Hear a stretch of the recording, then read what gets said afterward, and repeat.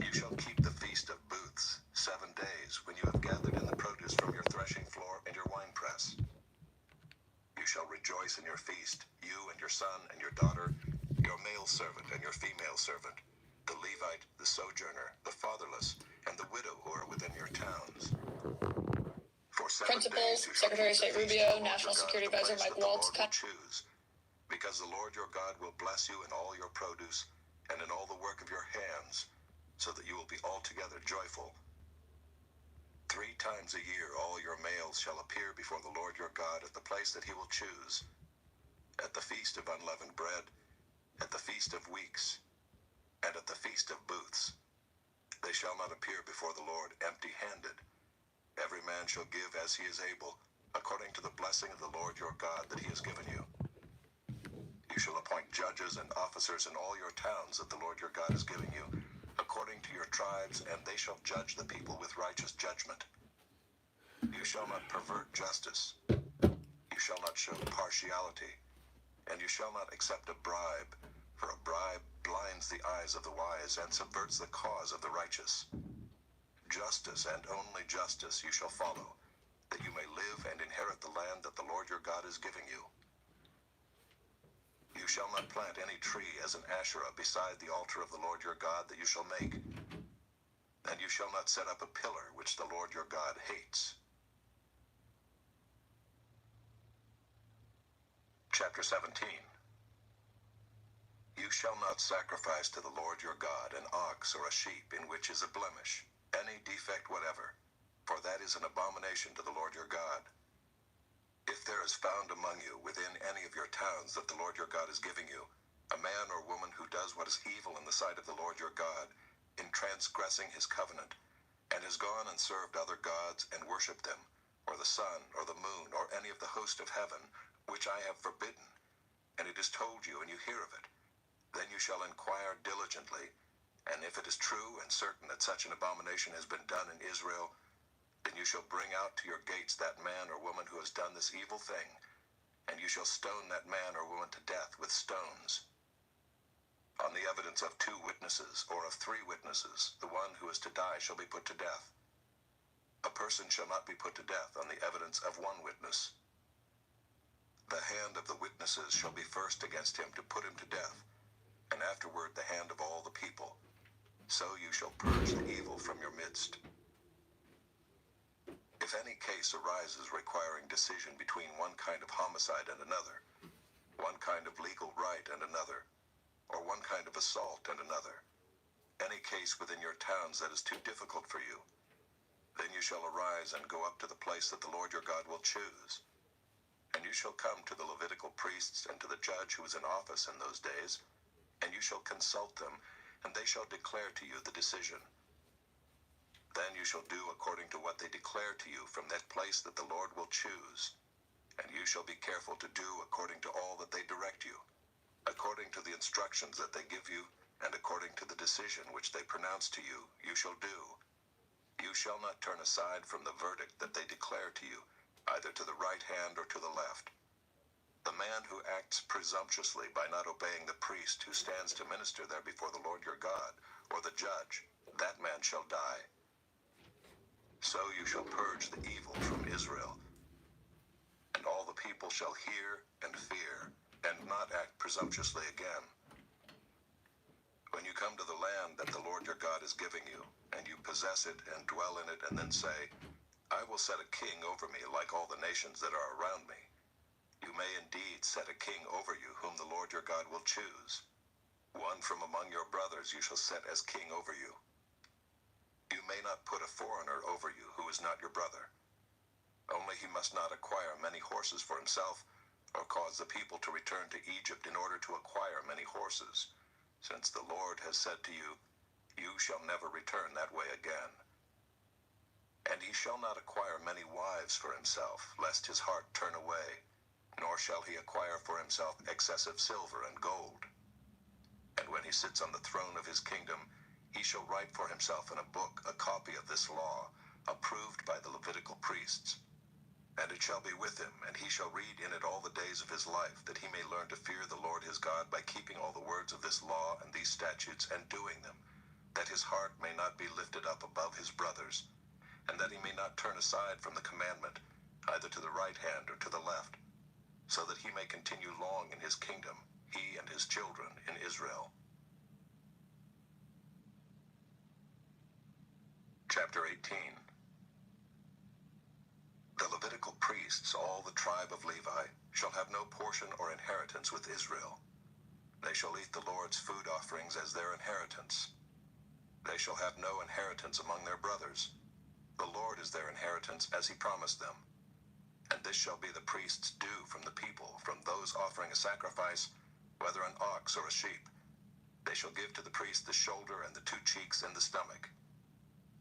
The first fruits of your grain, of your wine, and of your oil, and the first fleece of your sheep you shall give him.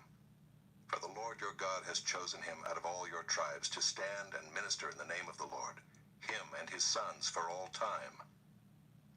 And if a Levite comes from any of your towns out of all Israel, where he lives, and he may come when he desires, to the place that the Lord will choose, and ministers in the name of the Lord his God, like all his fellow Levites who stand to minister there before the Lord, then he may have equal portions to eat, besides what he receives from the sale of his patrimony.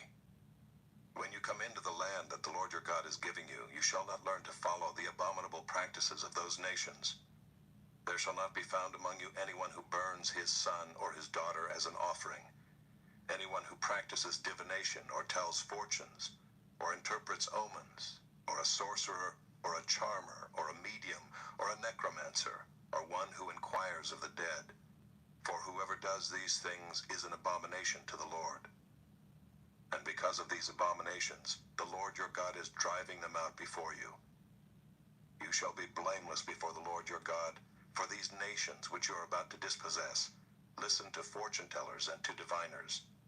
But as for you, the Lord your God has not allowed you to do this. The Lord your God will raise up for you a prophet like me from among you, from your brothers. It is to him you shall listen, just as you desired of the Lord your God at Horeb on the day of the assembly, when you said, Let me not hear again the voice of the Lord my God, or see this great fire any more, lest I die. And the Lord said to me, They are right in what they have spoken. I will raise up for them a prophet like you from among their brothers. And I will put my words in his mouth, and he shall speak to them all that I command him. And whoever will not listen to my words that he shall speak in my name, I myself will require it of him. But the prophet who presumes to speak a word in my name that I have not commanded him to speak, or who speaks in the name of other gods, that same prophet shall die. And if you say in your heart, How may we know the word that the Lord has not spoken? When a prophet speaks in the name of the Lord, if the word does not come to pass or come true, that is a word that the Lord has not spoken. The prophet has spoken it presumptuously. You need not be afraid of him. Chapter 19. When the Lord your God cuts off the nations whose land the Lord your God is giving you, and you dispossess them and dwell in their cities and in their houses, you shall set apart 3 cities for yourselves in the land that the Lord your God is giving you to possess. You shall measure the distances and divide into 3 parts the area of the land that the Lord your God gives you as a possession, so that any manslayer can flee to them. This is the provision for the manslayer, who by fleeing there may save his life. If anyone kills his neighbor unintentionally without having hated him in the past, as when someone goes into the forest with his neighbor to cut wood, and his hand swings the axe to cut down a tree, and the head slips from the handle and strikes his neighbor so that he dies, he may flee to one of these cities and live, lest the avenger of blood in hot anger pursue the manslayer and overtake him, because the way is long, and strike him fatally, though the man did not deserve to die, since he had not hated his neighbor in the past. Therefore I command you, you shall set apart 3 cities. And if the Lord your God enlarges your territory, as he has sworn to your fathers, and gives you all the land that he promised to give to your fathers, provided you are careful to keep all this commandment, which I command you today, by loving the Lord your God and by walking ever in his ways, then you shall add 3 other cities to these 3, lest innocent blood be shed in your land that the Lord your God is giving you for an inheritance, and so the guilt of bloodshed be upon you. But if anyone hates his neighbor and lies in wait for him and attacks him and strikes him fatally so that he dies, and he flees into one of these cities, then the elders of his city shall send and take him from there, and hand him over to the avenger of blood, so that he may die. Your eye shall not pity him, but you shall purge the guilt of innocent blood from Israel, so that it may be well with you. You shall not move your neighbor's landmark, which the men of old have set, in the inheritance that you will hold in the land that the Lord your God is giving you to possess. A single witness shall not suffice against a person for any crime or for any wrong in connection with any offense that he has committed. Only on the evidence of 2 witnesses or of 3 witnesses shall a charge be established. If a malicious witness arises to accuse a person of wrongdoing, then both parties to the dispute shall appear before the Lord, before the priests and the judges who are in office in those days. The judges shall inquire diligently, and if the witness is a false witness and has accused his brother falsely, then you shall do to him as he had meant to do to his brother. So you shall purge the evil from your midst, and the rest shall hear and fear, and shall never again commit any such evil among you. Your eye shall not pity. It shall be life for life, eye for eye, tooth for tooth, hand for hand, foot for foot. Chapter 20. When you go out to war against your enemies and see horses and chariots and an army larger than your own, you shall not be afraid of them, for the Lord your God is with you, who brought you up out of the land of Egypt. And when you draw near to the battle, the priest shall come forward and speak to the people, and shall say to them, Hear, O Israel, today you are drawing near for battle against your enemies. Let not your heart faint. Do not fear or panic or be in dread of them, for the Lord your God is he who goes with you to fight for you against your enemies, to give you the victory. Then the officers shall speak to the people, saying, Is there any man who has built a new house and has not dedicated it? Let him go back to his house, lest he die in the battle and another man dedicate it. And is there any man who has planted a vineyard and has not enjoyed its fruit? Let him go back to his house, lest he die in the battle and another man enjoy its fruit. And is there any man who has betrothed a wife and has not taken her? Let him go back to his house, lest he die in the battle and another man take her. And the officers shall speak further to the people and say, Is there any man who is fearful and faint-hearted? Let him go back to his house, lest he make the heart of his fellows melt like his own. And when the officers have finished speaking to the people, then commanders shall be appointed at the head of the people. When you draw near to a city to fight against it, offer terms of peace to it. And if it responds to you peaceably and it opens to you, then all the people who are found in it shall do forced labor for you and shall serve you. But if it makes no peace with you, but makes war against you, then you shall besiege it. And when the Lord your God gives it into your hand, you shall put all its males to the sword, but the women and the little ones, the livestock and everything else in the city, all its spoil, you shall take as plunder for yourselves. And you shall enjoy the spoil of your enemies, which the Lord your God has given you. Thus you shall do to all the cities that are very far from you, which are not cities of the nations here.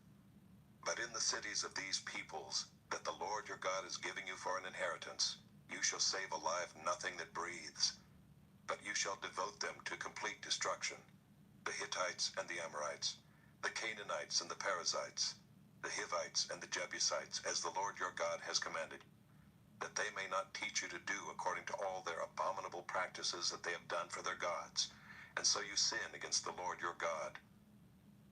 When you besiege a city for a long time, making war against it in order to take it, you shall not destroy its trees by wielding an axe against them. You may eat from them, but you shall not cut them down. Are the trees in the field human, that they should be besieged by you? Only the trees that you know are not trees for food you may destroy and cut down, that you may build siege works against the city that makes war with you, until it falls. Chapter 21.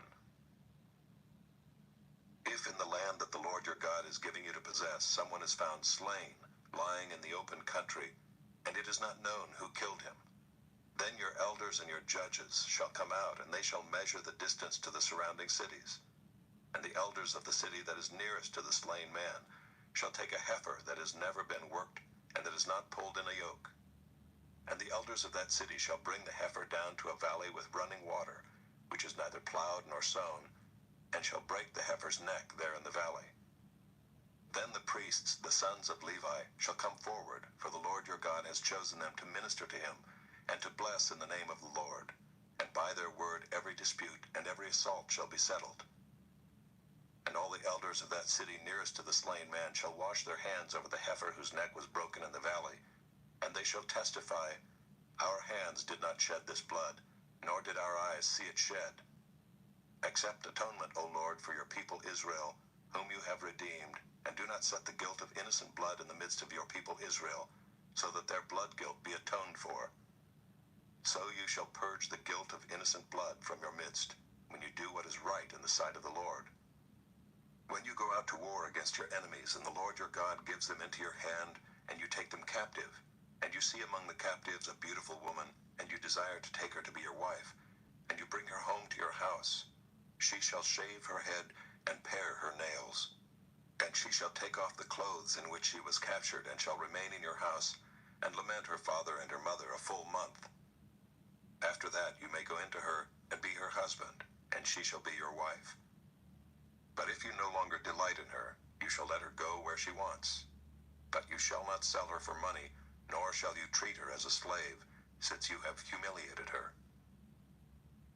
If a man has two wives, the one loved and the other unloved, and both the loved and the unloved have borne him children, and if the firstborn son belongs to the unloved, then on the day when he assigns his possessions as an inheritance to his sons, he may not treat the son of the loved as the firstborn in preference to the son of the unloved, who is the firstborn, but he shall acknowledge the firstborn, the son of the unloved, by giving him a double portion of all that he has, for he is the firstfruits of his strength. The right of the firstborn is his. If a man has a stubborn and rebellious son who will not obey the voice of his father, or the voice of his mother, and though they discipline him, will not listen to them, then his father and his mother shall take hold of him, and bring him out to the elders of his city at the gate of the place where he lives.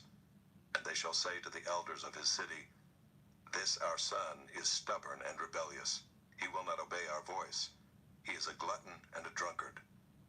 Then all the men of the city shall stone him to death with stones. So you shall purge the evil from your midst, and all Israel shall hear and fear. And if a man has committed a crime punishable by death, and he is put to death, and you hang him on a tree, his body shall not remain all night on the tree, but you shall bury him the same day, for a hanged man is cursed by God. You shall not defile the land that the Lord your God is giving you for an inheritance. Chapter 22. You shall not see your brother's ox or his sheep going astray, and ignore them. You shall take them back to your brother. And if he does not live near you, and you do not know who he is, you shall bring it home to your house, and it shall stay with you until your brother seeks it. Then you shall restore it to him. And you shall do the same with his donkey, or with his garment, or with any lost thing of your brother's, which he loses and you find. You may not ignore it. You shall not see your brother's donkey or his ox fallen down by the way and ignore them. You shall help him to lift them up again. A woman shall not wear a man's garment, nor shall a man put on a woman's cloak. For whoever does these things is an abomination to the Lord your God.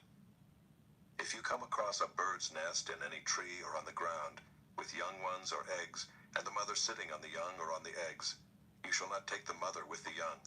You shall let the mother go, but the young you may take for yourself, that it may go well with you, and that you may live long. When you build a new house, you shall make a parapet for your roof, that you may not bring the guilt of blood upon your house, if anyone should fall from it. You shall not sow your vineyard with two kinds of seed, lest the whole yield be forfeited, the crop that you have sown, and the yield of the vineyard. You shall not plow with an ox and a donkey together. You shall not wear cloth of wool and linen mixed together. You shall make yourself tassels on the four corners of the garment with which you cover yourself.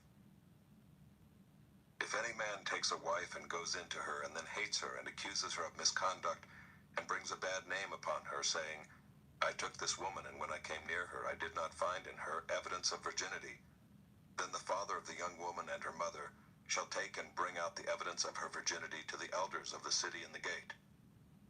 And the father of the young woman shall say to the elders, I gave my daughter to this man to marry, and he hates her. And behold, he has accused her of misconduct, saying, I did not find in your daughter evidence of virginity. And yet this is the evidence of my daughter's virginity. And they shall spread the cloak before the elders of the city.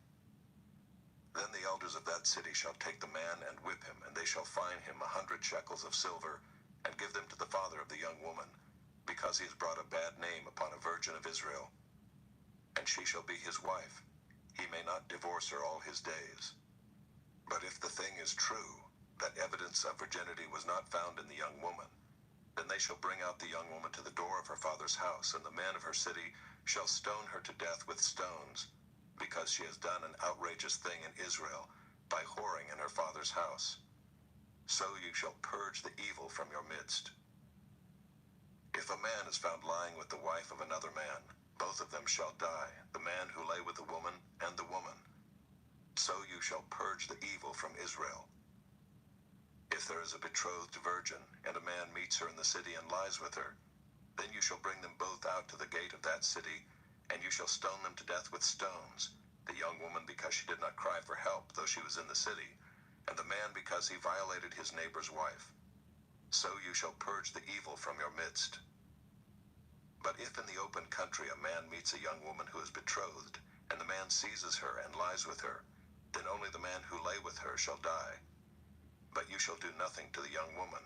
She has committed no offense punishable by death. For this case is like that of a man attacking and murdering his neighbor, because he met her in the open country, and though the betrothed young woman cried for help, there was no one to rescue her. If a man meets a virgin who is not betrothed, and seizes her and lies with her, and they are found, then the man who lay with her shall give to the father of the young woman 50 shekels of silver, and she shall be his wife, because he has violated her. He may not divorce her all his days. A man shall not take his father's wife, so that he does not uncover his father's nakedness.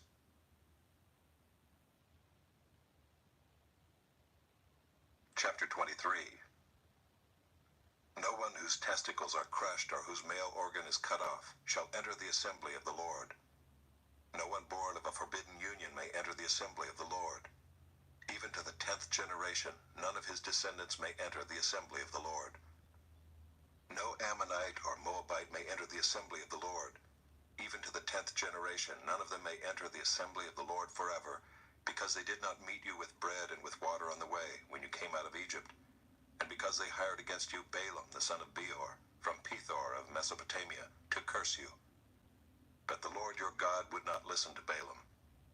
Instead, the Lord your God turned the curse into a blessing for you, because the Lord your God loved you. You shall not seek their peace or their prosperity all your days forever. You shall not abhor an Edomite, for he is your brother. You shall not abhor an Egyptian, because you were a sojourner in his land. Children born to them in the 3rd generation may enter the assembly of the Lord. When you are encamped against your enemies, then you shall keep yourself from every evil thing. If any man among you becomes unclean because of a nocturnal emission, then he shall go outside the camp. He shall not come inside the camp, but when evening comes, he shall bathe himself in water, and as the sun sets, he may come inside the camp. You shall have a place outside the camp, and you shall go out to it. And you shall have a trowel with your tools, and when you sit down outside, you shall dig a hole with it, and turn back and cover up your excrement.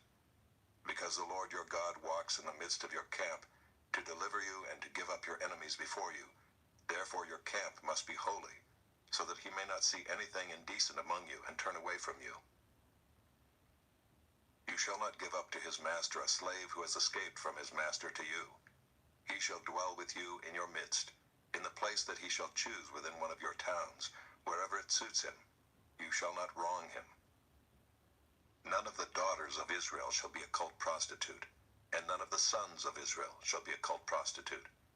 You shall not bring the fee of a prostitute or the wages of a dog into the house of the Lord your God in payment for any vow, for both of these are an abomination to the Lord your God. You shall not charge interest on loans to your brother. interest on money, interest on food, interest on anything that is lent for interest. You may charge a foreigner interest, but you may not charge your brother interest, that the Lord your God may bless you in all that you undertake in the land that you are entering to take possession of it.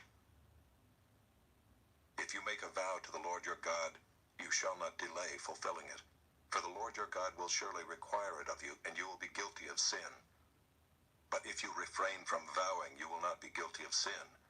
You shall be careful to do what has passed your lips, for you have voluntarily vowed to the Lord your God what you have promised with your mouth.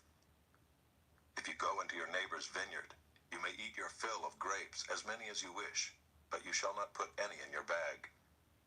If you go into your neighbor's standing grain, you may pluck the ears with your hand, but you shall not put a sickle to your neighbor's standing grain.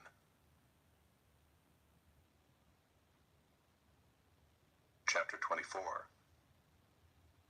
When a man takes a wife and marries her, if then she finds no favor in his eyes because he has found some indecency in her, and he writes her a certificate of divorce, and puts it in her hand and sends her out of his house, and she departs out of his house, and if she goes and becomes another man's wife, and the latter man hates her and writes her a certificate of divorce, and puts it in her hand and sends her out of his house, or if the latter man dies, who took her to be his wife, then her former husband, who sent her away, may not take her again to be his wife, after she has been defiled, for that is an abomination before the Lord. And you shall not bring sin upon the land that the Lord your God is giving you for an inheritance. When a man is newly married, he shall not go out with the army or be liable for any other public duty. He shall be free at home 1 year to be happy with his wife whom he has taken. No one shall take a mill or an upper millstone in pledge, for that would be taking a life in pledge. If a man is found stealing one of his brothers of the people of Israel, and if he treats him as a slave or sells him, then that thief shall die. So you shall purge the evil from your midst. Take care in a case of leprous disease to be very careful to do according to all that the Levitical priests shall direct you. As I commanded them, so you shall be careful to do. Remember what the Lord your God did to Miriam on the way as you came out of Egypt. When you make your neighbor a loan of any sort, you shall not go into his house to collect his pledge. You shall stand outside, and the man to whom you make the loan shall bring the pledge out to you. And if he is a poor man, you shall not sleep in his pledge. You shall restore to him the pledge as the sun sets, that he may sleep in his cloak and bless you. And it shall be righteousness for you before the Lord your God.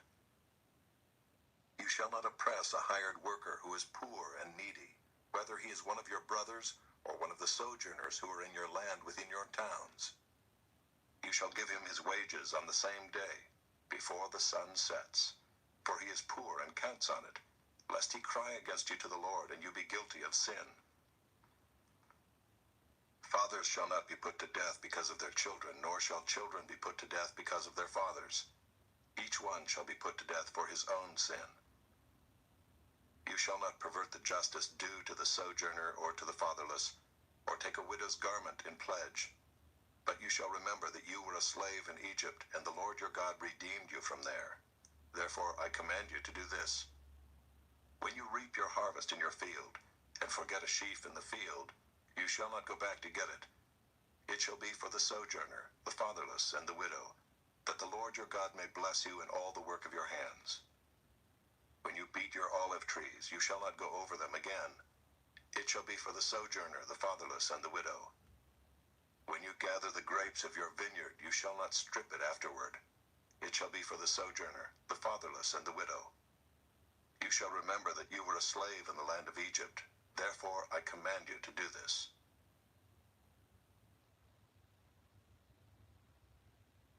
Chapter 25.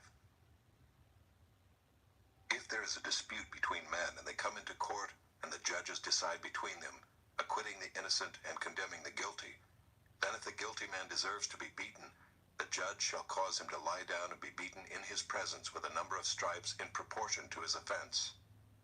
40 stripes may be given him, but not more, lest if one should go on to beat him with more stripes than these, your brother be degraded in your sight. You shall not muzzle an ox when it is treading out the grain. If If brothers dwell together, and one of them dies and has no son, the wife of the dead man shall not be married outside the family to a stranger. Her husband's brother shall go into her and take her as his wife, and perform the duty of a husband's brother to her. And the first son whom she bears shall succeed to the name of his dead brother, that his name may not be blotted out of Israel. And if the man does not wish to take his brother's wife, then his brother's wife shall go up to the gate to the elders and say, My husband's brother refuses to perpetuate his brother's name in Israel. He will not perform the duty of a husband's brother to me. Then the elders of his city shall call him and speak to him, and if he persists, saying, I do not wish to take her, then his brother's wife shall go up to him in the presence of the elders and pull his sandal off his foot and spit in his face. And she shall answer and say, So shall it be done to the man who does not build up his brother's house. And the name of his house shall be called in Israel, the house of him who had his sandal pulled off. When men fight with one another, and the wife of the one draws near to rescue her husband from the hand of him who is beating him, and puts out her hand and seizes him by the private parts, then you shall cut off her hand. Your eye shall have no pity. You shall not have in your bag two kinds of weights, a large and a small. You shall not have in your house two kinds of measures, a large and a small. A full and fair weight you shall have, a full and fair measure you shall have, that your days may be long in the land that the Lord your God is giving you. For all who do such things, all who act dishonestly, are an abomination to the Lord your God. Remember what Amalek did to you on the way as you came out of Egypt, how he attacked you on the way when you were faint and weary, and cut off your tail, those who were lagging behind you, and he did not fear God. Therefore, when the Lord your God has given you rest from all your enemies around you, in the land that the Lord your God is giving you for an inheritance to possess, you shall blot out the memory of Amalek from under heaven. You shall not forget. Chapter 26. When you come into the land that the Lord your God is giving you for an inheritance, and have taken possession of it and live in it, you shall take some of the first of all the fruit of the ground which you harvest from your land that the Lord your God is giving you, and you shall put it in a basket, and you shall go to the place that the Lord your God will choose to make his name to dwell there. And you shall go to the priest who is in office at that time, and say to him, I declare today to the Lord your God that I have come into the land that the Lord swore to our fathers to give us. Then the priest shall take the basket from your hand, and set it down before the altar of the Lord your God. And you shall make response before the Lord your God. A wandering Aramean was my father, and he went down into Egypt and sojourned there, few in number, and there he became a nation, great, mighty, and populous. And the Egyptians treated us harshly and humiliated us, and laid on us hard labor. Then we cried to the Lord, the God of our fathers, and the Lord heard our voice, and saw our affliction, our toil, and our oppression. And the Lord brought us out of Egypt with a mighty hand and an outstretched arm, with great deeds of terror, with signs and wonders. And he brought us into this place and gave us this land, a land flowing with milk and honey. And behold, now I bring the first of the fruit of the ground, which you, O Lord, have given me. And you shall set it down before the Lord your God, and worship before the Lord your God. And you shall rejoice in all the good that the Lord your God has given to you and to your house, you and the Levite and the sojourner who is among you. When you have finished paying all the tithe of your produce in the 3rd year, which is the year of tithing, giving it to the Levite, the sojourner, the fatherless, and the widow, so that they may eat within your towns and be filled, then you shall say before the Lord your God, I have removed the sacred portion out of my house, and moreover I have given it to the Levite, the sojourner, the fatherless, and the widow, according to all your commandment that you have commanded me. I have not transgressed any of your commandments, nor have I forgotten them. I have not eaten of the tithe while I was mourning, or removed any of it while I was unclean, or offered any of it to the dead. I have obeyed the voice of the Lord my God. I have done according to all that you have commanded me. Look down from your holy habitation, from heaven, and bless your people Israel on the ground that you have given us, as you swore to our fathers, a land flowing with milk and honey. This day the Lord your God commands you to do these statutes and rules. You shall therefore be careful to do them with all your heart and with all your soul. You have declared today that the Lord is your God, and that you will walk in his ways and keep his statutes and his commandments and his rules, and will obey his voice. And the Lord has declared today that you are a people for his treasured possession, as he has promised you, and that you are to keep all his commandments, and that he will set you in praise and in fame and in honor high above all nations that he has made, and that you shall be a people holy to the Lord your God, as he promised. Chapter 27. Now Moses and the elders of Israel commanded the people, saying, Keep the whole commandment that I command you today, and on the day you cross over the Jordan to the land that the Lord your God is giving you, you shall set up large stones and plaster them with plaster.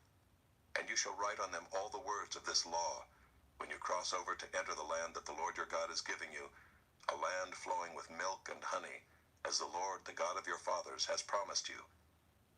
And when you have crossed over the Jordan, you shall set up these stones, concerning which I command you today, on Mount Ebal, and you shall plaster them with plaster. And there you shall build an altar to the Lord your God, an altar of stones.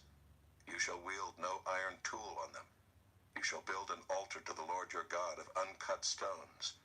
And you shall offer burnt offerings on it to the Lord your God, and you shall sacrifice peace offerings, and shall eat there, and you shall rejoice before the Lord your God. And you shall write on the stones all the words of this law very plainly. Then Moses and the Levitical priests said to all Israel, Keep silence and hear, O Israel. This day you have become the people of the Lord your God. You shall therefore obey the voice of the Lord your God, keeping his commandments and his statutes, which I command you today. That day Moses charged the people, saying, When you have crossed over the Jordan, these shall stand on Mount Gerizim to bless the people: Simeon, Levi, Judah, Issachar, Joseph, and Benjamin. And these shall stand on Mount Ebal for the curse: Reuben, Gad, Asher, Zebulun, Dan, and Naphtali. And the Levites shall declare to all the men of Israel in a loud voice, Cursed be the man who makes a carved or cast metal image, an abomination to the Lord, a thing made by the hands of a craftsman, and sets it up in secret. And all the people shall answer and say, Amen. Cursed be anyone who dishonors his father or his mother. And all the people shall say, Amen. Cursed be anyone who moves his neighbor's landmark. And all the people shall say, Amen. Cursed be anyone who misleads a blind man on the road. And all the people shall say, Amen. Cursed be anyone who perverts the justice due to the sojourner, the fatherless, and the widow. And all the people shall say, Amen. Cursed be anyone who lies with his father's wife, because he has uncovered his father's nakedness. And all the people shall say, Amen. Cursed be anyone who lies with any kind of animal. And all the people shall say, Amen.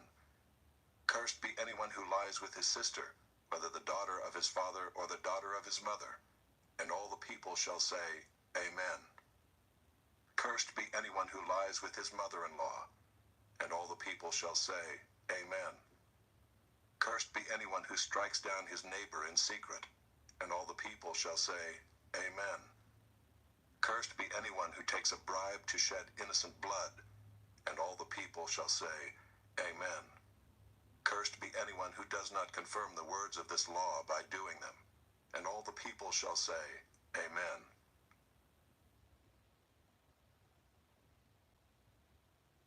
Chapter 28. And if you faithfully obey the voice of the Lord your God, being careful to do all his commandments that I command you today, the Lord your God will set you high above all the nations of the earth.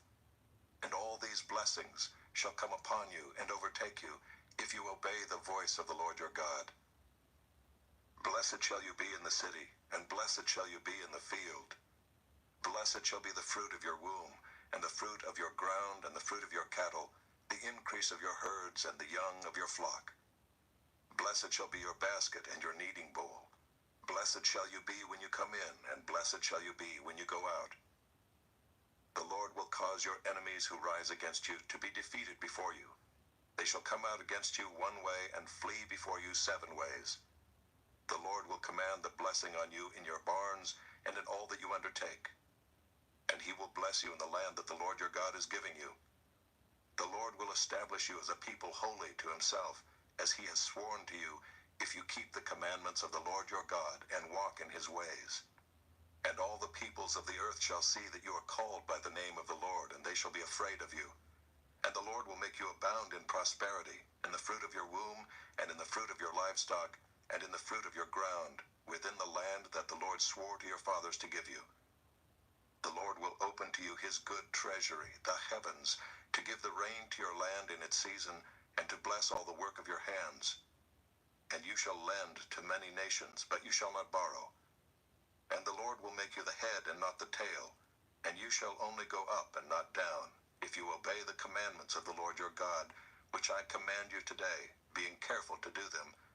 And if you do not turn aside from any of the words that I command you today, to the right hand or to the left, to go after other gods to serve them. But if you will not obey the voice of the Lord your God, or be careful to do all his commandments and his statutes that I command you today, then all these curses shall come upon you and overtake you. Cursed shall you be in the city, and cursed shall you be in the field. Cursed shall be your basket and your kneading bowl. Cursed shall be the fruit of your womb and the fruit of your ground, the increase of your herds and the young of your flock. Cursed shall you be when you come in, and cursed shall you be when you go out.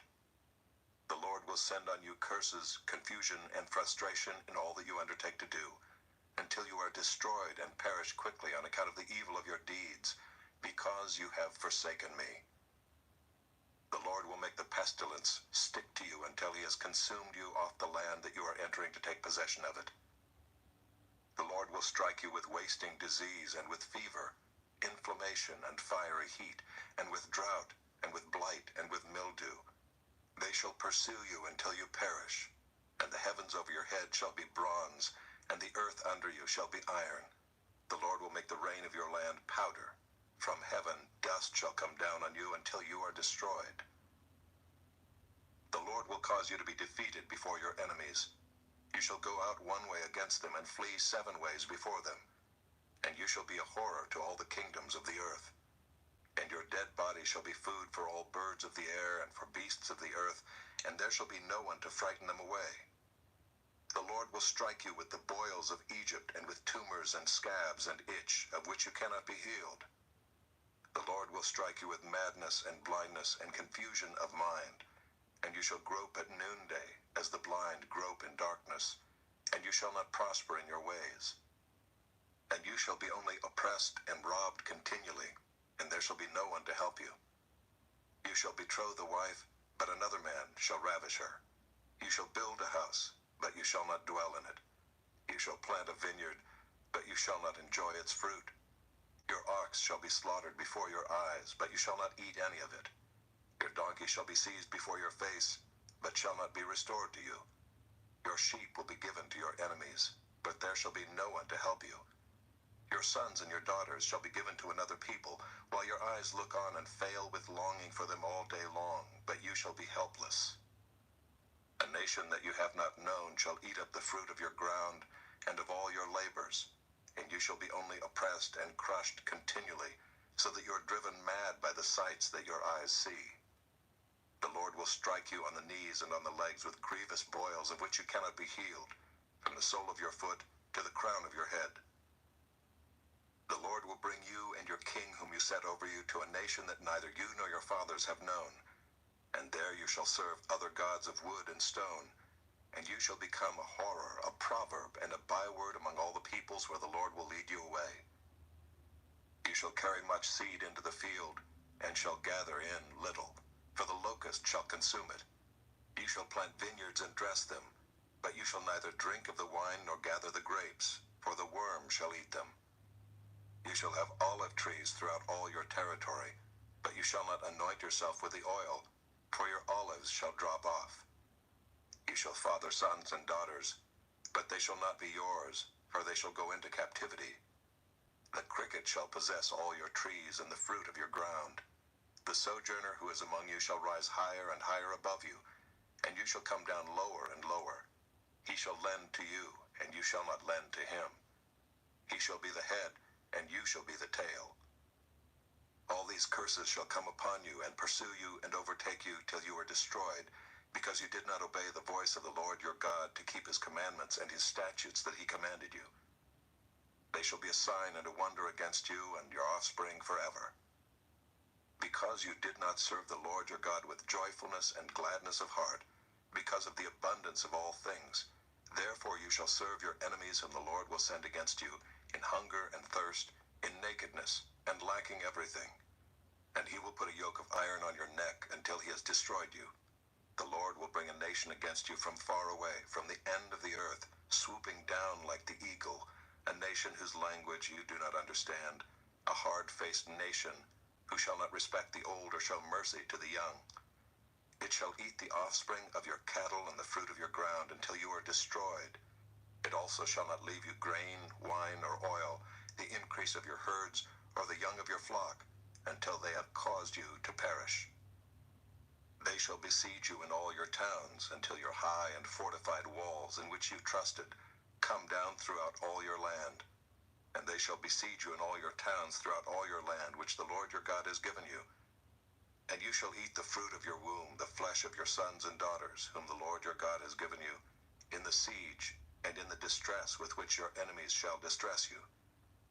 The man who is the most tender and refined among you will begrudge food to his brother, to the wife he embraces, and to the last of the children whom he has left, so that he will not give to any of them any of the flesh of his children whom he is eating, because he has nothing else left, in the siege and in the distress with which your enemy shall distress you in all your towns. The most tender and refined woman among you, who would not venture to set the sole of her foot on the ground because she is so delicate and tender, will begrudge to the husband she embraces, to her son and to her daughter, her afterbirth that comes out from between her feet, and her children whom she bears, because lacking everything she will eat them secretly, in the siege and in the distress with which your enemy shall distress you in your towns. If you are not careful to do all the words of this law that are written in this book, that you may fear this glorious and awesome name, the Lord your God, then the Lord will bring on you and your offspring extraordinary afflictions, afflictions severe and lasting, and sicknesses grievous and lasting. And he will bring upon you again all the diseases of Egypt, of which you were afraid, and they shall cling to you. Every sickness also and every affliction that is not recorded in the book of this law, the Lord will bring upon you until you are destroyed. Whereas you were as numerous as the stars of heaven, you shall be left few in number, because you did not obey the voice of the Lord your God. And as the Lord took delight in doing you good and multiplying you, so the Lord will take delight in bringing ruin upon you and destroying you. And you shall be plucked off the land that you are entering to take possession of it. And the Lord will scatter you among all peoples, from one end of the earth to the other, and there you shall serve other gods of wood and stone, which neither you nor your fathers have known. And among these nations you shall find no respite, and there shall be no resting place for the sole of your foot. But the Lord will give you there a trembling heart and failing eyes, and a languishing soul. Your life shall hang in doubt before you. Night and day you shall be in dread, and have no assurance of your life. In the morning you shall say, if only it were evening. And at evening you shall say, if only it were morning, because of the dread that your heart shall feel, and the sights that your eyes shall see. And the Lord will bring you back in ships to Egypt, a journey that I promised that you should never make again. And there you shall offer yourselves for sale to your enemies as male and female slaves, but there will be no buyer.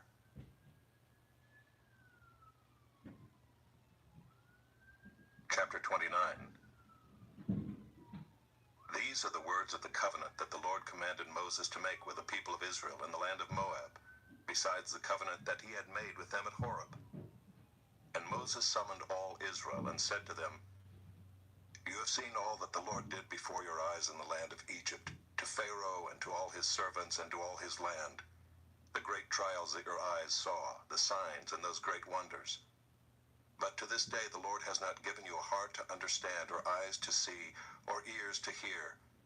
I have led you 40 years in the wilderness. Your clothes have not worn out on you, and your sandals have not worn off your feet. You have not eaten bread, and you have not drunk wine or strong drink. that you may know that I am the Lord your God. And when you came to this place, Sihon the king of Heshbon and Og the king of Bashan came out against us to battle, but we defeated them. We took their land and gave it for an inheritance to the Reubenites, the Gadites, and the half-tribe of the Manassites. Therefore keep the words of this covenant and do them, that you may prosper in all that you do.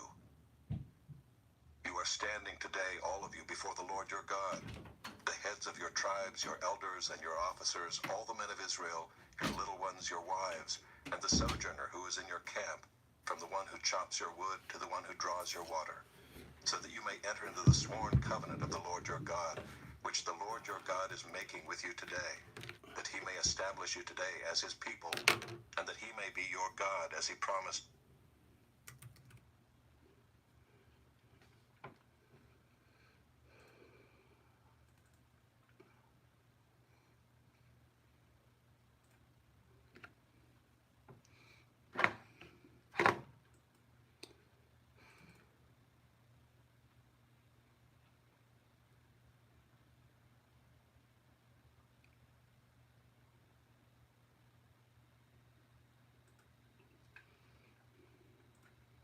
When the world, whether it's on television or in magazines or the radio or just in the office, attempts to leverage your decision by holding up an identity to draw you into it, to make you feel inadequate, incomplete, because you don't have that body or ever will. You don't have that bank account or ever will. You don't have that car or those things or that brotherhood. And so leveraged into decisions of the world. You are a free agent if you know the grace in which you stand and who you are by the will of God for the glory of Jesus Christ. So what defines who you are? Your possessions, achievements, or something greater? In this episode of Light and Truth, John Piper opens 1 Corinthians 1:1-9 to urge us to root our identity in God's calling and faithfulness, which frees us to live boldly for his glory. This sermon was originally delivered at Bethlehem Baptist Church on January 17th, 1988. Almost all of Paul's 13 letters begin with his identifying himself in relation to God and his identifying us in relation to God.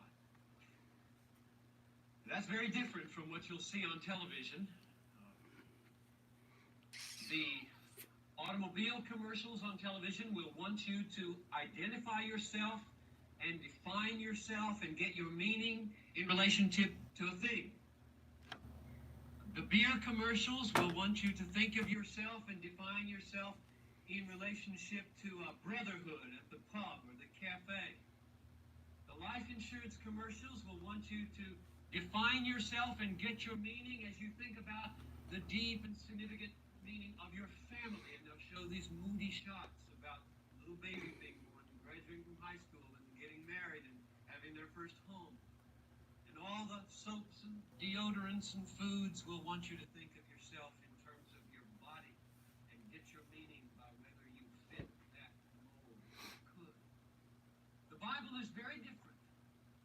The Bible calls you back again and again, not to reject the reality of bodies or brotherhoods or things, but to define everything in relationship to God, to put God at the center of your self-understanding, not to define yourself in terms of things. Look at verse 1. Paul, called by the will of God to be an apostle of Christ Jesus. I just love the strength and the stability and the clarity of Paul's self-understanding. He knows exactly who he is. Paul, and there aren't any like him, or you. He knows exactly where he's going. Called to be an apostle, an emissary, a representative of Jesus Christ. He knows exactly where he's coming from by the will of God. In other words, he has a self-identity or a self-understanding that is radically God-centered. He's coming out of God's will. He's going forward to God's glory. He stands. Draw in chapter 15. I am what I am by the grace of God. And I think God intends for every one of you today to have that kind of clear, deep, strong, unshakable, God-centered self-understanding. You ought to be able to take verse 1 and rewrite it slightly with your name. David, called by the will of God to be a financial planner for the glory of God. Ruth, called by the will of God to be a teacher to the glory of Jesus Christ. Dennis, called by the will of God to be an attorney for the glory of Jesus Christ. Noel, called by the will of God to be a homemaker for the glory of Jesus Christ. You ought to be able to know where you're coming from out of the will of God, where you're going to into the glory of God, and under what grace you stand, so that you are a free agent in the world.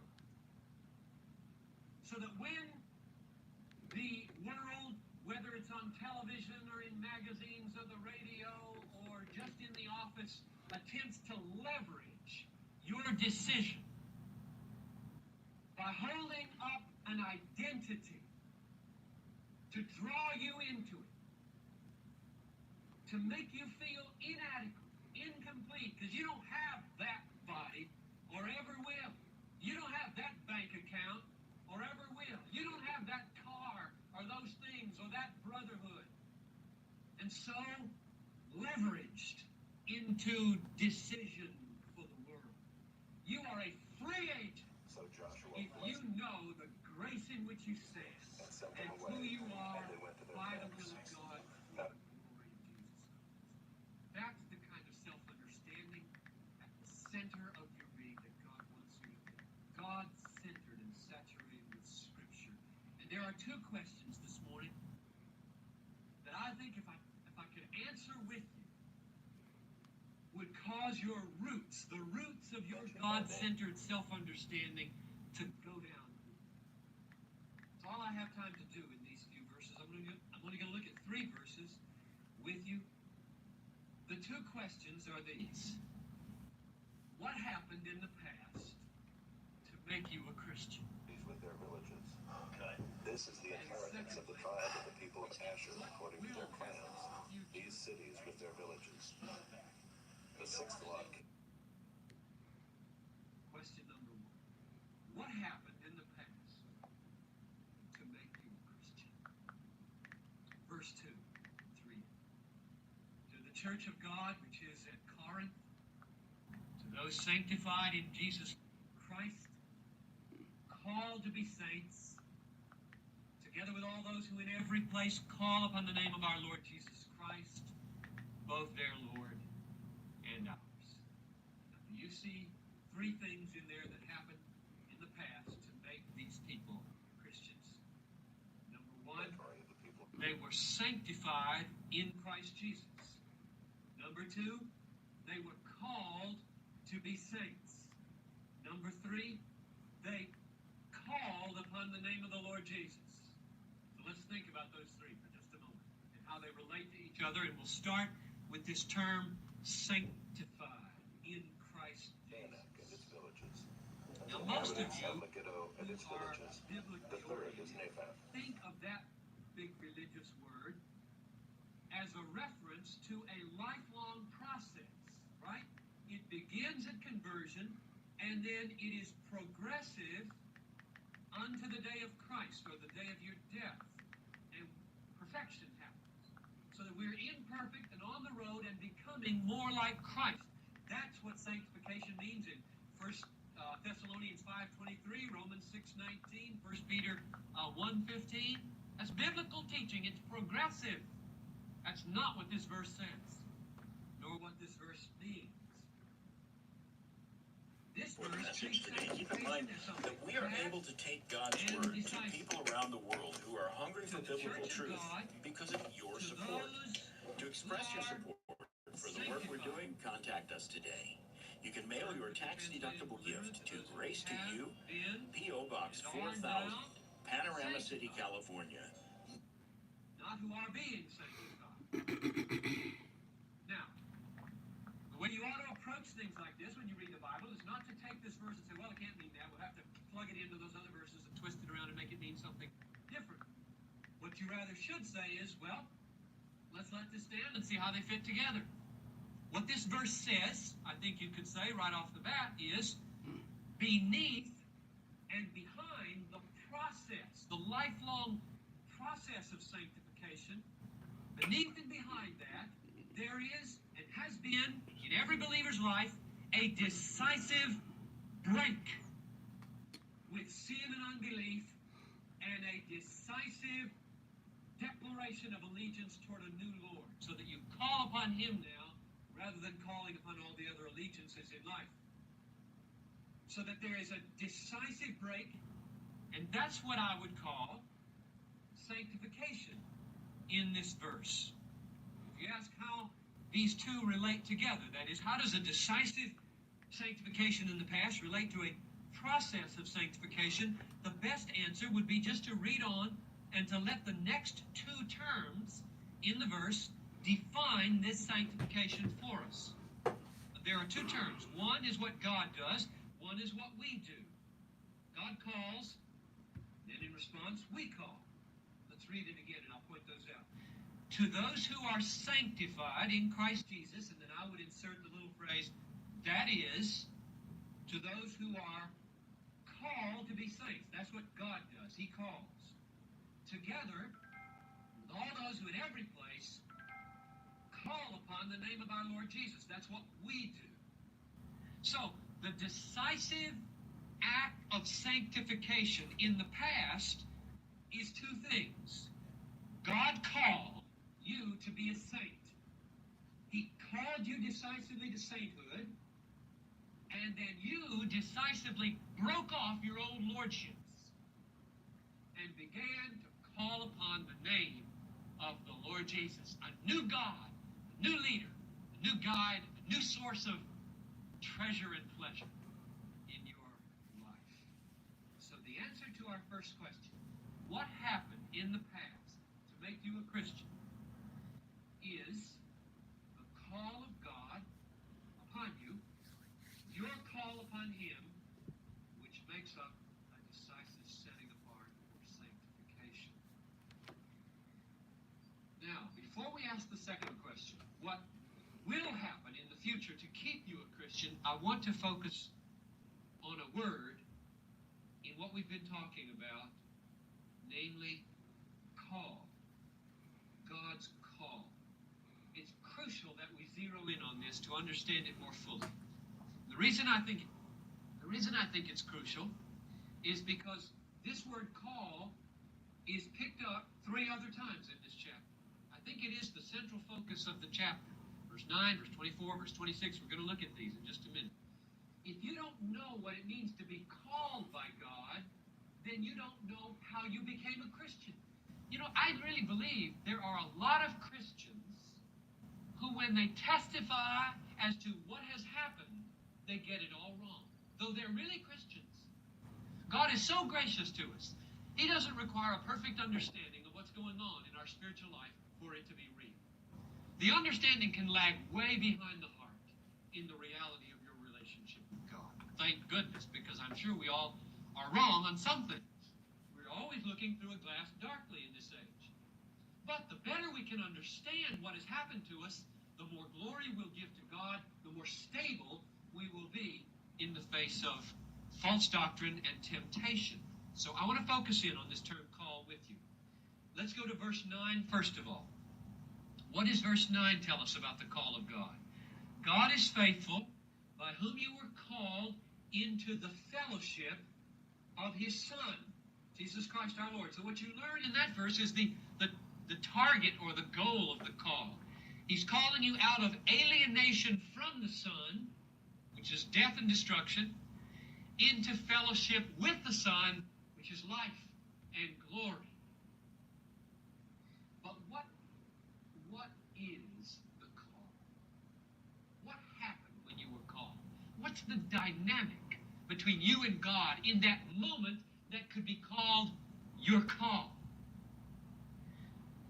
Turn to verses 23 and 24 of this chapter if you have to turn the page.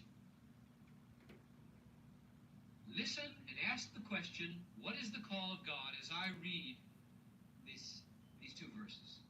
We preach Christ crucified, a stumbling block to Jews and folly to Gentiles, but to those who are called, both Jews and Greeks, Christ the power of God and the wisdom of God. Now, what do those two verses tell you about the call of God? Well, it tells us some mighty important things. It tells us, first of all, that the call of God is not identical with the preaching of the gospel. See that? I can call you to repentance, call you to faith, just like Paul did.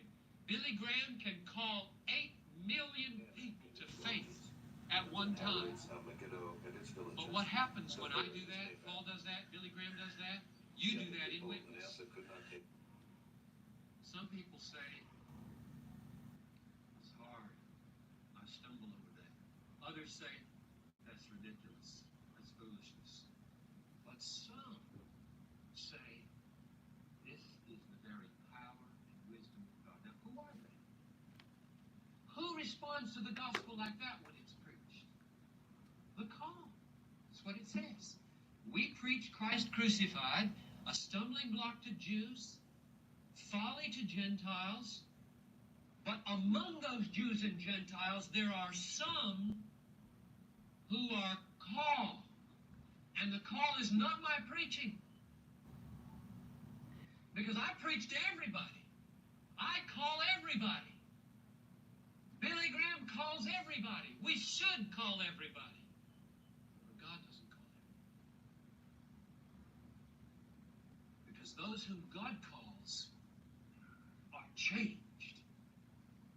Those whom God calls have the blinders taken off their eyes and become reasonable so that they see the beauty of Jesus Christ and believe and love him and sing the song, Jesus, priceless treasure, source of purest pleasure, and mean it because they've been called by the sovereign voice of God into life and glory. So what is the call of God?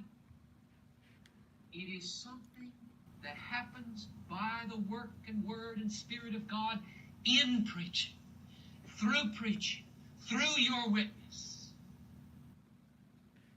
whereby people have their eyes opened to see the irresistible Christ and close with him and believe and call upon his name.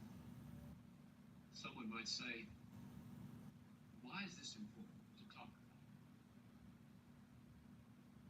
What practical difference does it make if you believe these things about the call of God and the election of God?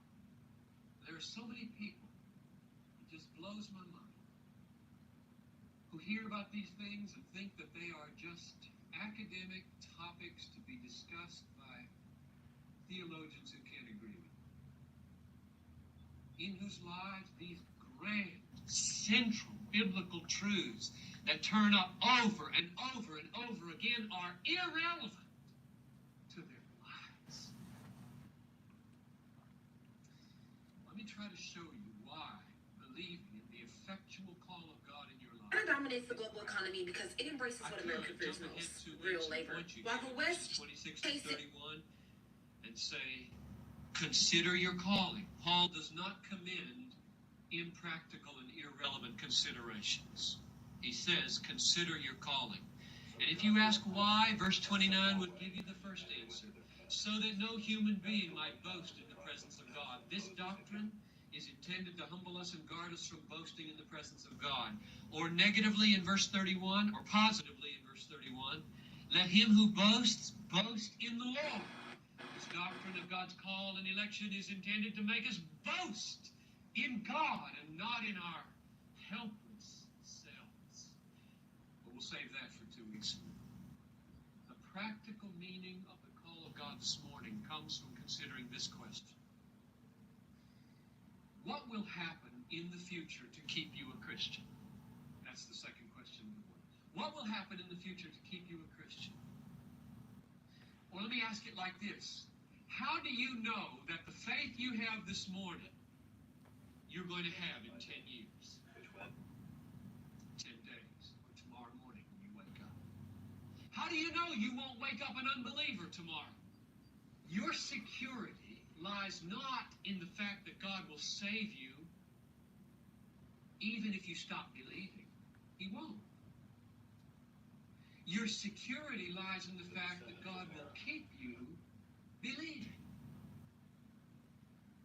Verse 8 is the answer to the question where our assurance comes from. Chapter 1 of Corinthians, 1 Corinthians, verse 8.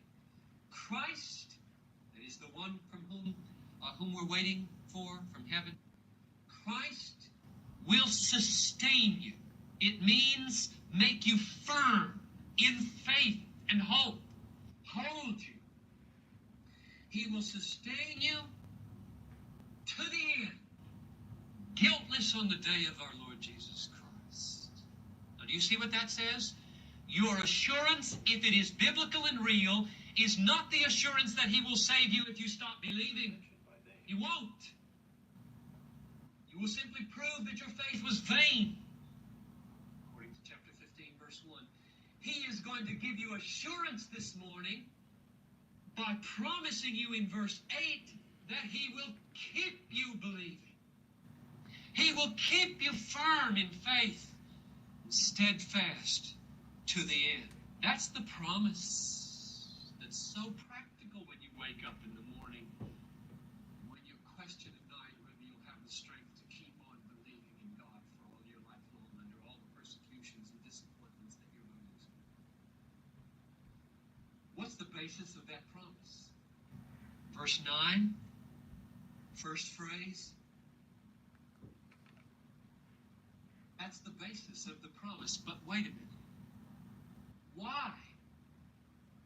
Why should God's faithfulness oblige him to keep you believing? The answer is that there's a connection between the faithfulness of God and the call of God. Read the rest of verse 9. God is faithful by whom you were called. Now, Paul, here's a connection there. Do you hear it? The connection is this. If God has called you, his faithfulness obliges him to keep you. If God has called you, his faithfulness obliges him to keep you. The call of God is the outworking in my life of his eternal election of me unto glory. And therefore, his faithfulness is at stake in whether I make it to glory. If I don't make it to glory when I've been called, his electing purpose is broken. Paul writes all of Romans 9 to 11 to say, it cannot be broken. That's the rock on which I stand when I shake at night and wonder whether I will have the strength to persevere. God will keep me believing and keep you believing because the call is a commitment grounded in an eternal election of all his people unto glory. Well, I want to close now by simply urging you back to where I began and saying, don't let the world define you today. When you listen to those commercials between the timeouts on the ball game today, don't let the world define your identity. by making you feel insecure because you don't have this bank account or this life insurance policy, by making you feel second rate because you don't have that body, by making you feel incomplete because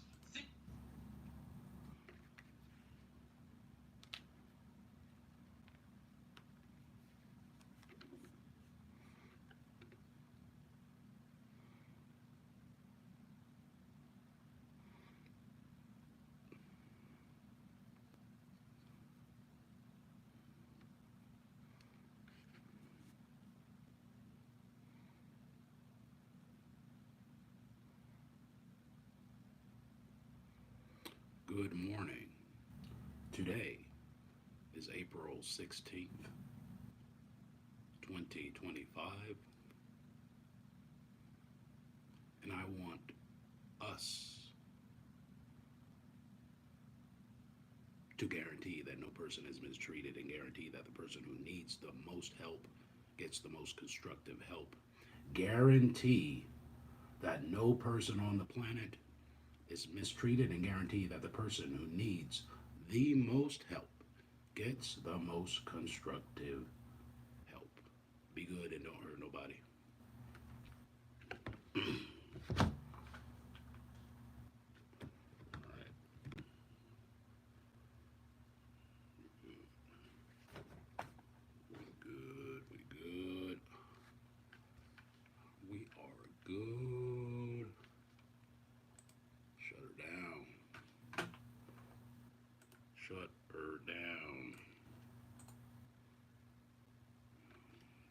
Do that. That he may establish you today as his people, and that he may be your God as he promised you, and as he swore to your fathers, to Abraham, to Isaac, and to Jacob. It is not with you alone that I am making this sworn covenant, but with whoever is standing here with us today before the Lord our God, and with whoever is not here with us today. You know how we lived in the land of Egypt, and how we came through the midst of the nations through which you passed. And you have seen their detestable things, their idols of wood and stone, of silver and gold, which were among them. Beware lest there be among you a man or woman or clan or tribe whose heart is turning away today from the Lord our God to go and serve the gods of those nations, bearing poisonous and bitter fruit. One who, when he hears the words of this sworn covenant, blesses himself in his heart, saying, I shall be safe, though I walk in the stubbornness of my heart. This will lead to the sweeping away of moist and dry alike. The Lord will not be willing to forgive him, but rather the anger of the Lord and his jealousy will smoke against that man, and the curses written in this book will settle upon him, and the Lord will blot out his name from under heaven. And the Lord will single him out from all the tribes of Israel for calamity, in accordance with all the curses of the covenant written in this book of the law. And the next generation, your children who rise up after you, and the foreigner who comes from a far land, will say, when they see the afflictions of that land, and the sicknesses with which the Lord has made it sick, the whole land burned out with brimstone and salt, nothing sown and nothing growing, where no plant can sprout, an overthrow like that of Sodom and Gomorrah, Admah and Zeboiim, which the Lord overthrew in his anger and wrath. All the nations will say, why has the Lord done thus to this land? What caused the heat of this great anger? Then people will say, it is because they abandoned the covenant of the Lord, the God of their fathers, which he made with them when he brought them out of the land of Egypt, and went and served other gods and worshipped them, gods whom they had not known, and whom he had not allotted to them. Therefore the anger of the Lord was kindled against this land, bringing upon it all the curses written in this book. And the Lord uprooted them from their land in anger and fury and great wrath, and cast them into another land, as they are this day. The secret things belong to the Lord our God, but the things that are revealed belong to us and to our children forever, that we may do all the words of this law.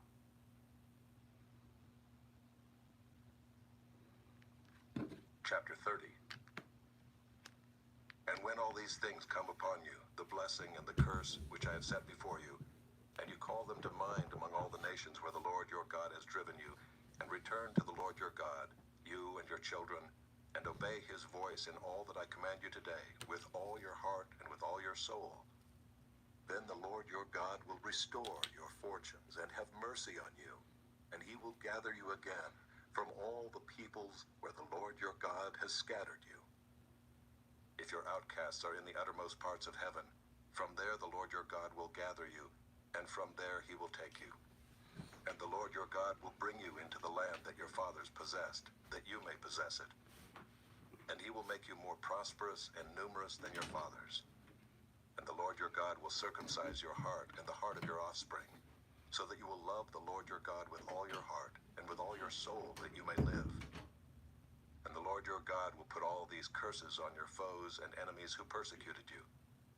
And you shall again obey the voice of the Lord and keep all his commandments that I command you today.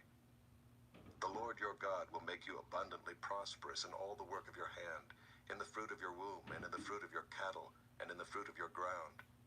For the Lord will again take delight in prospering you, as he took delight in your fathers, when you obey the voice of the Lord your God, to keep his commandments and his statutes that are written in this book of the law, when you turn to the Lord your God with all your heart and with all your soul. For this commandment that I command you today is not too hard for you, neither is it far off.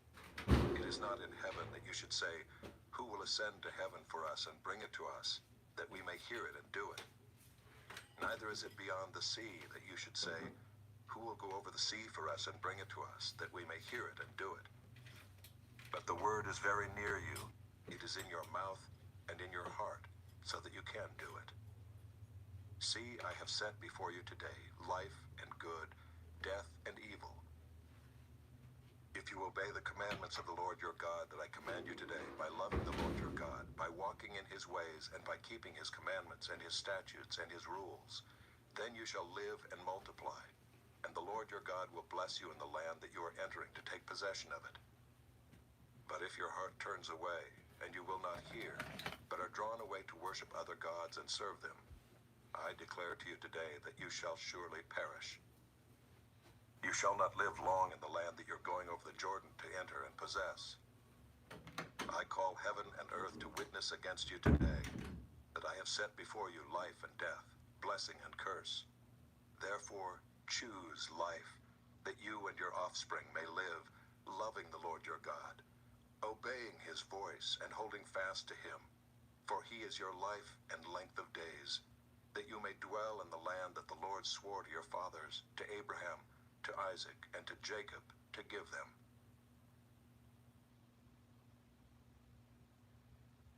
Chapter 31.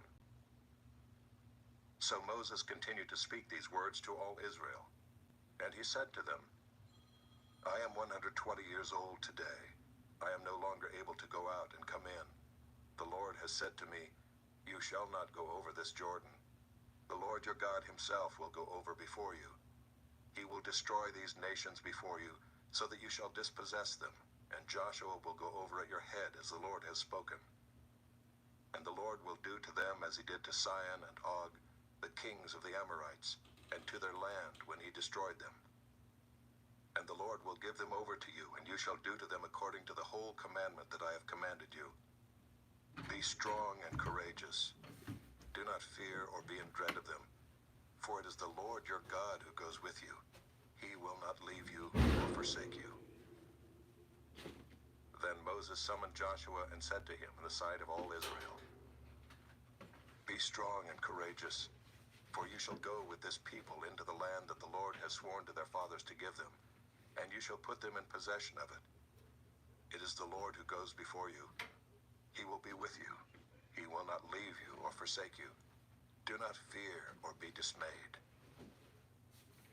Then Moses wrote this law and gave it to the priests, the sons of Levi, who carried the ark of the covenant of the Lord, and to all the elders of Israel. And Moses commanded them, at the end of every 7 years, at the set time in the year of release at the Feast of Booths, when all Israel comes to appear before the Lord your God at the place that he will choose, you shall read this law before all Israel in their hearing. Assemble the people, men, women, and little ones, and the sojourner within your towns, that they may hear and learn to fear the Lord your God, and be careful to do all the words of this law, and that their children, who have not known it, may hear and learn to fear the Lord your God, as long as you live in the land that you're going over the Jordan to possess. And the Lord said to Moses, Behold, the days approach when you must die. Call Joshua and present yourselves in the tent of meeting, that I may commission him. And Moses and Joshua went and presented themselves in the tent of meeting. And the Lord appeared in the tent in a pillar of cloud, and the pillar of cloud stood over the entrance of the tent. And the Lord said to Moses, Behold, you are about to lie down with your fathers. Then this people will rise and whore after the foreign gods among them in the land that they are entering, and they will forsake me and break my covenant that I have made with them.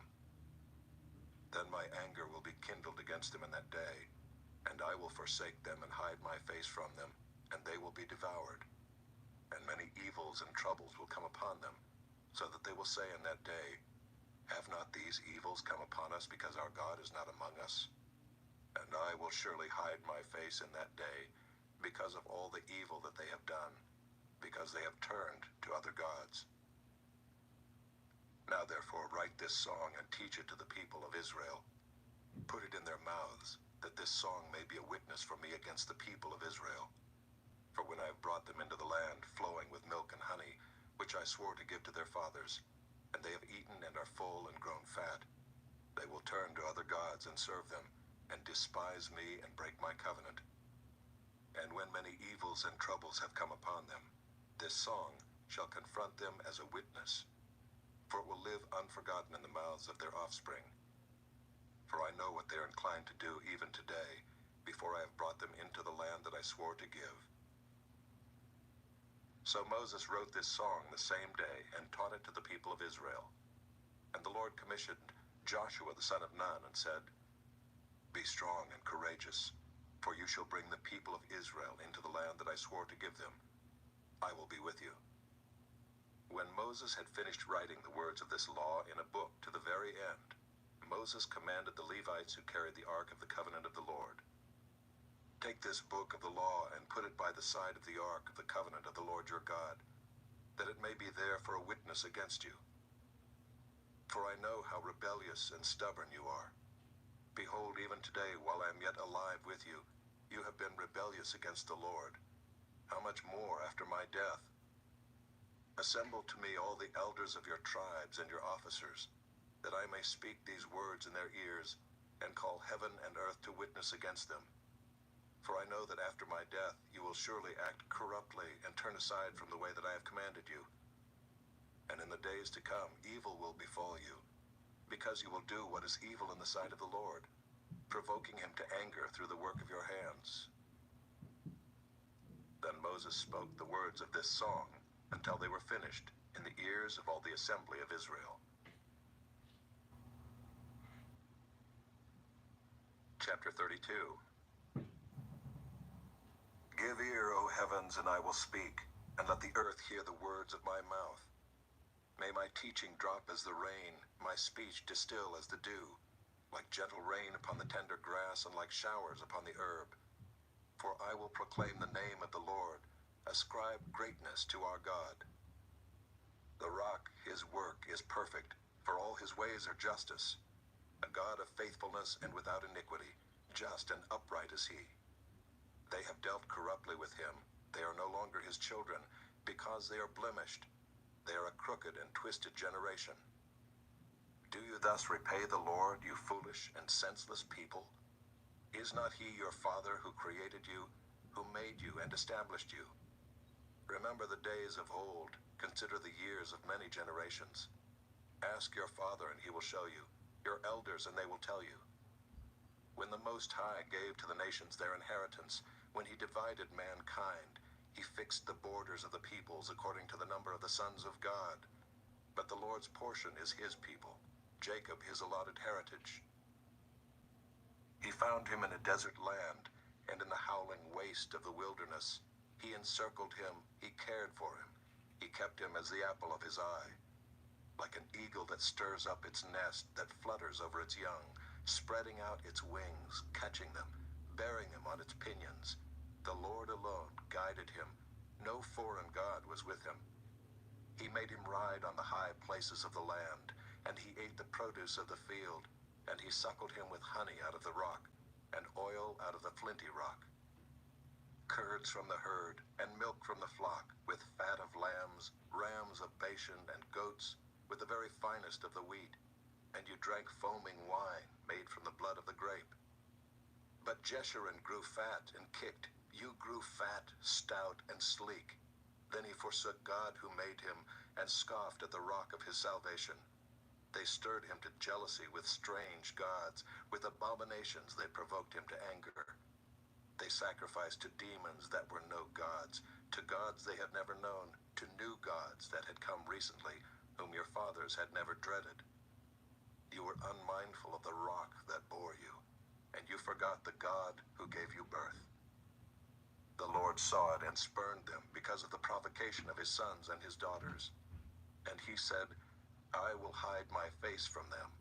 I will see what their end will be. For they are a perverse generation, children in whom is no faithfulness. They have made me jealous with what is no God. They have provoked me to anger with their idols. So I will make them jealous with those who are no people. I will provoke them to anger with a foolish nation. For a fire is kindled by my anger, and it burns to the depths of Sheol, devours the earth and its increase, and sets on fire the foundations of the mountains. And I will heap disasters upon them. I will spend my arrows on them. They shall be wasted with hunger, and devoured by plague, and poisonous pestilence. I will send the teeth of beasts against them, with the venom of things that crawl in the dust.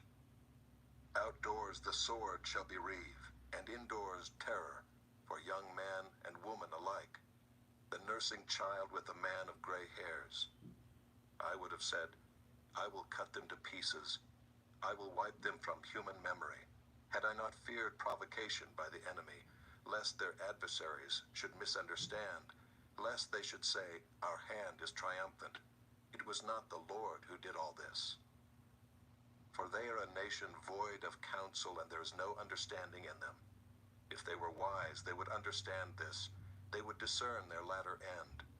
How could one have chased 1,000, and two have put 10,000 to flight, unless their rock had sold them, and the Lord had given them up? For their rock is not as our rock. Our enemies are by themselves. For their vine comes from the vine of Sodom, and from the fields of Gomorrah. Their grapes are grapes of poison. Their clusters are bitter. Their wine is the poison of serpents, and the cruel venom of asps. Is not this laid up in store with me, sealed up in my treasuries? Vengeance is mine, and recompense, for the time when their foot shall slip. For the day of their calamity is at hand, and their doom comes swiftly. For the Lord will vindicate his people and have compassion on his servants, when he sees that their power is gone, and there is none remaining, bond or free. Then he will say, where are their gods, the rock in which they took refuge, who ate the fat of their sacrifices and drank the wine of their drink offering? Let them rise up and help you. Let them be your protection. See now that I, even I, am he, and there is no God beside me. I kill and I make alive. I wound and I heal, and there is none that can deliver out of my hand. For I lift up my hand to heaven and swear as I live forever, if I sharpen my flashing sword, and my hand takes hold on judgment, I will take vengeance on my adversaries, and will repay those who hate me. I will make my arrows drunk with blood, and my sword shall devour flesh, with the blood of the slain and the captives, from the long-haired heads of the enemy. Rejoice with him, O heavens, bow down to him, all gods, for he avenges the blood of his children, and takes vengeance on his adversaries. He repays those who hate him, and cleanses his people's land. Moses came and recited all the words of this song in the hearing of the people, he and Joshua the son of Nun. And when Moses had finished speaking all these words to Israel, he said to them, take to heart all the words by which I am warning you today, that you may command them to your children, that they may be careful to do all the words of this law. For it is no empty word for you, but your very life.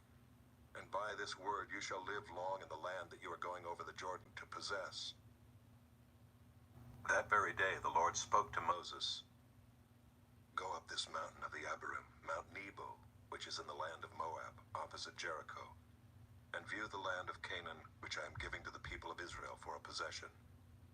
And die on the mountain which you go up, and be gathered to your people, as Aaron your brother died in Mount Hor and was gathered to his people, because you broke faith with me in the midst of the people of Israel, at the waters of Meribah Kadesh, in the wilderness of Zin, and because you did not treat me as holy in the midst of the people of Israel. For you shall see the land before you, but you shall not go there, into the land that I am giving to the people of Israel." Chapter 33. This is the blessing with which Moses the man of God blessed the people of Israel before his death. He said, "The Lord came from Sinai and dawned from Seir upon us. He shone forth from Mount Paran. He came from the 10,000s of holy ones with flaming fire at his right hand. Yes, he loved his people. All his holy ones were in his hand. So they followed in your steps, receiving direction from you, when Moses commanded us a law as a possession for the assembly of Jacob. Thus the Lord became king in Jeshurun, when the heads of the people were gathered, all the tribes of Israel together. Let Reuben live and not die, but let his men be few." And this he said of Judah, "Hear, O Lord, the voice of Judah, and bring him into his people. With your hands contend for him, and be a help against his adversaries." And of Levi he said, "Give to Levi your Thummim, and your Urim to your godly one, whom you tested at Massa, with whom you quarreled at the waters of Meribah, who said of his father and mother, 'I regard them not.' He disowned his brothers and ignored his children, for they observed your word and kept your covenant. They shall teach Jacob your rules and Israel your law. They shall put incense before you and whole burnt offerings on your altar. Bless, O Lord, his substance, and accept the work of his hands. Crush the loins of his adversaries and those who hate him, that they rise not again." Of Benjamin he said, "The beloved of the Lord dwells in safety. The high God surrounds him all day long and dwells between his shoulders." And of Joseph he said, "Blessed by the Lord be his land, with the choicest gifts of heaven above, and of the deep that crouches beneath, with the choicest fruits of the sun, and the rich yield of the months, with the finest produce of the ancient mountains, and the abundance of the everlasting hills, with the best gifts of the earth and its fullness, and the favor of him who dwells in the bush. May these rest on the head of Joseph, on the pate of him who is prince among his brothers. A firstborn bull, he has majesty, and his horns are the horns of a wild ox. With them he shall gore the peoples, all of them, to the ends of the earth. They are the 10,000s of Ephraim, and they are the thousands of Manasseh."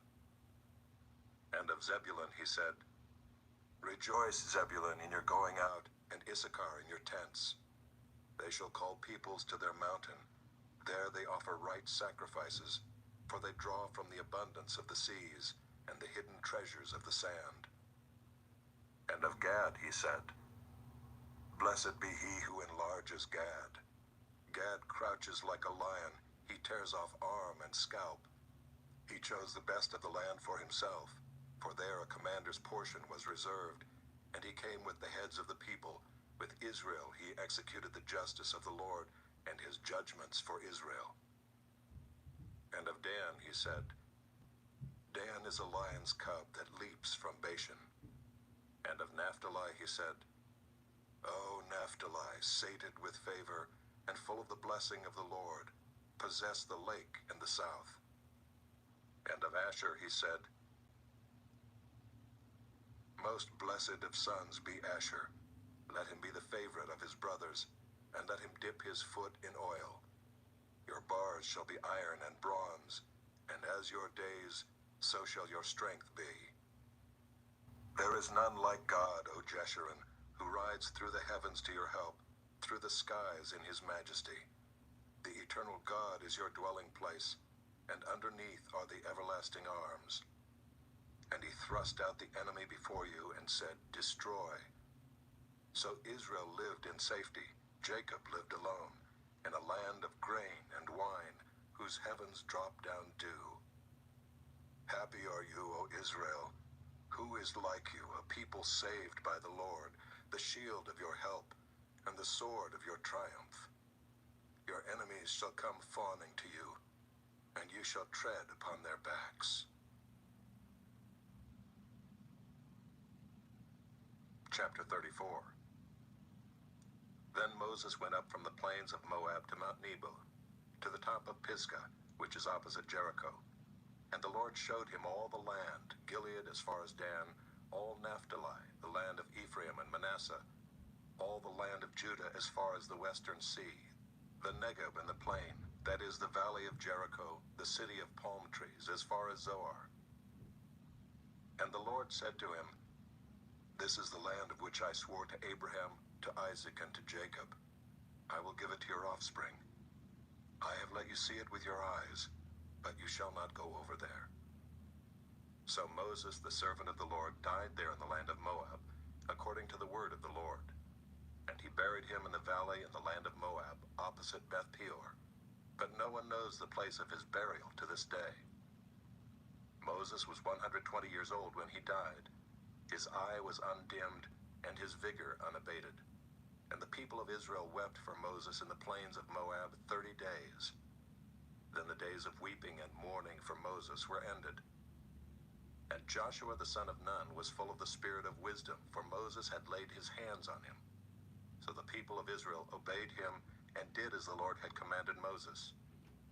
And there has not arisen a prophet since in Israel like Moses, whom the Lord knew face to face. None like him for all the signs and the wonders that the Lord sent him to do in the land of Egypt, to Pharaoh and to all his servants, and to all his land, and for all the mighty power and all the great deeds of terror that Moses did in the sight of all Israel. Joshua, chapter 1. After the death of Moses, the servant of the Lord said to Joshua the son of Nun, Moses' assistant, Moses, my servant, is dead. Now therefore arise, go over this Jordan, you and all this people, into the land that I am giving to the people of Israel.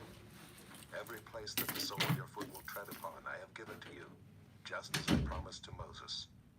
From the wilderness and this Lebanon, as far as the great river, the river Euphrates, all the land of the Hittites to the great sea, toward the going down of the sun, shall be your territory. No man shall be able to stand before you all the days of your life. Just as I was with Moses, so I will be with you. I will not leave you or forsake you. Be strong and courageous, for you shall cause this people to inherit the land that I swore to their fathers to give them. Only be strong and very courageous, being careful to do according to all the law that Moses my servant commanded you. Do not turn from it to the right hand or to the left, that you may have good success wherever you go. This book of the law shall not depart from your mouth, but you shall meditate on it day and night, so that you may be careful to do according to all that is written in it. For then you will make your way prosperous, and then you will have good success. Have I not commanded you? Be strong and courageous. Do not be frightened, and do not be dismayed, for the Lord your God is with you wherever you go. And Joshua commanded the officers of the people, pass through the midst of the camp, and command the people, prepare your provisions, for within 3 days you are to pass over this Jordan to go in to take possession of the land that the Lord your God is giving you to possess. And to the Reubenites, the Gadites, and the half-tribe of Manasseh, Joshua said, remember the word that Moses, the servant of the Lord, commanded you, saying, the Lord your God is providing you a place of rest and will give you this land. Your wives, your little ones, and your livestock shall remain in the land that Moses gave you beyond the Jordan. But all the men of valor among you shall pass over armed before your brothers and shall help them, until the Lord gives rest to your brothers as he has to you, and they also take possession of the land that the Lord your God is giving them. Then you shall return to the land of your possession, and shall possess it, the land that Moses the servant of the Lord gave you beyond the Jordan toward the sunrise. they answered Joshua, "All that you have commanded us we will do, and wherever you send us we will go. Just as we obeyed Moses in all things, so we will obey you. Only may the Lord your God be with you as he was with Moses. Whoever rebels against your commandment and disobeys your words, whatever you command him, shall be put to death. Only be strong and courageous."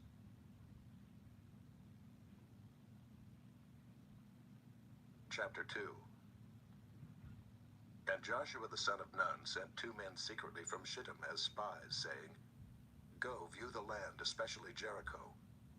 And they went and came into the house of a prostitute whose name was Rahab, and lodged there. And it was told to the king of Jericho, "Behold, men of Israel have come here tonight to search out the land." Then the king of Jericho sent to Rahab, saying, "Bring out the men who have come to you, who entered your house, for they have come to search out all the land." But the woman had taken the 2 men and hidden them.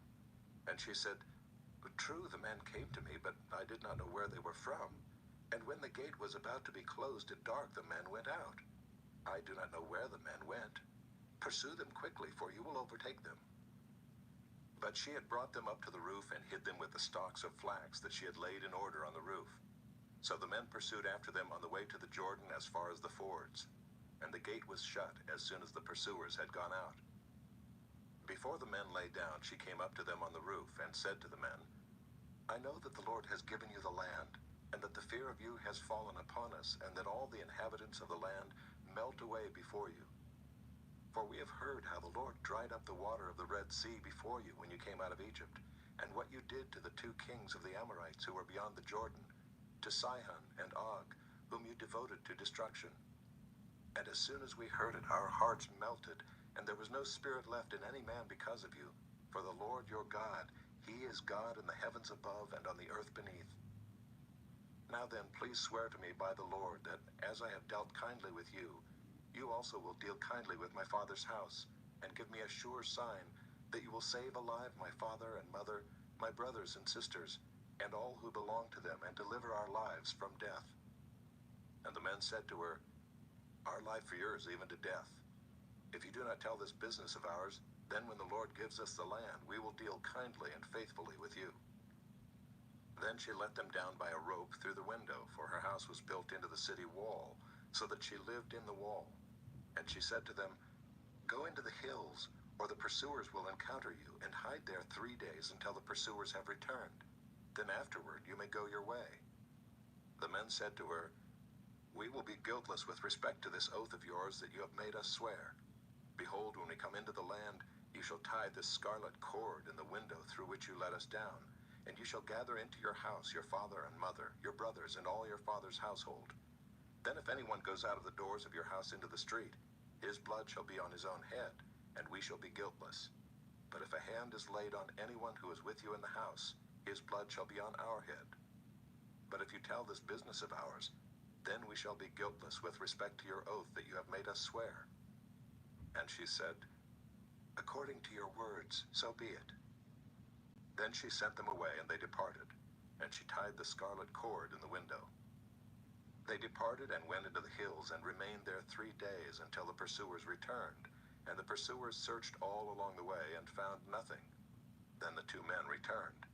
They came down from the hills and passed over, and came to Joshua the son of Nun, and they told him all that had happened to them. And they said to Joshua, "Truly the Lord has given all the land into our hands, and also all the inhabitants of the land melt away because of us."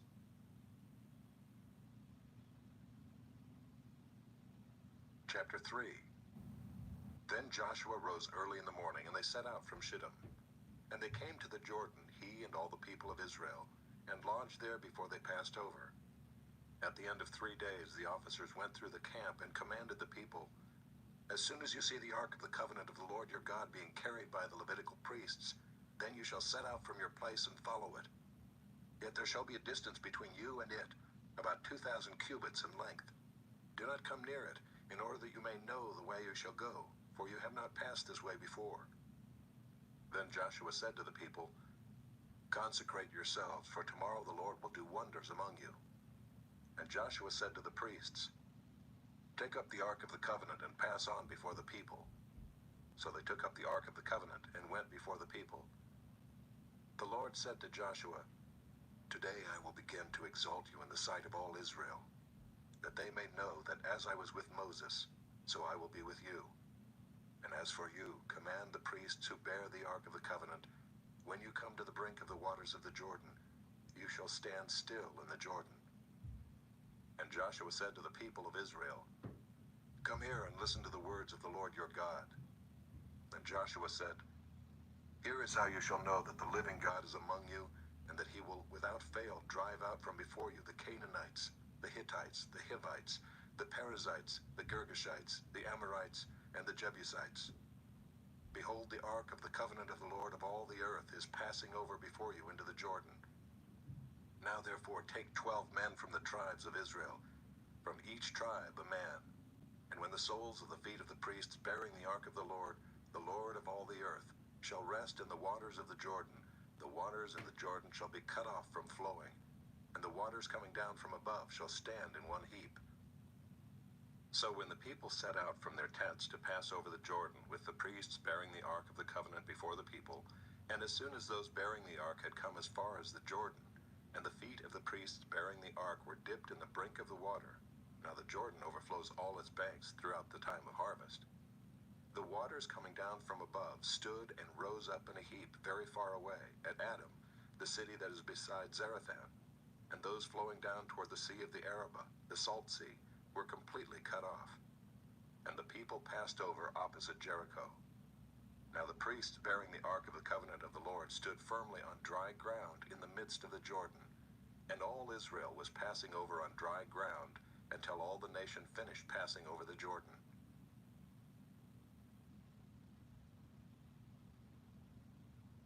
Chapter 4.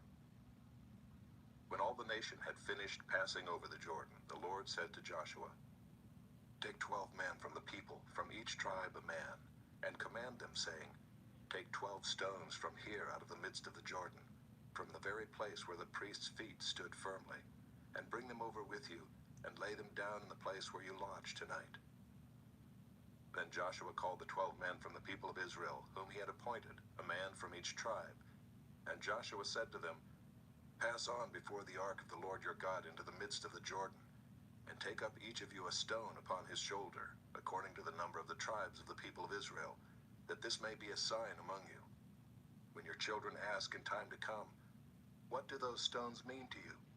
then you shall tell them that the waters of the Jordan were cut off before the ark of the covenant of the Lord.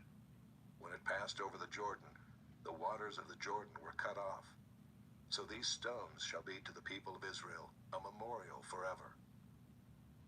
And the people of Israel did just as Joshua commanded, and took up 12 stones out of the midst of the Jordan, according to the number of the tribes of the people of Israel, just as the Lord told Joshua.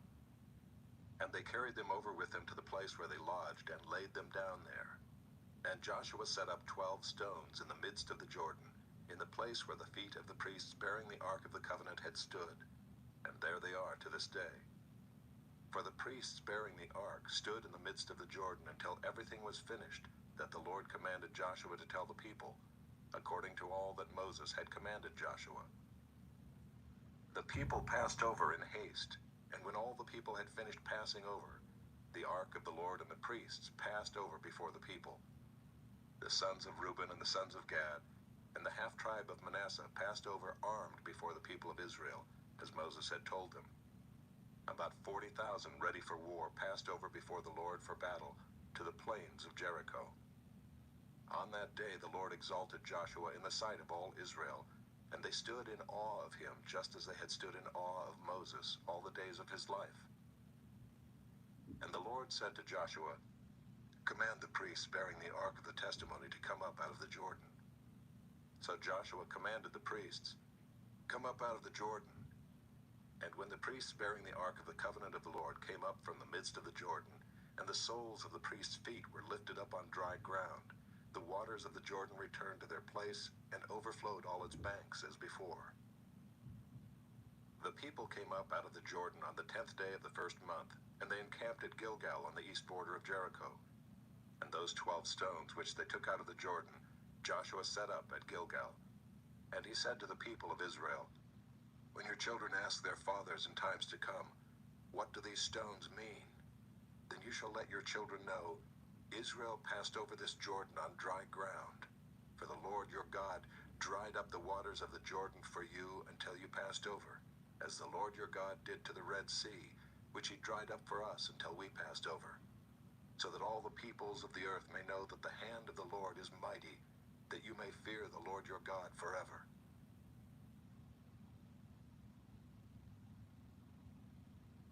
Chapter 5. As soon as all the kings of the Amorites who were beyond the Jordan to the west, and all the kings of the Canaanites who were by the sea, heard that the Lord had dried up the waters of the Jordan for the people of Israel until they had crossed over, their hearts melted, and there was no longer any spirit in them because of the people of Israel.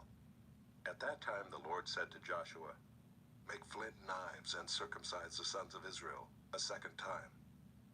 So Joshua made flint knives and circumcised the sons of Israel at Gibeath-Haaraloth.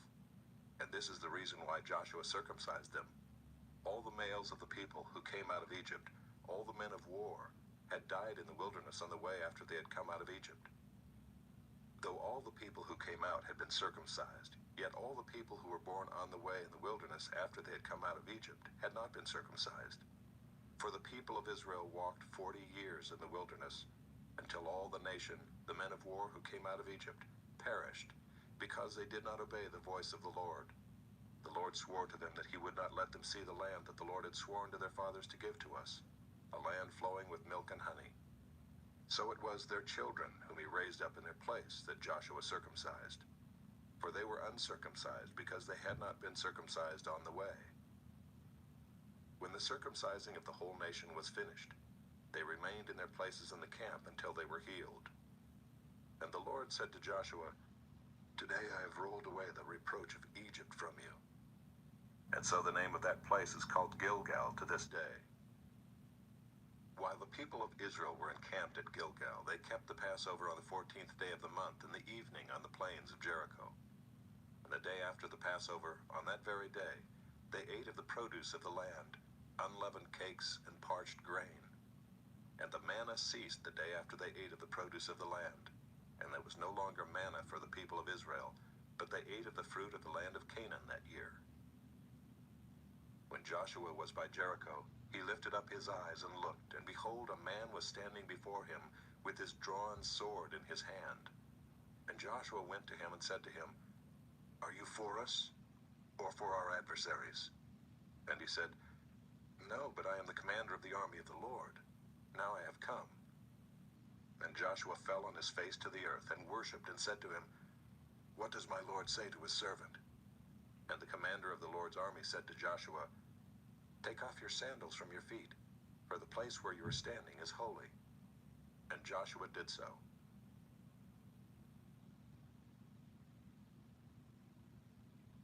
Chapter 6. Now Jericho was shut up inside and outside because of the people of Israel. None went out, and none came in. And the Lord said to Joshua, "See, I have given Jericho into your hand, with its king and mighty men of valor. You shall march around the city, all the men of war going around the city once. Thus shall you do for 6 days. 7 priests shall bear 7 trumpets of ram's horns before the ark. On the 7th day you shall march around the city 7 times, and the priests shall blow the trumpets. And when they make a long blast with the ram's horn, when you hear the sound of the trumpet, then all the people shall shout with a great shout, and the wall of the city will fall down flat, and the people shall go up, everyone straight before him." So Joshua the son of Nun called the priests and said to them, "Take up the ark of the covenant, and let 7 priests bear 7 trumpets of ram's horns before the ark of the Lord." And he said to the people, "Go forward, march around the city, and let the armed men pass on before the ark of the Lord." And just as Joshua had commanded the people, the 7 priests bearing the 7 trumpets of ram's horns before the Lord went forward, blowing the trumpets, with the ark of the covenant of the Lord following them. The armed men were walking before the priests who were blowing the trumpets, and the rear guard was walking after the ark, while the trumpets blew continually. But Joshua commanded the people, "You shall not shout or make your voice heard, neither shall any word go out of your mouth, until the day I tell you to shout. Then you shall shout." So he caused the ark of the Lord to circle the city, going about it once. And they came into the camp and spent the night in the camp. Then Joshua rose early in the morning, and the priests took up the ark of the Lord. And the 7 priests bearing the 7 trumpets of ram's horns before the ark of the Lord walked on, and they blew the trumpets continually. And the armed men were walking before them, and the rear guard was walking after the ark of the Lord, while the trumpets blew continually. And the second day they marched around the city once, and returned into the camp. So they did for 6 days. On the 7th day they rose early at the dawn of day, and marched around the city in the same manner 7 times. It was only on that day that they marched around the city 7 times. And at the 7th time, when the priests had blown the trumpets, Joshua said to the people, "Shout, for the Lord has given you the city, and the city and all that is within it shall be devoted to the Lord for destruction. Only Rahab the prostitute and all who are with her in her house shall live, because she hid the messengers whom we sent. But you, keep yourselves from the things devoted to destruction, lest when you have devoted them, you take any of the devoted things and make the camp of Israel a thing for destruction, and bring trouble upon it. But all silver and gold, and every vessel of bronze and iron, are holy to the Lord. They shall go into the treasury of the Lord." So the people shouted, and the trumpets were blown. As soon as the people heard the sound of the trumpet, the people shouted a great shout, and the wall fell down flat, so that the people went up into the city, every man straight before him, and they captured the city. Then they devoted all in the city to destruction, both men and women, young and old, oxen, sheep, and donkeys, with the edge of the sword. But to the 2 men who had spied out the land, Joshua said, "Go into the prostitute's house and bring out from there the woman and all who belong to her, as you swore to her." So the young men who had been spies went in and brought out Rahab and her father and mother and brothers and all who belonged to her. And they brought all her relatives and put them outside the camp of Israel. And they burned the city with fire and everything in it. Only the silver and gold, and the vessels of bronze and of iron, they put into the treasury of the house of the Lord. But Rahab the prostitute and her father's household, and all who belonged to her, Joshua saved alive. And she has lived in Israel to this day, because she hid the messengers whom Joshua sent to spy out Jericho. Joshua laid an oath on them at that time, saying, "Cursed before the Lord be the man who rises up and rebuilds this city, Jericho. At the cost of his firstborn shall he lay its foundation, and at the cost of his youngest son shall he set up its gates." So the Lord was with Joshua, and his fame was in all the land.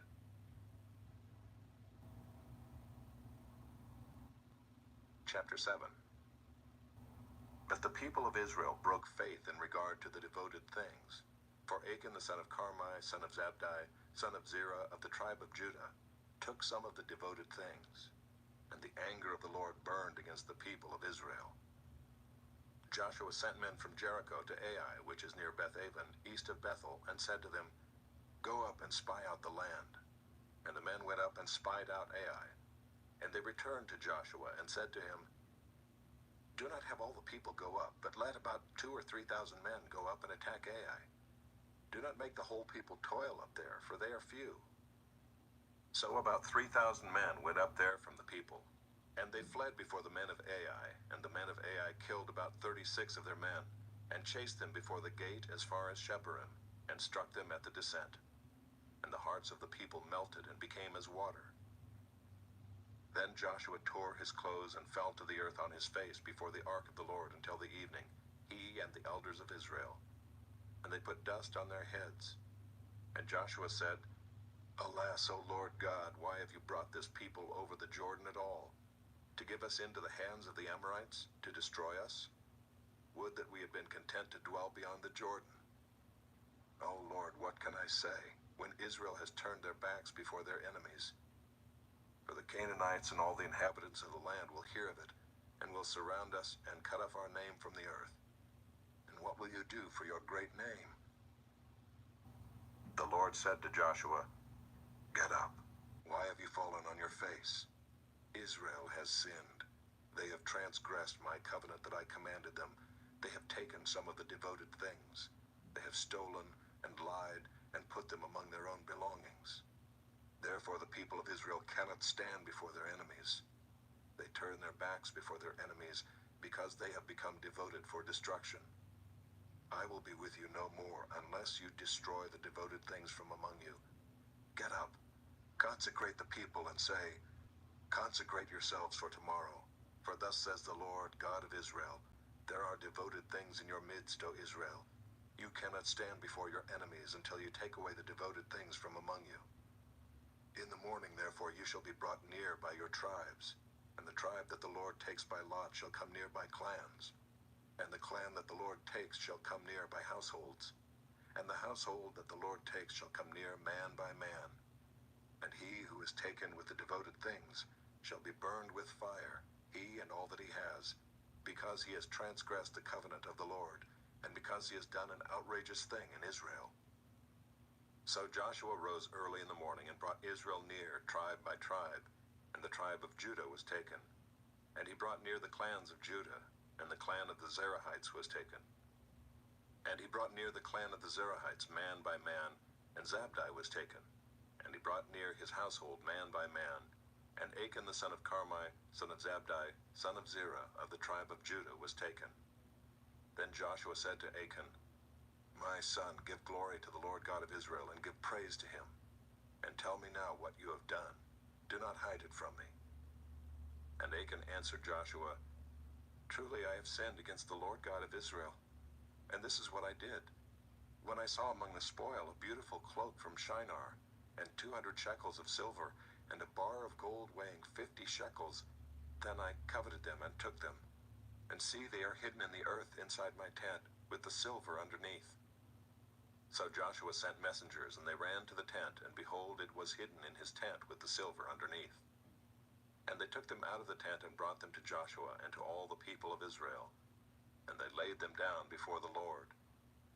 And Joshua and all Israel with him took Achan the son of Zerah, and the silver and the cloak and the bar of gold, and his sons and daughters, and his oxen and donkeys and sheep, and his tent and all that he had. And they brought them up to the valley of Achor. And Joshua said, why did you bring trouble on us? The Lord brings trouble on you today. And all Israel stoned him with stones. They burned them with fire and stoned them with stones. And they raised over him a great heap of stones that remains to this day. Then the Lord turned from his burning anger. Therefore to this day, the name of that place is called the Valley of Achor.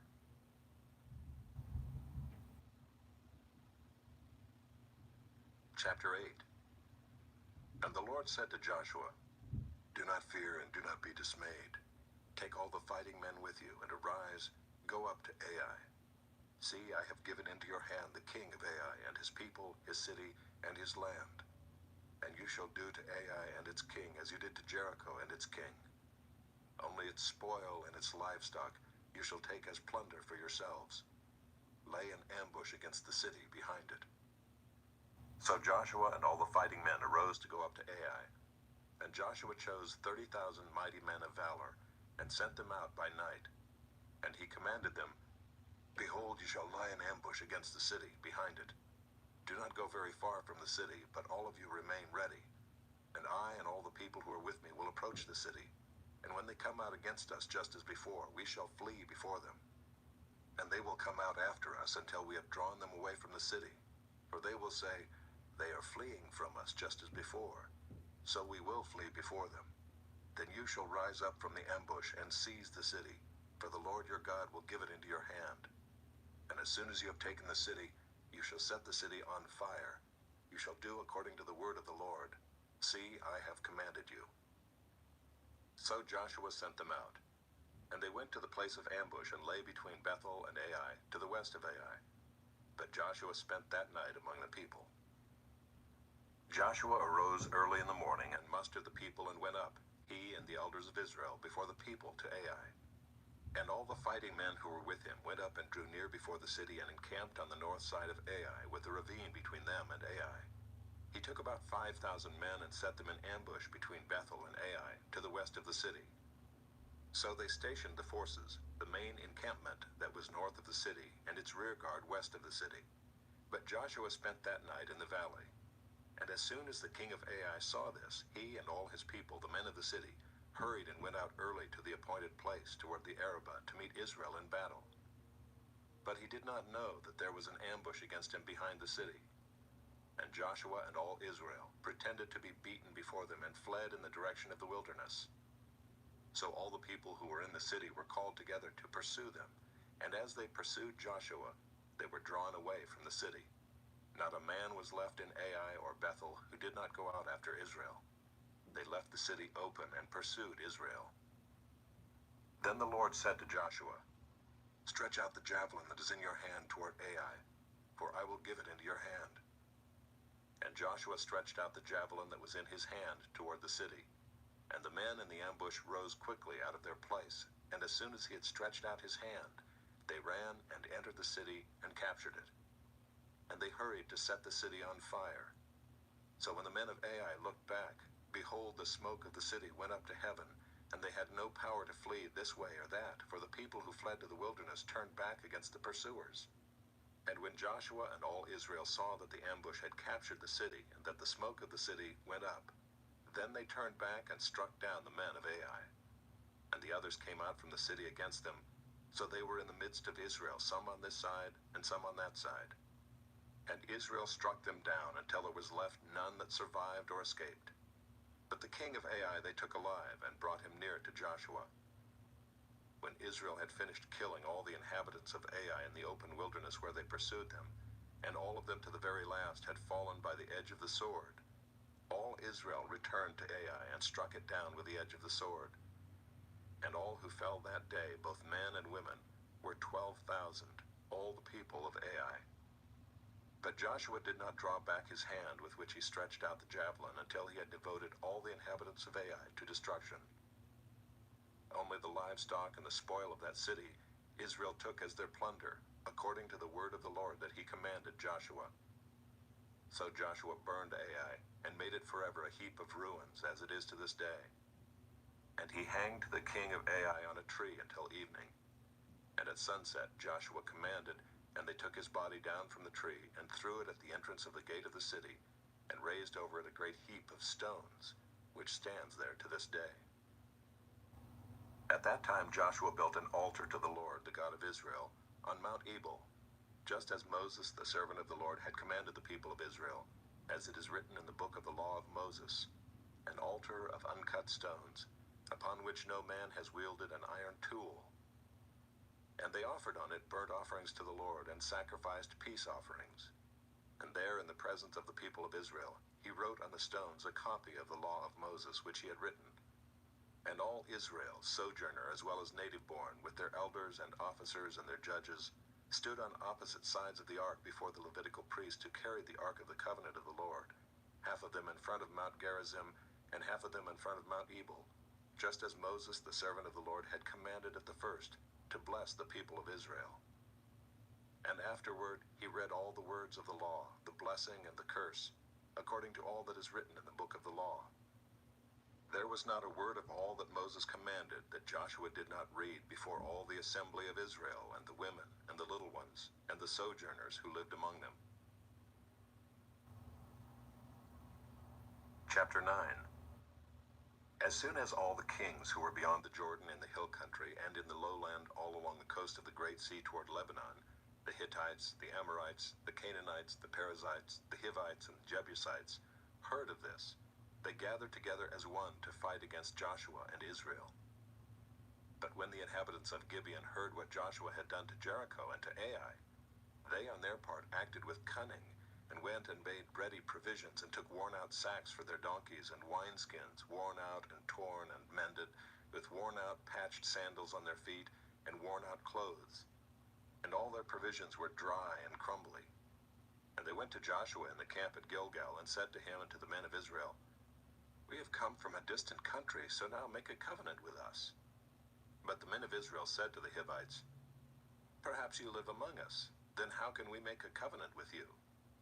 They said to Joshua, "We are your servants." And Joshua said to them, "Who are you, and where do you come from?"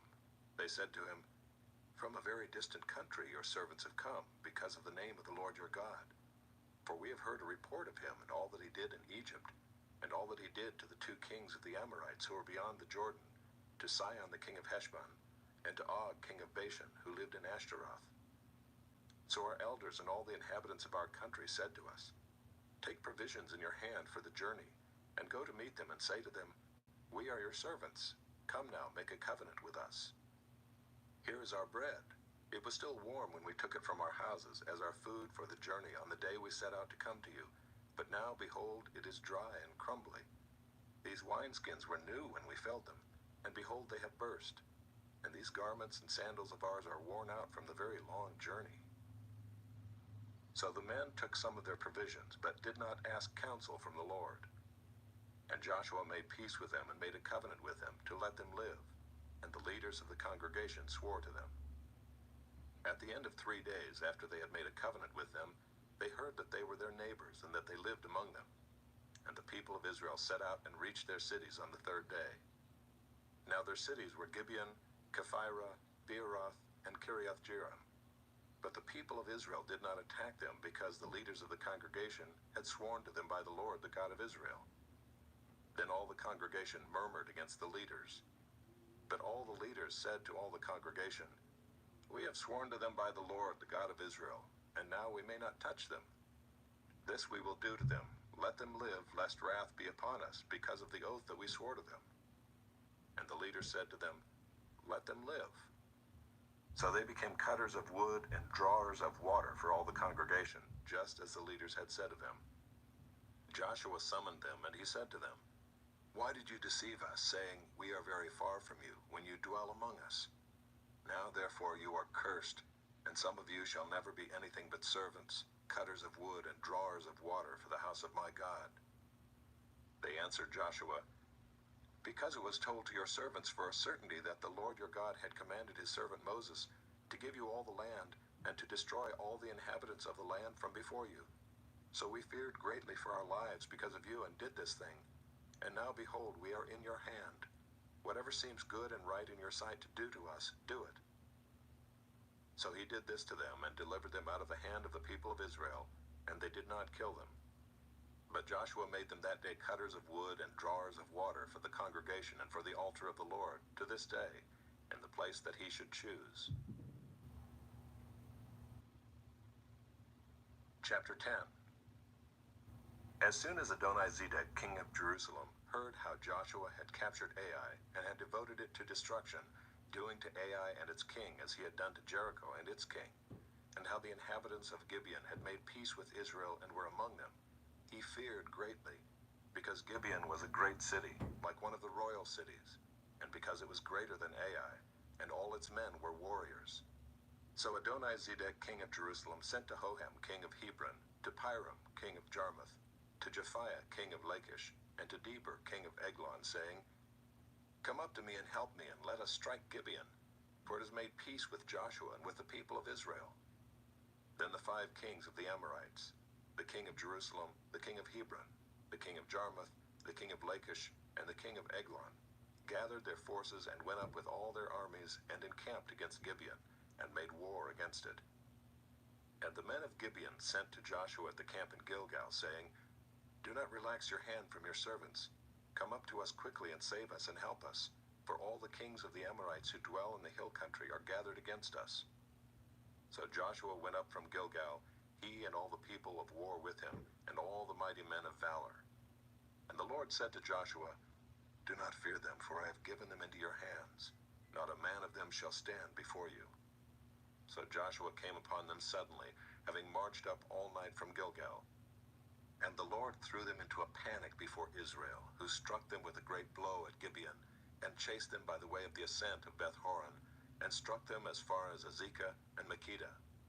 And as they fled before Israel, while they were going down the ascent of Beth-horon, the Lord threw down large stones from heaven on them as far as Azekah, and they died. There were more who died because of the hailstones than the sons of Israel killed with the sword. At that time Joshua spoke to the Lord in the day when the Lord gave the Amorites over to the sons of Israel.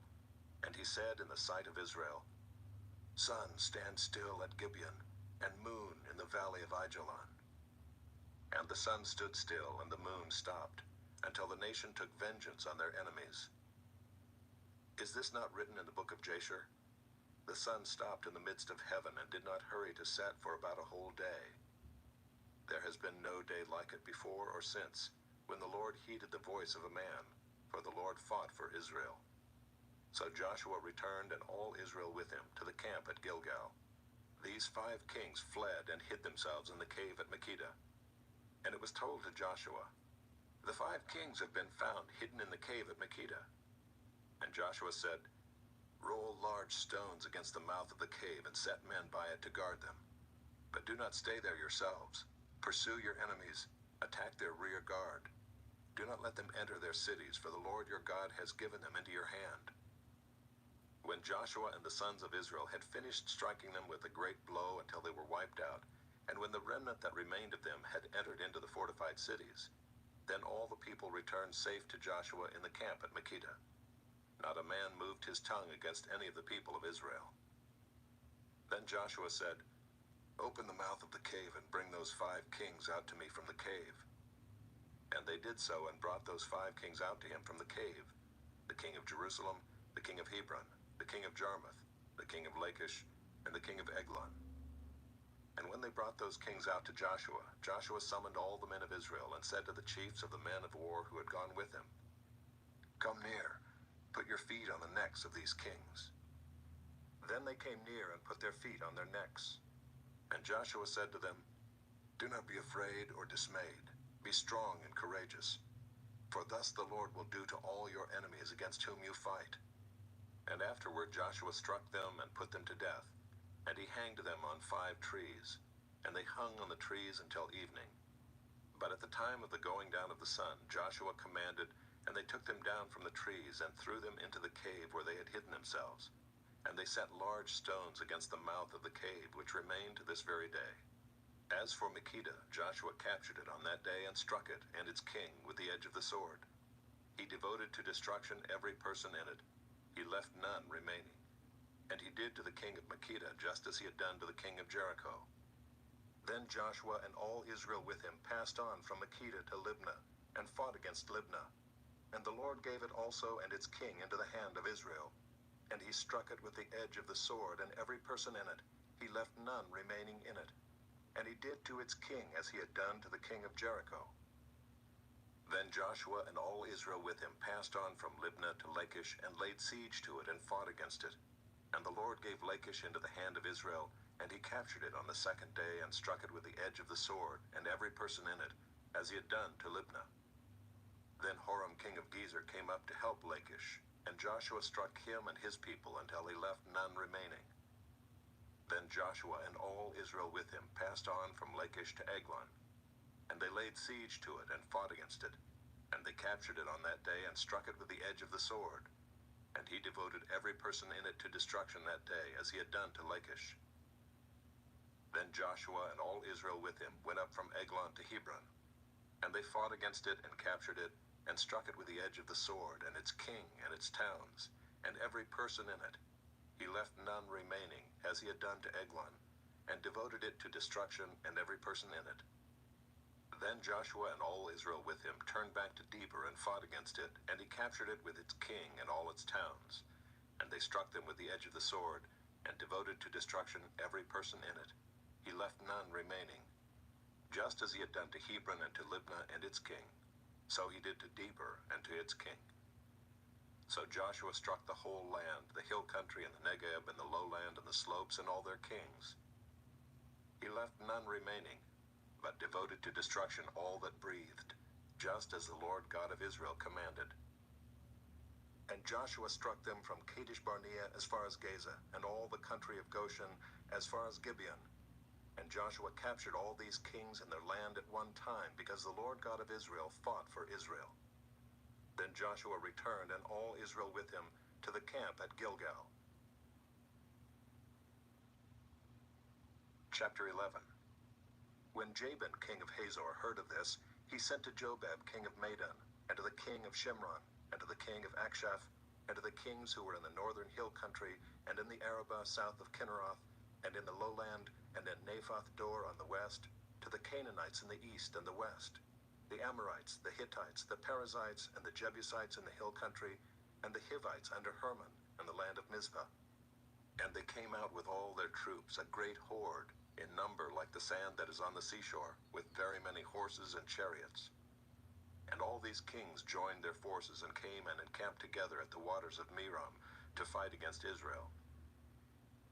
And the Lord said to Joshua, "Do not be afraid of them, for tomorrow at this time I will give over all of them, slain, to Israel. You shall hamstring their horses and burn their chariots with fire." So Joshua and all his warriors came suddenly against them by the waters of Merom and fell upon them. And the Lord gave them into the hand of Israel, who struck them and chased them as far as Great Sidon and Mizrephoth-Maim, and eastwards as far as the valley of Mizpah. And they struck them until he left none remaining. And Joshua did to them just as the Lord said to him. He hamstrung their horses and burned their chariots with fire. And Joshua turned back at that time and captured Hazor and struck its king with the sword. For Hazor formerly was the head of all those kingdoms. And they struck with the sword all who were in it, devoting them to destruction. There was none left that breathed. And he burned Hazor with fire. And all the cities of those kings and all their kings Joshua captured and struck them with the edge of the sword, devoting them to destruction, just as Moses the servant of the Lord had commanded. But none of the cities that stood on mounds did Israel burn, except Hazor alone. That Joshua burned. And all the spoil of these cities and the livestock the people of Israel took for their plunder. But every person they struck with the edge of the sword until they had destroyed them, and they did not leave any who breathed. Just as the Lord had commanded Moses his servant, so Moses commanded Joshua, and so Joshua did. He left nothing undone of all that the Lord had commanded Moses.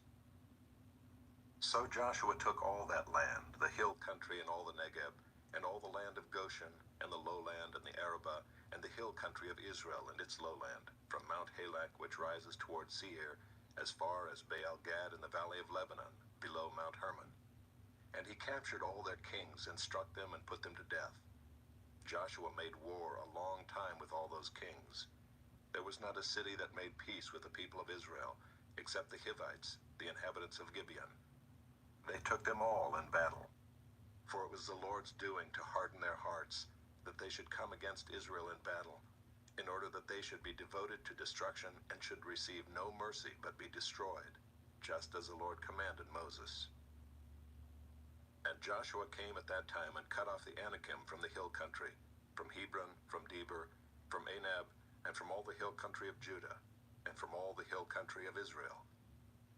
Joshua devoted them to destruction with their cities. There was none of the Anakim left in the land of the people of Israel. Only in Gaza, in Gath, and in Ashdod did some remain. So Joshua took the whole land, according to all that the Lord had spoken to Moses. And Joshua gave it for an inheritance to Israel, according to their tribal allotments, and the land had rest from war.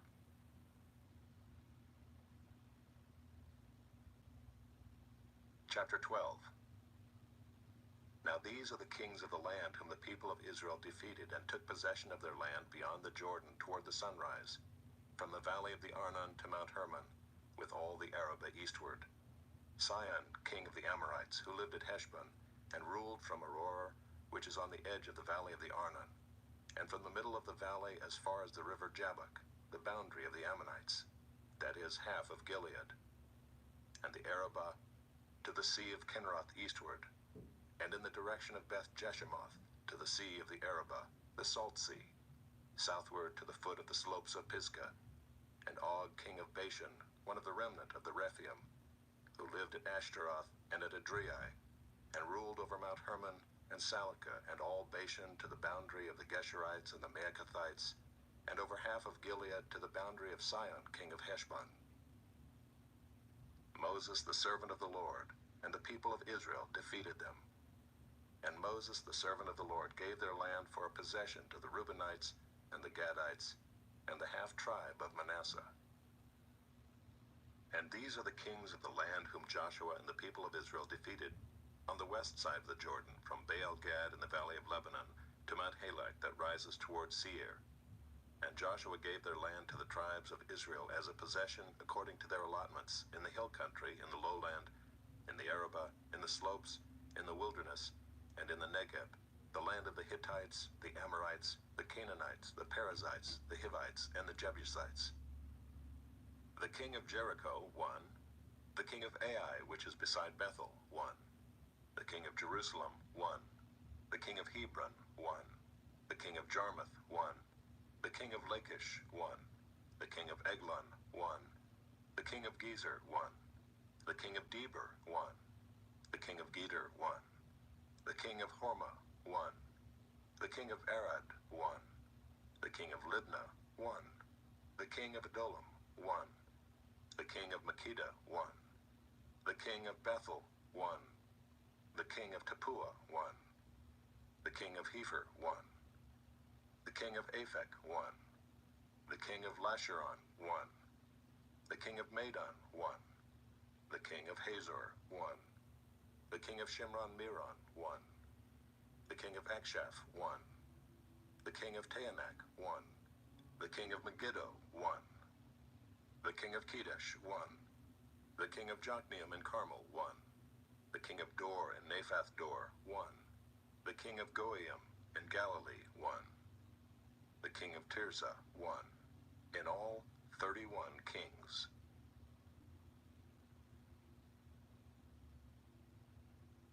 Chapter 13. Now Joshua was old and advanced in years, and the Lord said to him, You are old and advanced in years, and there remains yet very much land to possess. This is the land that yet remains, all the regions of the Philistines, and all those of the Geshurites, from the Shihor which is east of Egypt, northward to the boundary of Ekron. It is counted as Canaanite. There are 5 rulers of the Philistines, those of Gaza, Ashdod, Ashkelon, Gath, and Ekron, and those of the Avim in the south, all the land of the Canaanites, and Mearah that belongs to the Sidonians, to Aphek, to the boundary of the Amorites, and the land of the Gebalites, and all Lebanon toward the sunrise, from Baal Gad below Mount Hermon to Lebo Hamath, all the inhabitants of the hill country from Lebanon to Misrephoth Maim, even all the Sidonians. I myself will drive them out from before the people of Israel. Only allot the land to Israel for an inheritance, as I have commanded you. Now therefore divide this land for an inheritance to the 9 tribes, and half the tribe of Manasseh. With the other half of the tribe of Manasseh, the Reubenites and the Gadites received their inheritance, which Moses gave them, beyond the Jordan eastward, as Moses, the servant of the Lord, gave them. From Aroer, which is on the edge of the valley of the Arnon, and the city that is in the middle of the valley, and all the tableland of Medeba as far as Dibon, and all the cities of Sihon, king of the Amorites, who reigned in Heshbon, as far as the boundary of the Ammonites, and Gilead and the region of the Geshurites and Maacathites, and all Mount Hermon, and all Bashan to Salakah, all the kingdom of Og and Bashan, who reigned in Ashtaroth and in Edrei. He alone was left of the remnant of the Rephaim. These Moses had struck and driven out. Yet the people of Israel did not drive out the Geshurites or the Maacathites, but Gesher and Maacath dwell in the midst of Israel to this day. To the tribe of Levi alone Moses gave no inheritance. The offerings by fire to the Lord God of Israel are their inheritance, as he said to him. And Moses gave an inheritance to the tribe of the people of Reuben according to their clans. So their territory was from Aroer, which is on the edge of the valley of the Arnon, and the city that is in the middle of the valley, and all the tableland by Medeba, with Heshbon, and all its cities that are in the tableland, Dibon, and Bamoth Baal, and Beth Baal Meon, and Jahaz, and Kedemoth, and Mephaath, and Kiriathaim, and Sibmah, and Zerath Shahar on the hill of the valley, and Beth Peor, and the slopes of Pisgah, and Beth Jeshimoth, that is, all the cities of the tableland, and all the kingdom of Sihon, king of the Amorites, who reigned in Heshbon, whom Moses defeated with the leaders of Midian, Evi and Rechem, and Zur, and Hur, and Reba, the princes of Sihon, who lived in the land. Balaam also the son of Beor, the one who practiced divination, was killed with the sword by the people of Israel among the rest of their slain. And the border of the people of Reuben was the Jordan as a boundary. This was the inheritance of the people of Reuben, according to their clans with their cities and villages. Moses gave an inheritance also to the tribe of Gad, to the people of Gad according to their clans. Their territory was Jazer and all the cities of Gilead, and half the land of the Ammonites to Aroer, which is east of Rabbah, and from Heshbon to Ramoth-Mizpah and Betonim, and from Mahanaim to the territory of Debir, and in the valley Beth-haram, Beth-nimrah, Succoth, and Zaphon, the rest of the kingdom of Sihon king of Heshbon, having the Jordan as a boundary, to the lower end of the Sea of Kinnereth, eastward beyond the Jordan. This is the inheritance of the people of Gad according to their clans, with their cities and villages. And Moses gave an inheritance to the half-tribe of Manasseh. It was allotted to the half-tribe of the people of Manasseh according to their clans. Their region extended from Mahanaim through all Bashan, the whole kingdom of Og, king of Bashan, and all the towns of Jair, which are in Bashan, 60 cities, and half Gilead, and Ashtaroth, and Adriai, the cities of the kingdom of Og in Bashan. These were allotted to the people of Machir, the son of Manasseh, for the half of the people of Machir according to their clans. These are the inheritances that Moses distributed in the plains of Moab, beyond the Jordan, east of Jericho. But to the tribe of Levi Moses gave no inheritance. The Lord God of Israel is their inheritance, just as he said to them.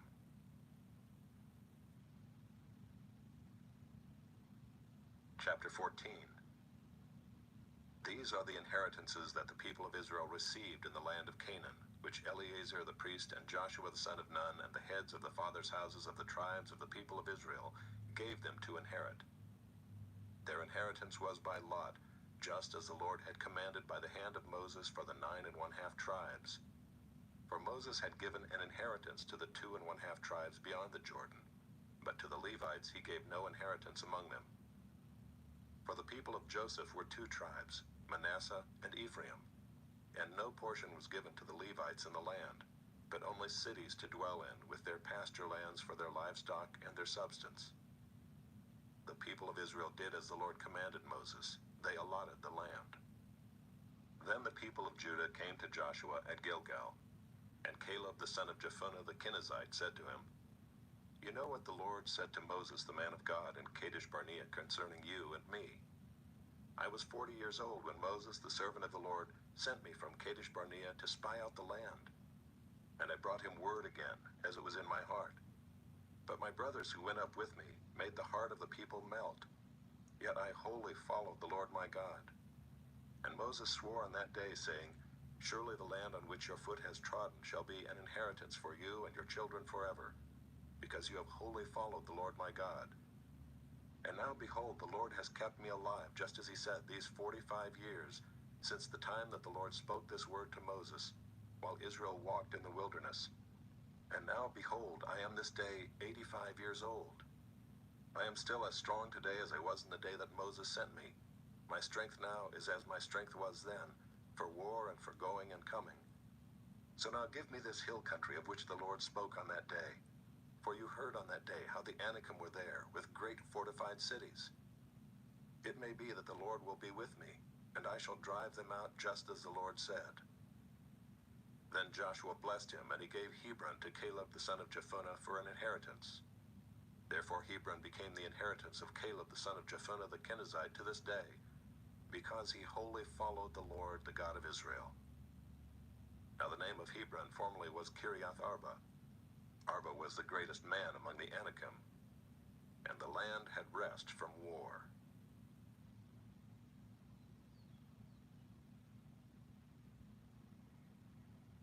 Chapter 15. The allotment for the tribe of the people of Judah according to their clans reached southward to the boundary of Edom, to the wilderness of Zin at the farthest south. And their south boundary ran from the end of the Salt Sea, from the bay that faces southward. It goes out southward of the ascent of Akrabim, passes along to Zin, and goes up south of Kadesh Barnea along by Hezron, up to Edar, turns about to Karka, passes along to Asmon, goes out by the brook of Egypt, and comes to its end at the sea. This shall be your south boundary, and the east boundary is the Salt Sea, to the mouth of the Jordan. And the boundary on the north side runs from the bay of the sea at the mouth of the Jordan. And the boundary goes up to Beth Hoglah, and passes along the north of Beth Arabah. And the boundary goes up to the stone of Bohan, the son of Reuben. And the boundary goes up to Deber from the valley of Achor, and so northward, turning toward Gilgal, which is opposite the ascent of Adumim, which is on the south side of the valley. And the boundary passes along to the waters of En-Shemesh, and ends at En-Rogel. Then the boundary goes up by the valley of the son of Hinnom, at the southern shoulder of the Jebusite, that is Jerusalem. And the boundary goes up to the top of the mountain that lies over against the valley of Hinnom on the west, at the northern end of the valley of Rephaim. Then the boundary extends from the top of the mountain to the spring of the waters of Nephtoah, and from there to the cities of Mount Ephron. Then the boundary bends around to Baalah, that is Kiriath Jearim.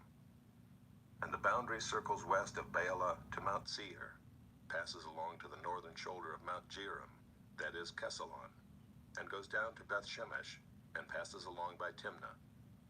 The boundary goes out to the shoulder of the hill north of Ekron.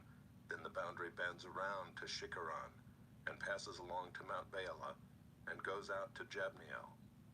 Then the boundary comes to an end at the sea. And the west boundary was the great sea with its coastline. This is the boundary around the people of Judah according to their clans. According to the commandment of the Lord to Joshua, he gave to Caleb the son of Jephunneh a portion among the people of Judah, Kiriath Arba, that is Hebron. Arba was the father of Anak. And Caleb drove out from there the three sons of Anak, Sheshai, and Ahiman, and Talmai, the descendants of Anak. And he went up from there against the inhabitants of Deber. Now the name of Deber formerly was Kiriath Sepher. And Caleb said, "Whoever strikes Kiriath Sepher and captures it, to him will I give Achsah my daughter as wife." And Othniel the son of Kenaz, the brother of Caleb, captured it. And he gave him Achsah his daughter as wife.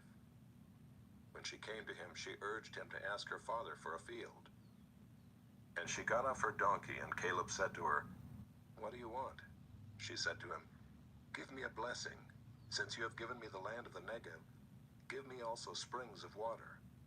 And he gave her the upper springs and the lower springs. This is the inheritance of the tribe of the people of Judah according to their clans.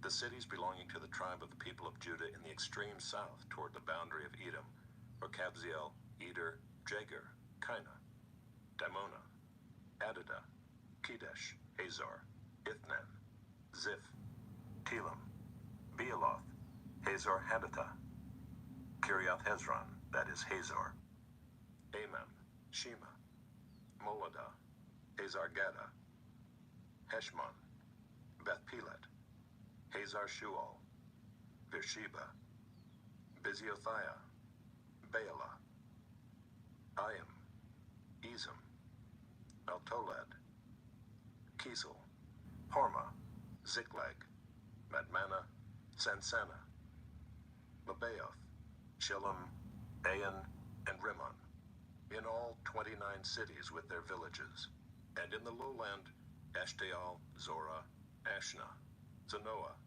and Ganim, Tappuah, Enam, Jarmuth, Adullam, Soko, Azekah, Shearaim, Adathaim, Gadira, Gederothaim, 14 cities with their villages, Zenan, Hadashah, Migdal-Gad, Dilion, Mizpah, Joktheel, Lachish, Bozkath, Eglon, Kabon, Lamam, Kitlish, Gederoth, Beth-Dagon, Naamah, and Makkedah, 16 cities with their villages, Libnah, Ether, Ashan, Iftah, Ashna, Nezib, Keilah, Akzib, and Mareshah, 9 cities with their villages. Ekron with its towns and its villages, from Ekron to the sea, all that were by the side of Ashdod with their villages. Ashdod, its towns and its villages. Gaza, its towns and its villages, to the brook of Egypt and the great sea with its coastline. And in the hill country, Shamir, Jadar, Soko, Dana, Kiriath-Sanah, that is Deber, Anab, Eshtemoh, Anim, Goshen, Holon, and Gilo, 11 cities with their villages. Arab, Duma, Eshan, Janim, Beth Tapua, Afika, Umta, Kiriath Arba, that is Hebron, and Zior. 9 cities with their villages. Maon, Carmel, Ziph, Jutta, Jezreel, Jokdeam, Zanoah, Cain, Gibeah, and Timnah. 10 cities with their villages. Halhol, Beth Zur, Gedor, Maarath, Beth Anoth, and Eltekon. 6 cities with their villages. Kiriath Baal, that is Kiriath Jearim, and Rabbah, 2 cities with their villages. In the wilderness, Beth Araba, Middin, Sekeka, Nibshan, the city of salt, and in Gedai, 6 cities with their villages. But the Jebusites, the inhabitants of Jerusalem, the people of Judah could not drive out. So the Jebusites dwell with the people of Judah at Jerusalem to this day. Chapter 16. The allotment of the people of Joseph went from the Jordan by Jericho, east of the waters of Jericho, into the wilderness, going up from Jericho into the hill country to Bethel. Then going from Bethel to Luz, it passes along to Adaroth, the territory of the Archites. Then it goes down westward to the territory of the Japhletites, as far as the territory of Lower Beth-horon, then to Gezer, and it ends at the sea. The people of Joseph, Manasseh, and Ephraim received their inheritance. The territory of the people of Ephraim by their clans was as follows. The boundary of their inheritance on the east was Adaroth Adar, as far as Upper Beth-horon, and the boundary goes from there to the sea. On the north is Mikmethath. Then on the east the boundary turns around toward Taanath-Shiloh, and passes along beyond it on the east to Genoa. Then it goes down from Genoa to Adaroth and to Naarah, and touches Jericho, ending at the Jordan. From Tapua the boundary goes westward to the brook Cana, and ends at the sea. Such is the inheritance of the tribe of the people of Ephraim by their clans, together with the towns that were set apart for the people of Ephraim within the inheritance of the Manassites, all those towns with their villages. However, they did not drive out the Canaanites who lived in Gezer. So the Canaanites have lived in the midst of Ephraim to this day, but have been made to do forced labor. Chapter 17. Then allotment was made to the people of Manasseh, for he was the firstborn of Joseph. To Machir, the firstborn of Manasseh, the father of Gilead, were allotted Gilead and Bashan, because he was a man of war. And allotments were made to the rest of the people of Manasseh by their clans, Abiezer, Helek, Azriel, Shechem, Epher, and Shemida. These were the male descendants of Manasseh the son of Joseph by their clans. Now Zelophehad the son of Hepher, son of Gilead, son of Machir, son of Manasseh, had no sons but only daughters. And these are the names of his daughters: Mahlah, Noah, Hoglah, Milcah, and Tirzah. They approached Eleazar the priest and Joshua the son of Nun and the leaders and said, "The Lord commanded Moses to give us an inheritance along with our brothers." So according to the mouth of the Lord he gave them an inheritance among the brothers of their father. Thus there fell to Manasseh 10 portions, besides the land of Gilead and Bashan, which is on the other side of the Jordan, because the daughters of Manasseh received an inheritance along with his sons. The land of Gilead was allotted to the rest of the people of Manasseh. The territory of Manasseh reached from Asher to Mikmethath, which is east of Shechem. Then the boundary goes along southward to the inhabitants of En-Tappuah. The land of Tappuah belonged to Manasseh, but the town of Tappuah on the boundary of Manasseh belonged to the people of Ephraim. Then the boundary went down to the brook Cana. These cities to the south of the brook, among the cities of Manasseh, belonged to Ephraim. Then the boundary of Manasseh goes on the north side of the brook and ends at the sea, the land to the south being Ephraim's, and that to the north being Manasseh's, with the sea forming its boundary. On the north Asher is reached, and on the east Issachar. Also in Issachar and in Asher Manasseh had Beth-shean and its villages, and Ibleam and its villages, and the inhabitants of Dor and its villages, and the inhabitants of Endor and its villages, and the inhabitants of Taanach and its villages, and the inhabitants of Megiddo and its villages. The third is Naphath. Yet the people of Manasseh could not take possession of those cities, but the Canaanites persisted in dwelling in that land. Now when the people of Israel grew strong, they put the Canaanites to forced labor, but did not utterly drive them out. Then the people of Joseph spoke to Joshua, saying, "Why have you given me but one lot and one portion as an inheritance, although I am a numerous people, since all along the Lord has blessed me?"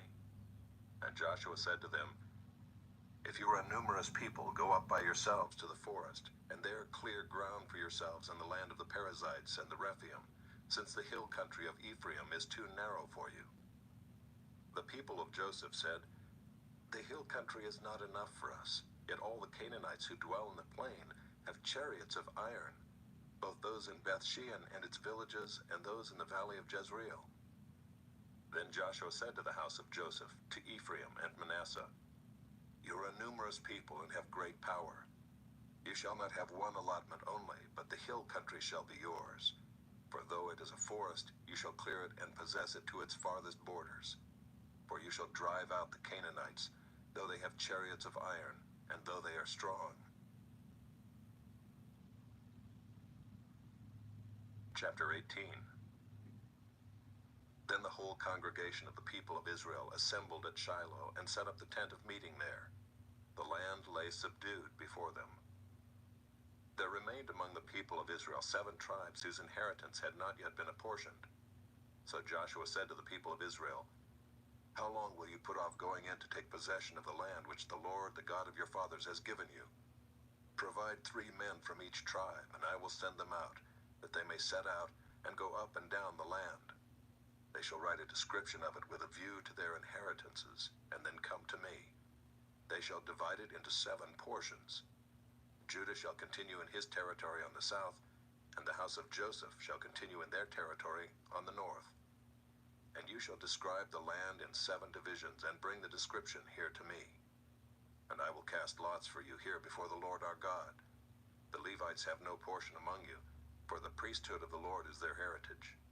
And Gad and Reuben and half the tribe of Manasseh have received their inheritance beyond the Jordan eastward, which Moses the servant of the Lord gave them." So the men arose and went, and Joshua charged those who went to write the description of the land, saying, "Go up and down in the land and write a description and return to me, and I will cast lots for you here before the Lord in Shiloh." So the men went and passed up and down in the land and wrote in a book a description of it by towns in 7 divisions. Then they came to Joshua to the camp at Shiloh, and Joshua cast lots for them in Shiloh before the Lord. And there Joshua apportioned the land to the people of Israel, to each his portion. The lot of the tribe of the people of Benjamin according to its clans came up, and the territory allotted to it fell between the people of Judah and the people of Joseph. On the north side their boundary began at the Jordan. Then the boundary goes up to the shoulder north of Jericho, then up through the hill country westward, and it ends at the wilderness of Beth-aven. From there the boundary passes along southward in the direction of Luz, to the shoulder of Luz, that is Bethel. Then the boundary goes down to Adaroth-Adar, on the mountain that lies south of Lower Beth-horon. Then the boundary goes in another direction, turning on the western side southward from the mountain that lies to the south, opposite Beth-horon, and it ends at Kiriath-baal, that is Kiriath-jearim, a city belonging to the people of Judah. This forms the western side, and the southern side begins at the outskirts of Kiriath-jearim, and the boundary goes from there to Ephron, to the spring of the waters of Nephtoah. Then the boundary goes down to the border of the mountain that overlooks the valley of the son of Hinnom, which is at the north end of the valley of Rephaim. And it then goes down to the valley of Hinnom, south of the shoulder of the Jebusites, and downward to En-rogel. Then it bends in a northerly direction, going on to En-shemesh, and from there goes to Geliloth, which is opposite the ascent of Adumim. Then it goes down to the stone of Bohan, the son of Reuben, and passing on to the north of the shoulder of Beth-araba, it goes down to the Arabah. Then the boundary passes on to the north of the shoulder of Beth-hoglah, and the boundary ends at the northern bay of the Salt Sea, at the south end of the Jordan. This is the southern border. The Jordan forms its boundary on the eastern side. This is the inheritance of the people of Benjamin, according to their clans, boundary by boundary all around.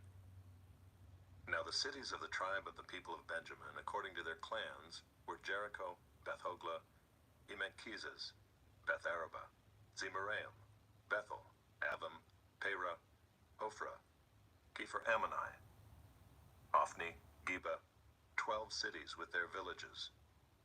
Gibeon, Ramah, Beeroth, Mizpah, Kephirah, Moza, Rechem, Urpiel, Taralah, Zelah, Eleph, Jebus, that is Jerusalem, Gibeah, and Kiriath-jearim, 14 cities with their villages.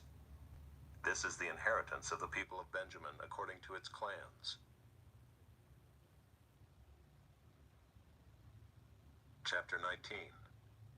The second lot came out for Simeon, for the tribe of the people of Simeon, according to their clans, and their inheritance was in the midst of the inheritance of the people of Judah.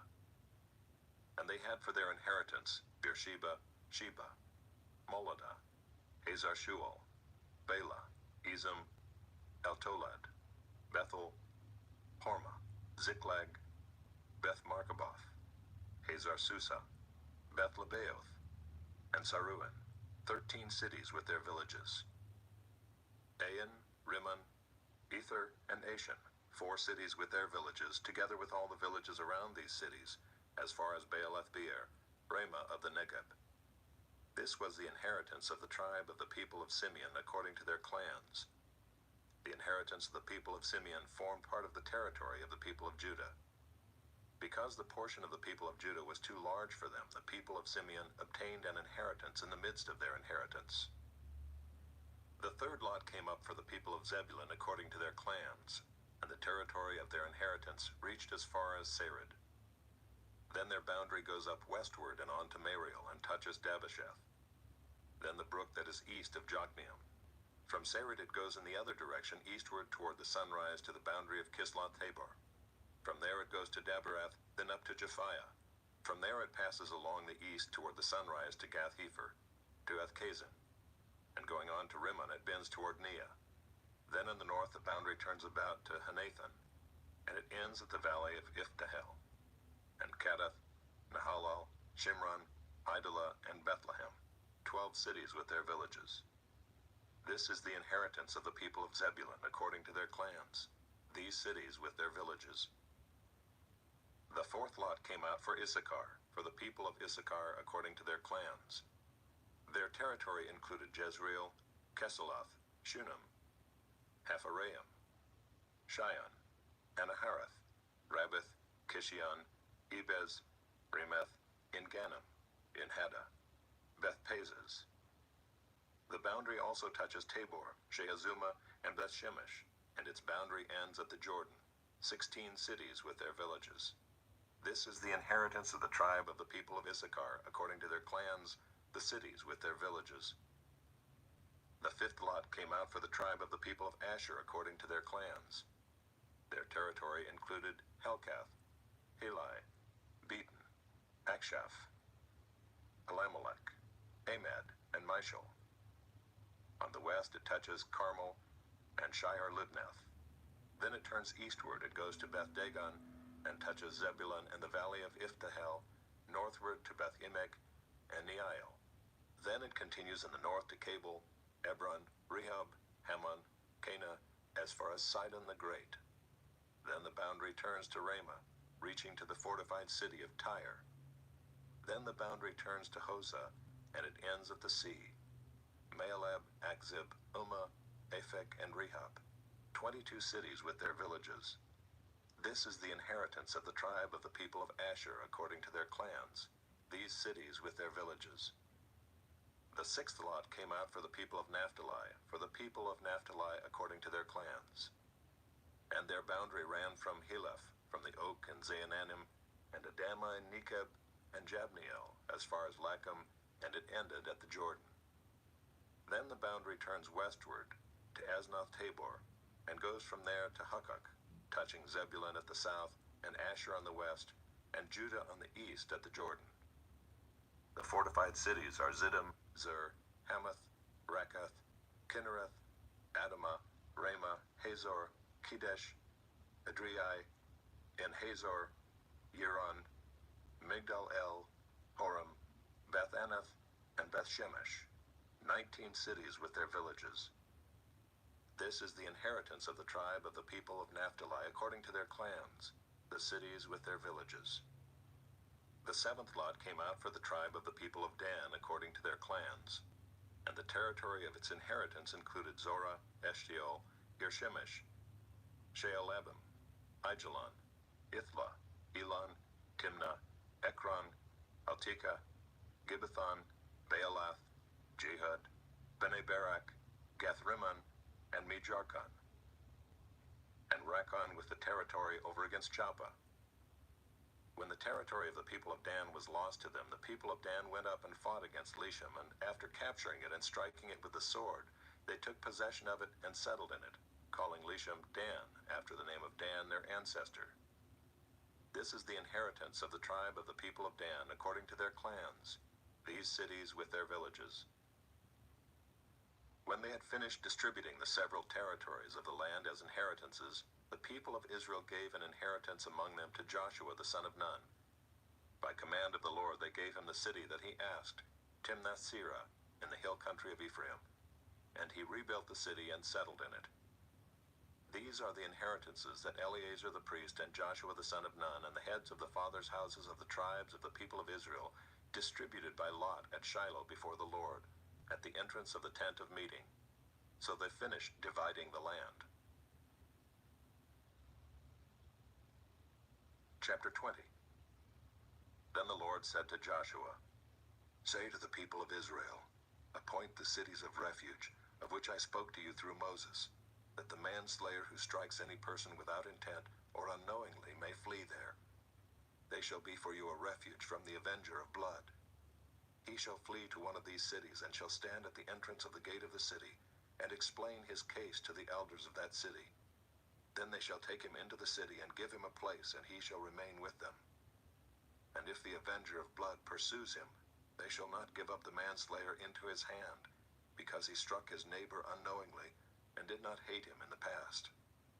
And he shall remain in that city until he has stood before the congregation for judgment, until the death of him who is high priest at the time.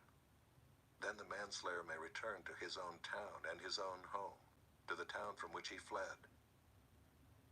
So they set apart Kadesh in Galilee in the hill country of Naphtali, and Shechem in the hill country of Ephraim, and Kiriath Arba, that is Hebron, in the hill country of Judah. And beyond the Jordan east of Jericho they appointed Bezer in the wilderness on the tableland, from the tribe of Reuben, and Ramoth in Gilead, from the tribe of Gad, and Golan and Bashan, from the tribe of Manasseh.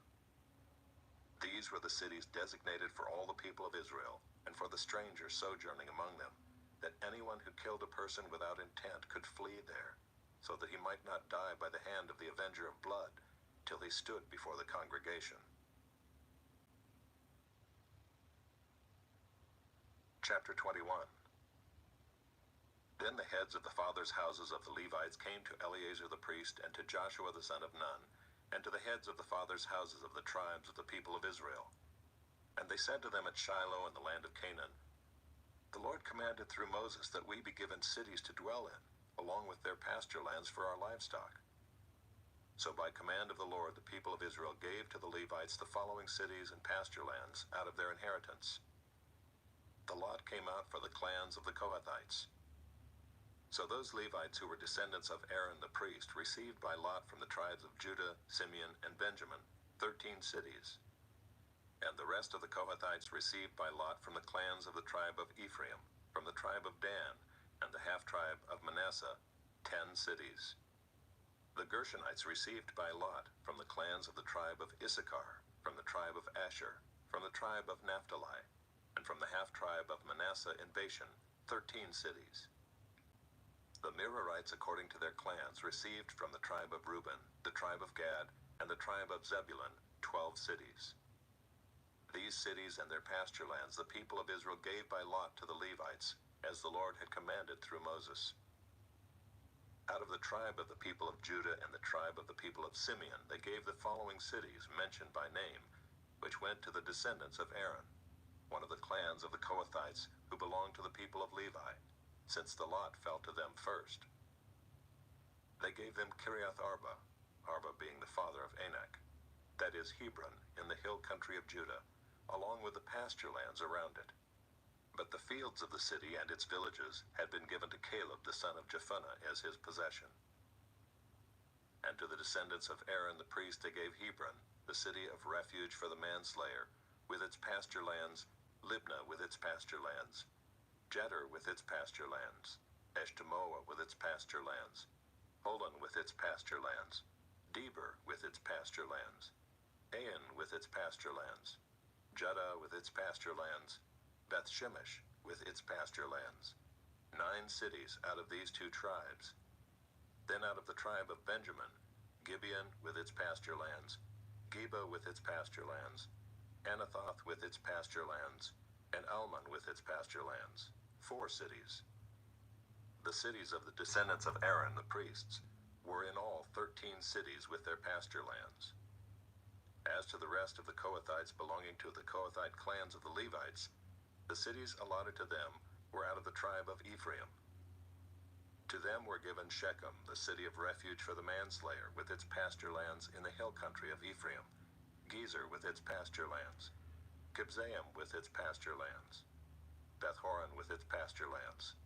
4 cities. And out of the tribe of Dan, Eltekeh with its pasture lands, Gibbethon with its pasture lands, Aijalon with its pasture lands, Gath-rimmon with its pasture lands. 4 cities. And out of the half-tribe of Manasseh, Taanach with its pasture lands, and Gath-rimmon with its pasture lands. 2 cities. The cities of the clans of the rest of the Kohathites were 10 in all with their pasture lands. And to the Gershonites, one of the clans of the Levites, were given out of the half-tribe of Manasseh, Golan and Bashan with its pasture lands, the city of refuge for the manslayer, and Beeshterah with its pasture lands. 2 cities.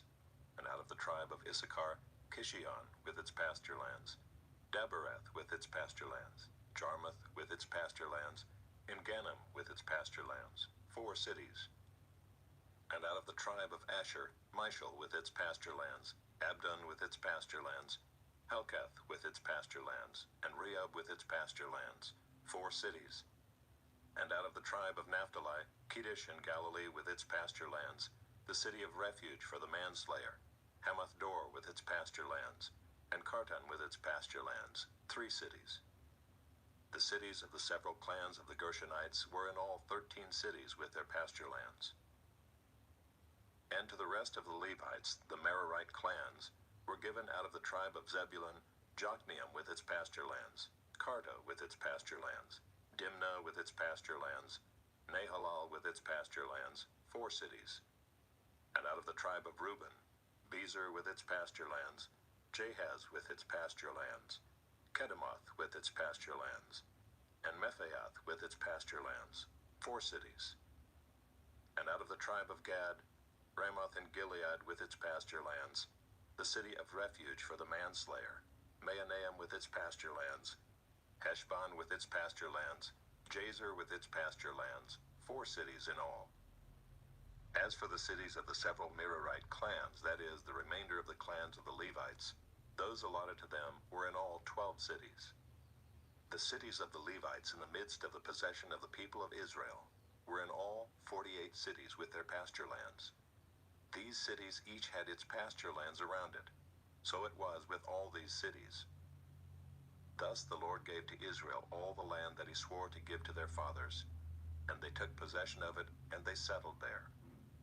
And the Lord gave them rest on every side, just as he had sworn to their fathers. Not one of all their enemies had withstood them, for the Lord had given all their enemies into their hands. Not one word of all the good promises that the Lord had made to the house of Israel had failed. All came to pass. Chapter 22. At that time Joshua summoned the Reubenites and the Gadites and the half-tribe of Manasseh and said to them, You have kept all that Moses the servant of the Lord commanded you, and have obeyed my voice in all that I have commanded you. You have not forsaken your brothers these many days, down to this day, but have been careful to keep the charge of the Lord your God.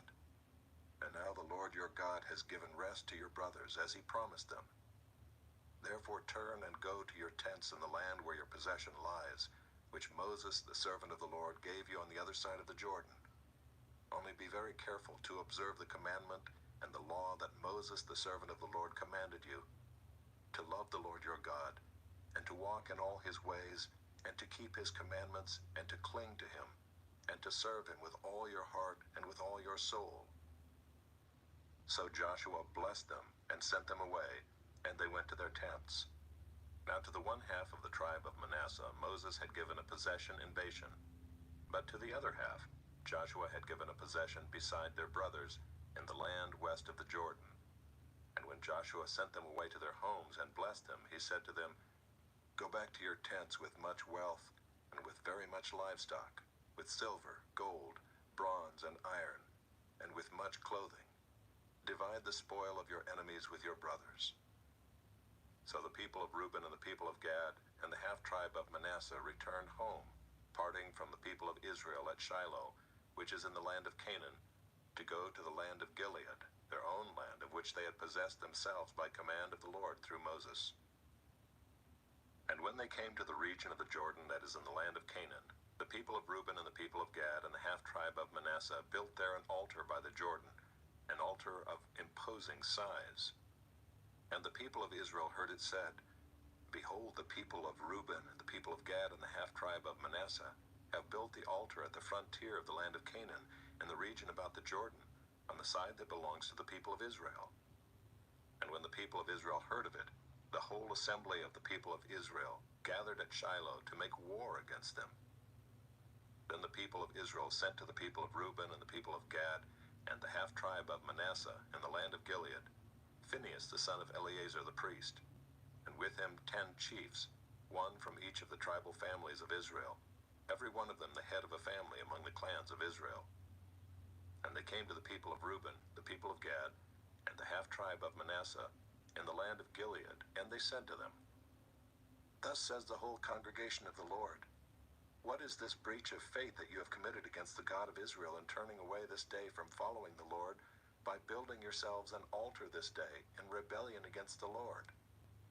Have we not had enough of the sin at Peor, from which even yet we have not cleansed ourselves, and for which there came a plague upon the congregation of the Lord, that you too must turn away this day from following the Lord?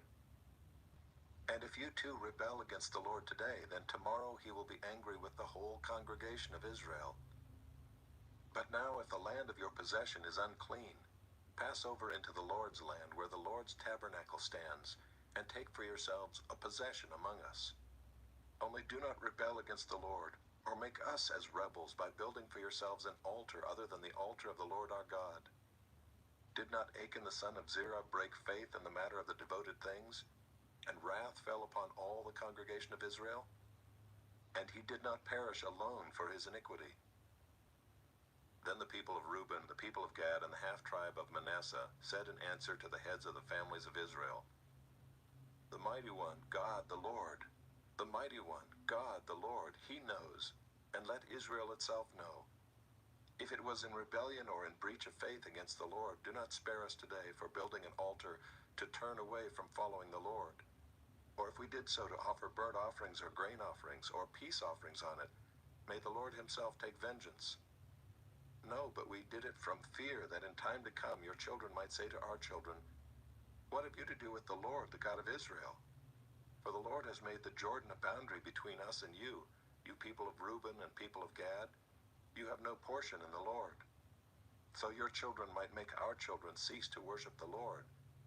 Therefore we said, 'Let us now build an altar not for burnt offering, nor for sacrifice, but to be a witness between us and you, and between our generations after us, that we do perform the service of the Lord in his presence with our burnt offerings and sacrifices and peace offerings.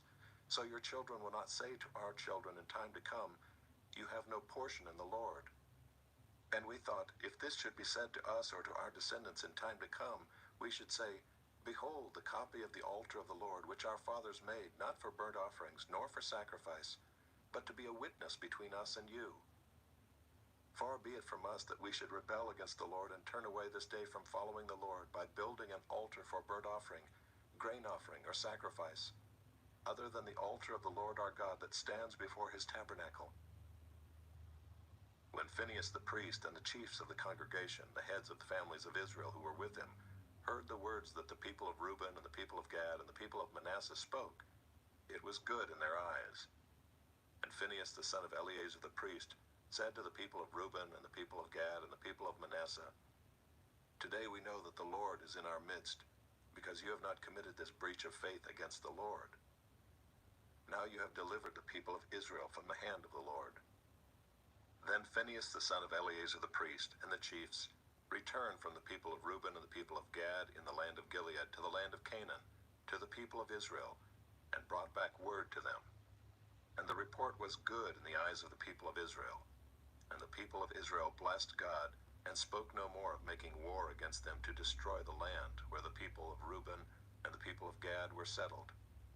The people of Reuben and the people of Gad called the altar Witness. For, they said, it is a witness between us that the Lord is God. Chapter 23. A long time afterward, when the Lord had given rest to Israel from all their surrounding enemies, and Joshua was old and well advanced in years, Joshua summoned all Israel, its elders and heads, its judges and officers, and said to them, "I am now old and well advanced in years, and you have seen all that the Lord your God has done to all these nations for your sake. For it is the Lord your God who has fought for you.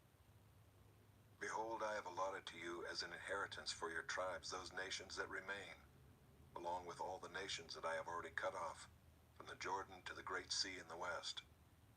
The Lord your God will push them back before you and drive them out of your sight. And you shall possess their land, just as the Lord your God promised you.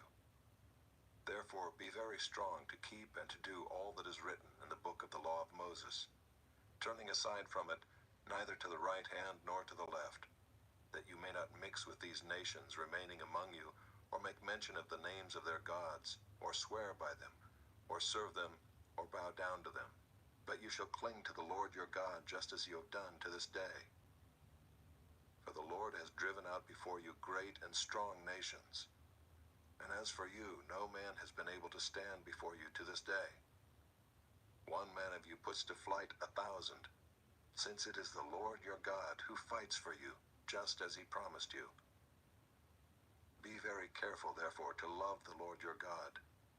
For if you turn back and cling to the remnant of these nations remaining among you, and make marriages with them, so that you associate with them and they with you, know for certain that the Lord your God will no longer drive out these nations before you, but they shall be a snare and a trap for you, a whip on your sides, and thorns in your eyes, until you perish from off this good ground that the Lord your God has given you. And now I am about to go the way of all the earth, and you know in your hearts and souls, all of you, that not one word has failed of all the good things that the Lord your God promised concerning you. All have come to pass for you, not one of them has failed. But just as all the good things that the Lord your God promised concerning you have been fulfilled for you, so the Lord will bring upon you all the evil things, until he has destroyed you from off this good land that the Lord your God has given you, if you transgress the covenant of the Lord your God, which he commanded you, and go and serve other gods and bow down to them. Then the anger of the Lord will be kindled against you, and you shall perish quickly from off the good land that he has given to you. Chapter 24. Joshua gathered all the tribes of Israel to Shechem, and summoned the elders, the heads, the judges, and the officers of Israel. And they presented themselves before God. And Joshua said to all the people, "Thus says the Lord, the God of Israel, long ago your fathers lived beyond the Euphrates, Terah the father of Abraham and of Nahor, and they served other gods. Then I took your father Abraham from beyond the river and led him through all the land of Canaan, and made his offspring many. I gave him Isaac, and to Isaac I gave Jacob and Esau. And I gave Esau the hill country of Seir to possess. But Jacob and his children went down to Egypt. And I sent Moses and Aaron, and I plagued Egypt with what I did in the midst of it, and afterward I brought you out. Then I brought your fathers out of Egypt, and you came to the sea. And the Egyptians pursued your fathers with chariots and horsemen to the Red Sea. And when they cried to the Lord, he put darkness between you and the Egyptians, and made the sea come upon them and cover them. And your eyes saw what I did in Egypt. And you lived in the wilderness a long time. Then I brought you to the land of the Amorites, who lived on the other side of the Jordan. They fought with you, and I gave them into your hand, and you took possession of their land, and I destroyed them before you. Then Balak the son of Zippor, king of Moab, arose and fought against Israel. And he sent and invited Balaam the son of Beor to curse you.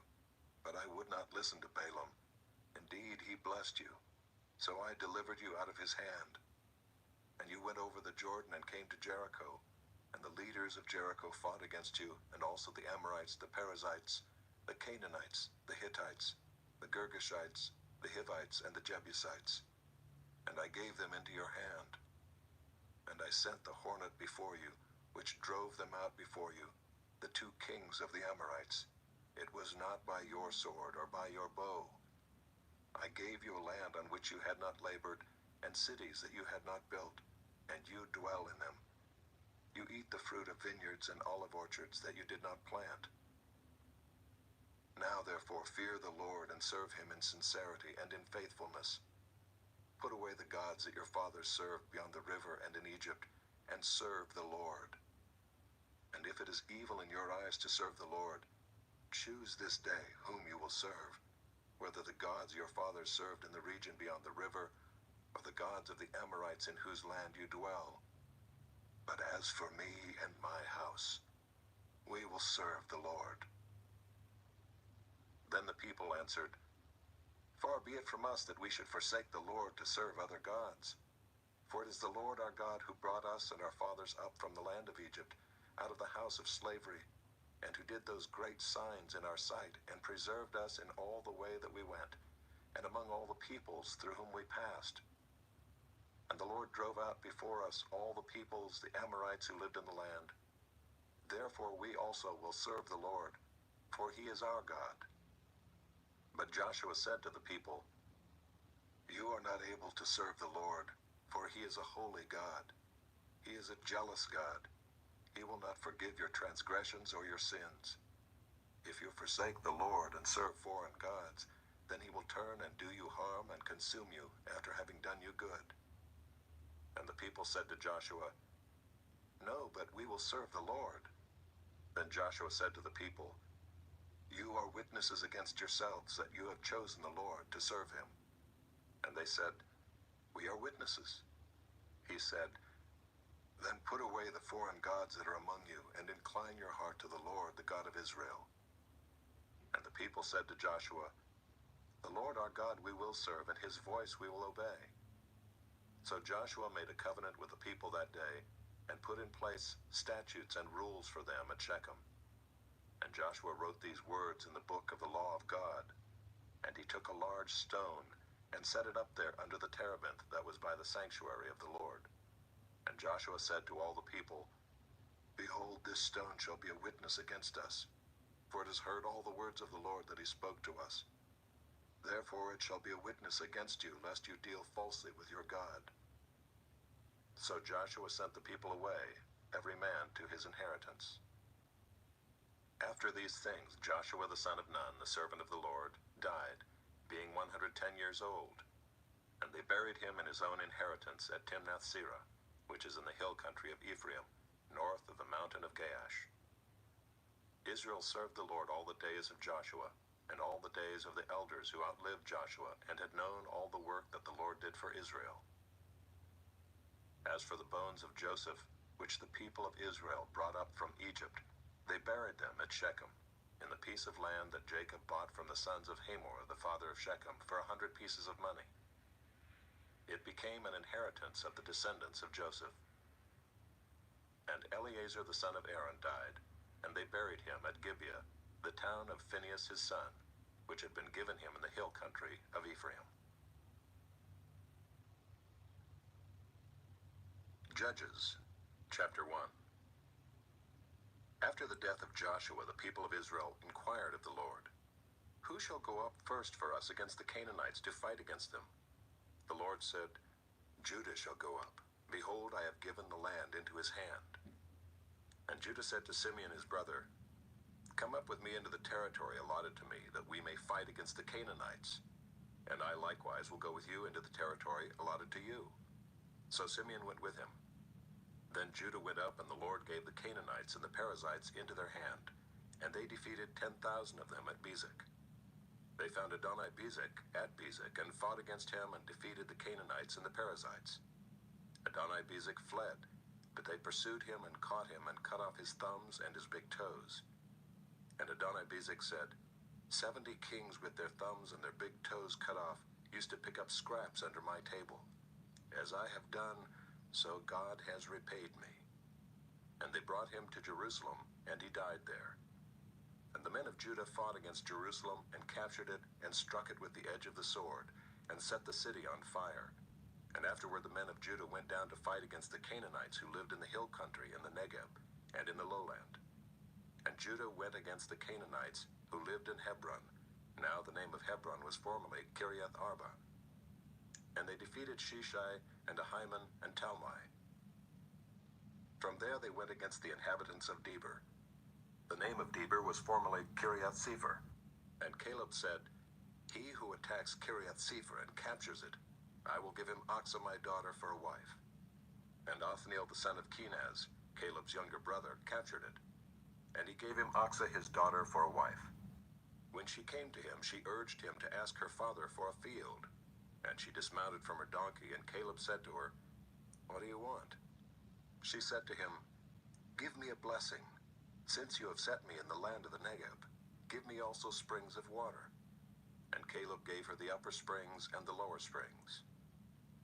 And the descendants of the Kenite, Moses' father-in-law, went up with the people of Judah from the city of palms into the wilderness of Judah, which lies in the Negeb near Arad. And they went and settled with the people. And Judah went with Simeon his brother, and they defeated the Canaanites, who inhabited Zephath, and devoted it to destruction. So the name of the city was called Hormah. Judah also captured Gaza with its territory, and Ashkelon with its territory, and Ekron with its territory. And the Lord was with Judah, and he took possession of the hill country. But he could not drive out the inhabitants of the plain, because they had chariots of iron. And Hebron was given to Caleb, as Moses had said, and he drove out from it the 3 sons of Anak. But the people of Benjamin did not drive out the Jebusites who lived in Jerusalem, so the Jebusites have lived with the people of Benjamin in Jerusalem to this day. The house of Joseph also went up against Bethel, and the Lord was with them. And the house of Joseph scouted out Bethel. Now the name of the city was formerly Luz. And the spies saw a man coming out of the city, and they said to him, Please show us the way into the city, and we will deal kindly with you. And he showed them the way into the city. And they struck the city with the edge of the sword, but they let the man and all his family go. And the man went to the land of the Hittites and built a city, and called its name Luz. That is its name to this day. Manasseh did not drive out the inhabitants of Bethshean and its villages, or Taanach and its villages, or the inhabitants of Dor and its villages, or the inhabitants of Ibleam and its villages, or the inhabitants of Megiddo and its villages, for the Canaanites persisted in dwelling in that land. When Israel grew strong, they put the Canaanites to forced labor, but did not drive them out completely. And Ephraim did not drive out the Canaanites who lived in Gezer, so the Canaanites lived in Gezer among them. Zebulun did not drive out the inhabitants of Kitron, or the inhabitants of Naalol, so the Canaanites lived among them, but became subject to forced labor. Asher did not drive out the inhabitants of Akko, or the inhabitants of Sidon, or of Olab, or of Akzib, or of Helba, or of Aphik, or of Rehob. So the Asherites lived among the Canaanites, the inhabitants of the land, for they did not drive them out. Naphtali did not drive out the inhabitants of Beth-Shemesh, or the inhabitants of Beth-Anath, so they lived among the Canaanites, the inhabitants of the land. Nevertheless, the inhabitants of Beth-Shemesh and of Beth-Anath became subject to forced labor for them. The Amorites pressed the people of Dan back into the hill country, for they did not allow them to come down to the plain. The Amorites persisted in dwelling in Mount Heriz, in Aijalon, and in Shaalbim, but the hand of the house of Joseph rested heavily on them, and they became subject to forced labor. And the border of the Amorites ran from the ascent of Akrabim, from Selah and upward. Chapter 2. Now the angel of the Lord went up from Gilgal to Bochim, and he said, I brought you up from Egypt and brought you into the land that I swore to give to your fathers. I said, I will never break my covenant with you, and you shall make no covenant with the inhabitants of this land. You shall break down their altars. But you have not obeyed my voice. What is this you have done? So now I say, I will not drive them out before you, but they shall become thorns in your sides, and their gods shall be a snare to you.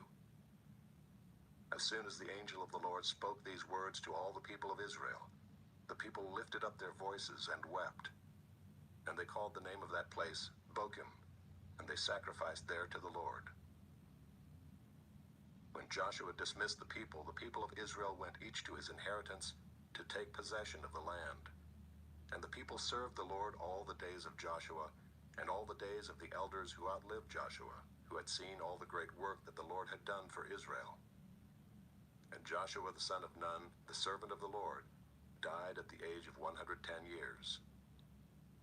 And they buried him within the boundaries of his inheritance in Timnath-Heres, in the hill country of Ephraim, north of the mountain of Gaash. And all that generation also were gathered to their fathers. And there arose another generation after them, who did not know the Lord or the work that he had done for Israel. And the people of Israel did what was evil in the sight of the Lord, and served the Baals. And they abandoned the Lord, the God of their fathers, who had brought them out of the land of Egypt. They went after other gods from among the gods of the peoples who were around them, and bowed down to them. And they provoked the Lord to anger. They abandoned the Lord, and served the Baals and the Ashtaroth. So the anger of the Lord was kindled against Israel, and he gave them over to plunderers, who plundered them. And he sold them into the hand of their surrounding enemies, so that they could no longer withstand their enemies. Whenever they marched out, the hand of the Lord was against them for harm, as the Lord had warned, and as the Lord had sworn to them, and they were in terrible distress. Then the Lord raised up judges, who saved them out of the hand of those who plundered them. Yet they did not listen to their judges, for they whored after other gods and bowed down to them. They soon turned aside from the way in which their fathers had walked, who had obeyed the commandments of the Lord, and they did not do so. Whenever the Lord raised up judges for them, the Lord was with the judge, and he saved them from the hand of their enemies all the days of the judge. For the Lord was moved to pity by their groaning because of those who afflicted and oppressed them. But whenever the judge died, they turned back and were more corrupt than their fathers, going after other gods, serving them and bowing down to them. They did not drop any of their practices or their stubborn ways. So the anger of the Lord was kindled against Israel, and he said, Because this people have transgressed my covenant that I commanded their fathers, and have not obeyed my voice, I will no longer drive out before them any of the nations that Joshua left when he died, in order to test Israel by them, whether they will take care to walk in the way of the Lord as their fathers did, or not. So the Lord left those nations, not driving them out quickly, and he did not give them into the hand of Joshua. Chapter 3. Now these are the nations that the Lord left, to test Israel by them. That is, all in Israel who had not experienced all the wars in Canaan. It was only in order that the generations of the people of Israel might know war, to teach war to those who had not known it before. These are the nations, the 5 lords of the Philistines, and all the Canaanites, and the Sidonians, and the Hivites who lived on Mount Lebanon, from Mount Baal Hermon as far as Lebo-Hamath. They were for the testing of Israel, to know whether Israel would obey the commandments of the Lord, which he commanded their fathers by the hand of Moses. So the people of Israel lived among the Canaanites, the Hittites, the Amorites, the Perizzites, the Hivites, and the Jebusites. And their daughters they took to themselves for wives, and their own daughters they gave to their sons, and they served their gods. And the people of Israel did what was evil in the sight of the Lord. They forgot the Lord their God, and served the Baals and the Ashereth. Therefore the anger of the Lord was kindled against Israel, and he sold them into the hand of Cushan-Rishathaim, king of Mesopotamia. And the people of Israel served Cushan-Rishathaim 8 years. But when the people of Israel cried out to the Lord raised up a deliverer for the people of Israel, who saved them, Othniel the son of Kenaz, Caleb's younger brother. The Spirit of the Lord was upon him, and he judged Israel. He went out to war, and the Lord gave Cushan-Rishathaim, king of Mesopotamia, into his hand. And his hand prevailed over Cushan-Rishathaim. So the land had rest 40 years. Then Othniel the son of Kenaz died. And the people of Israel again did what was evil in the sight of the Lord, and the Lord strengthened Eglon the king of Moab against Israel, because they had done what was evil in the sight of the Lord. He gathered to himself the Ammonites and the Amalekites, and went and defeated Israel, and they took possession of the city of palms. And the people of Israel served Eglon the king of Moab 18 years. Then the people of Israel cried out to the Lord, and the Lord raised up for them a deliverer, Ehud the son of Gera, the Benjamite, a left-handed man. The people of Israel sent tribute by him to Eglon the king of Moab. And Ehud made for himself a sword with 2 edges, a cubit in length, and he bound it on his right thigh under his clothes. And he presented the tribute to Eglon king of Moab. Now Eglon was a very fat man. And when Ehud had finished presenting the tribute, he sent away the people who carried the tribute. But he himself turned back at the idols near Gilgal and said, I have a secret message for you, O king. And he commanded, Silence. And all his attendants went out from his presence. And Ehud came to him as he was sitting alone in his cool roof chamber. And Ehud said, I have a message from God for you. And he arose from his seat. And Ehud reached with his left hand, took the sword from his right thigh, and thrust it into his belly. And the hilt also went in after the blade, and the fat closed over the blade, for he did not pull the sword out of his belly, and the dung came out. Then Ehud went out into the porch and closed the doors of the roof chamber behind him, and locked them. When he had gone, the servants came, and when they saw that the doors of the roof chamber were locked, they thought, Surely he is relieving himself in the closet of the cool chamber. And they waited till they were embarrassed. But when he still did not open the doors of the roof chamber, they took the key and opened them, and there lay their lord, dead on the floor.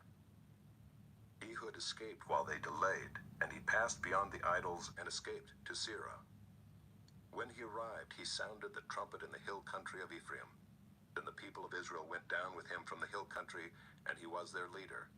And he said to them, Follow after me, for the Lord has given your enemies, the Moabites, into your hand. So they went down after him and seized the fords of the Jordan against the Moabites, and did not allow anyone to pass over. And they killed at that time about 10,000 of the Moabites, all strong, able-bodied men. Not a man escaped. So Moab was subdued that day under the hand of Israel, and the land had rest for 80 years.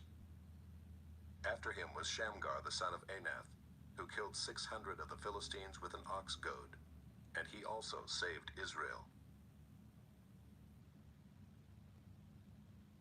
Chapter 4. And the people of Israel again did what was evil in the sight of the Lord after Ehud died. And the Lord sold them into the hand of Jabin, king of Canaan, who reigned in Hazor. The commander of his army was Sisera, who lived in Harosheth Hagoyim. Then the people of Israel cried out to the Lord for help, for he had 900 chariots of iron, and he oppressed the people of Israel cruelly for 20 years. Now Deborah, a prophetess, the wife of Lapidoth, was judging Israel at that time. She used to sit under the palm of Deborah between Ramah and Bethel in the hill country of Ephraim, and the people of Israel came up to her for judgment.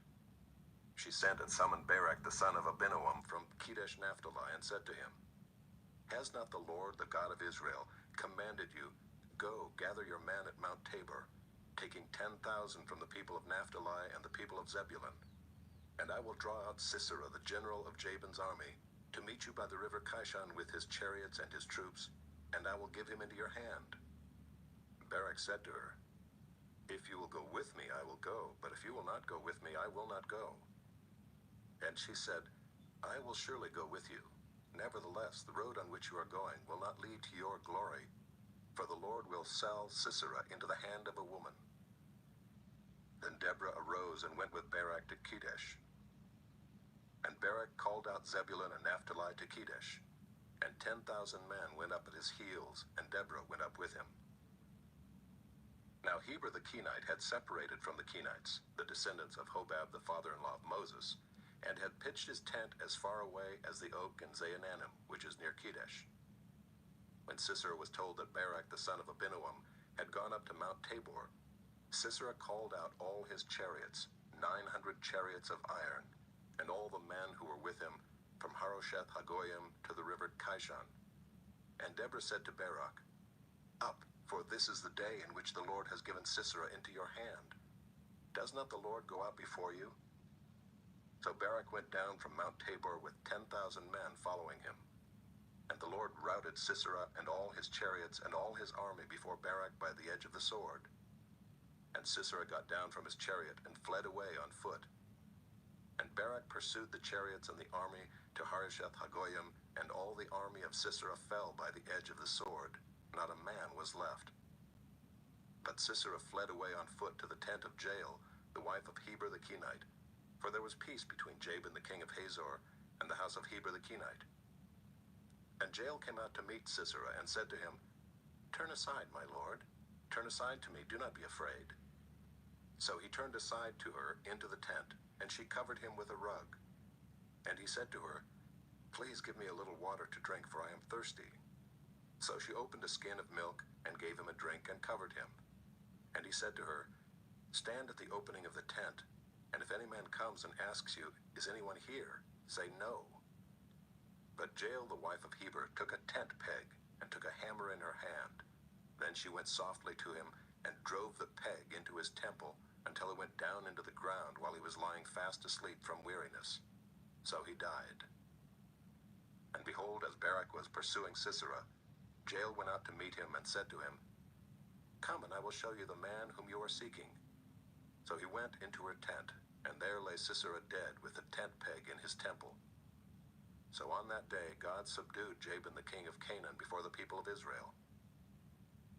And the hand of the people of Israel pressed harder and harder against Jabin the king of Canaan, until they destroyed Jabin king of Canaan. Chapter 5.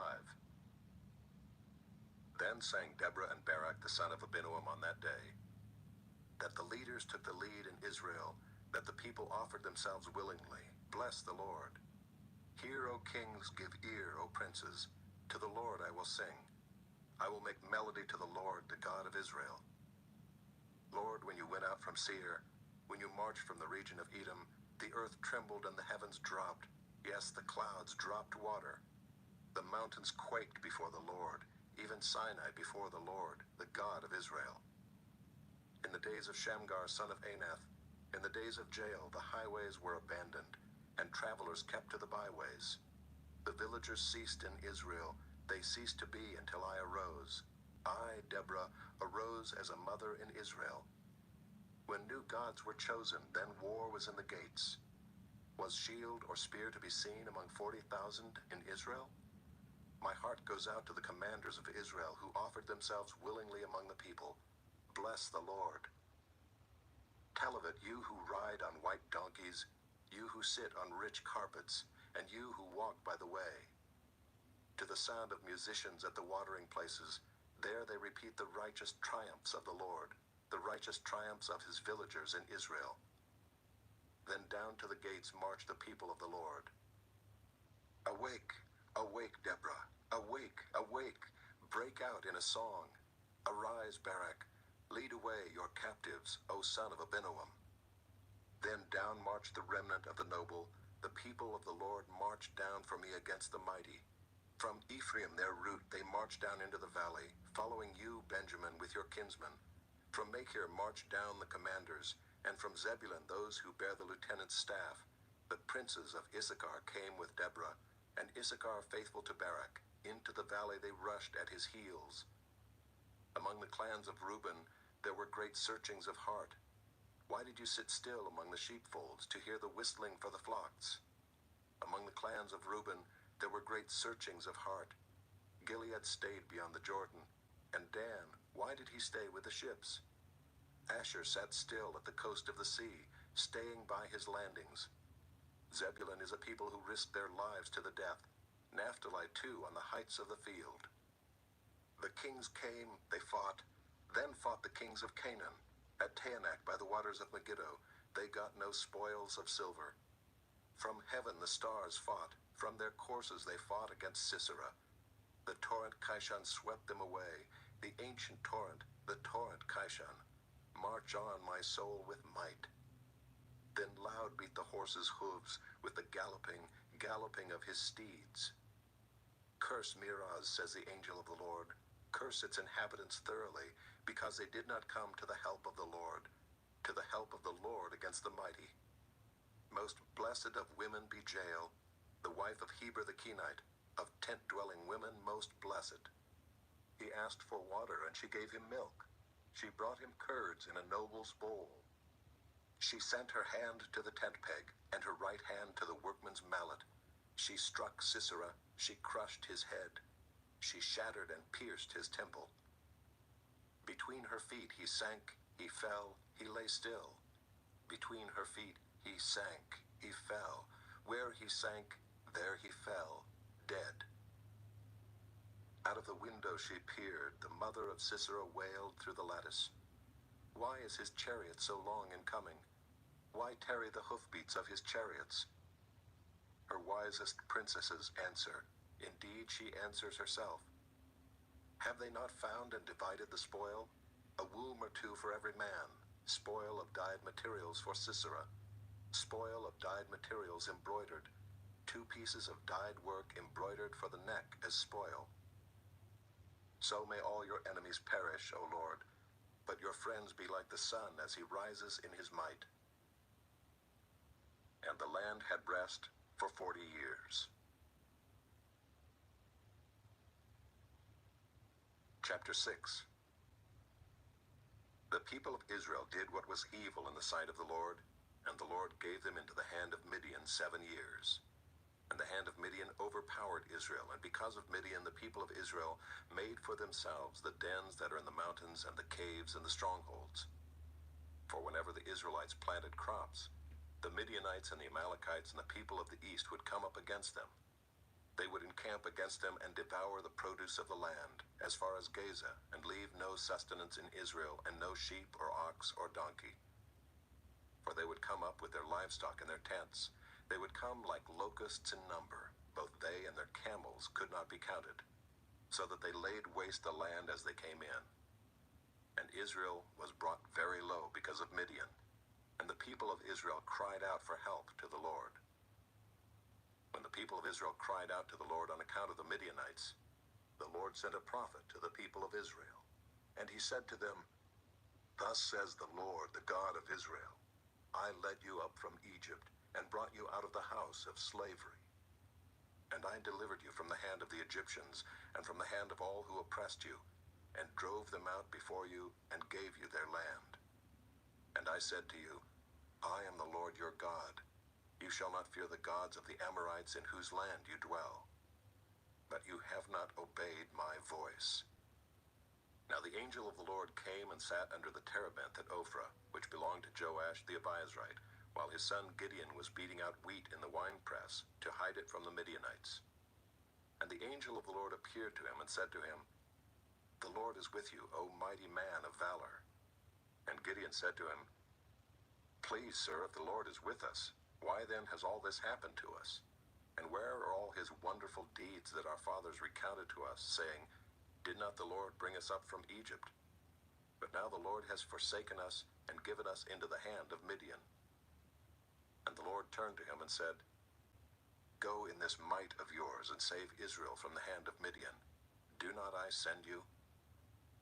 And he said to him, Please, Lord, how can I save Israel? Behold, my clan is the weakest in Manasseh, and I am the least in my father's house. And the Lord said to him, But I will be with you, and you shall strike the Midianites as one man. And he said to him, If now I have found favor in your eyes, then show me a sign that it is you who speak with me. Please do not depart from here until I come to you and bring out my present and set it before you. And he said, I will stay till you return. So Gideon went into his house and prepared a young goat and unleavened cakes from an ephah of flour. The meat he put in a basket, and the broth he put in a pot, and brought them to him under the terebinth, and presented them. And the angel of God said to him, Take the meat and the unleavened cakes, and put them on this rock, and pour the broth over them. And he did so. Then the angel of the Lord reached out the tip of the staff that was in his hand, and touched the meat and the unleavened cakes. And fire sprang up from the rock, and consumed the meat and the unleavened cakes. And the angel of the Lord vanished from his sight. Then Gideon perceived that he was the angel of the Lord. And Gideon said, Alas, O Lord God, for now I have seen the angel of the Lord face to face. But the Lord said to him, Peace be to you. Do not fear, you shall not die. Then Gideon built an altar there to the Lord and called it, The Lord is Peace. To this day it still stands at Ophrah, which belongs to the Abiezrites. That night the Lord said to him, Take your father's bull and the second bull 7 years old, and pull down the altar of Baal that your father has, and cut down the Asherah that is beside it, and build an altar to the Lord your God on the top of the stronghold here, with stones laid in due order. Then take the second bull and offer it as a burnt offering with the wood of the Asherah that you shall cut down. So Gideon took 10 men of his servants, and did as the Lord had told him.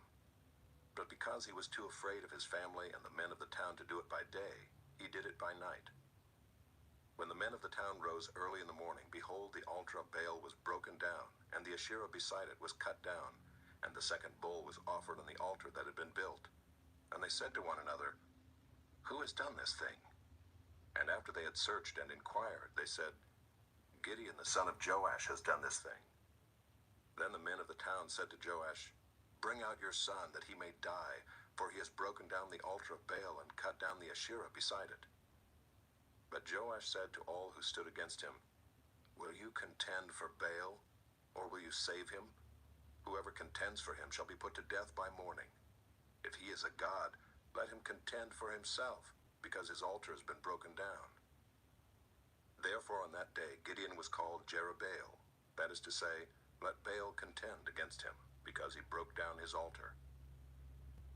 Now all the Midianites and the Amalekites and the people of the east came together, and they crossed the Jordan and encamped in the valley of Jezreel. But the Spirit of the Lord clothed Gideon, and he sounded the trumpet, and the Abiezrites were called out to follow him. And he sent messengers throughout all Manasseh, and they too were called out to follow him. And he sent messengers to Asher, Zebulun, and Naphtali, and they went up to meet them. Then Gideon said to God, If you will save Israel by my hand, as you have said, behold, I am laying a fleece of wool on the threshing floor. If there is dew on the fleece alone, and it is dry on all the ground, then I shall know that you will save Israel by my hand, as you have said. And it was so. When he rose early next morning and squeezed the fleece, he wrung enough dew from the fleece to fill a bowl with water. Then Gideon said to God, Let not your anger burn against me. Let me speak just once more. Please let me test just once more with the fleece. Please let it be dry on the fleece only, and on all the ground let there be dew. And God did so that night, and it was dry on the fleece only, and on all the ground there was dew.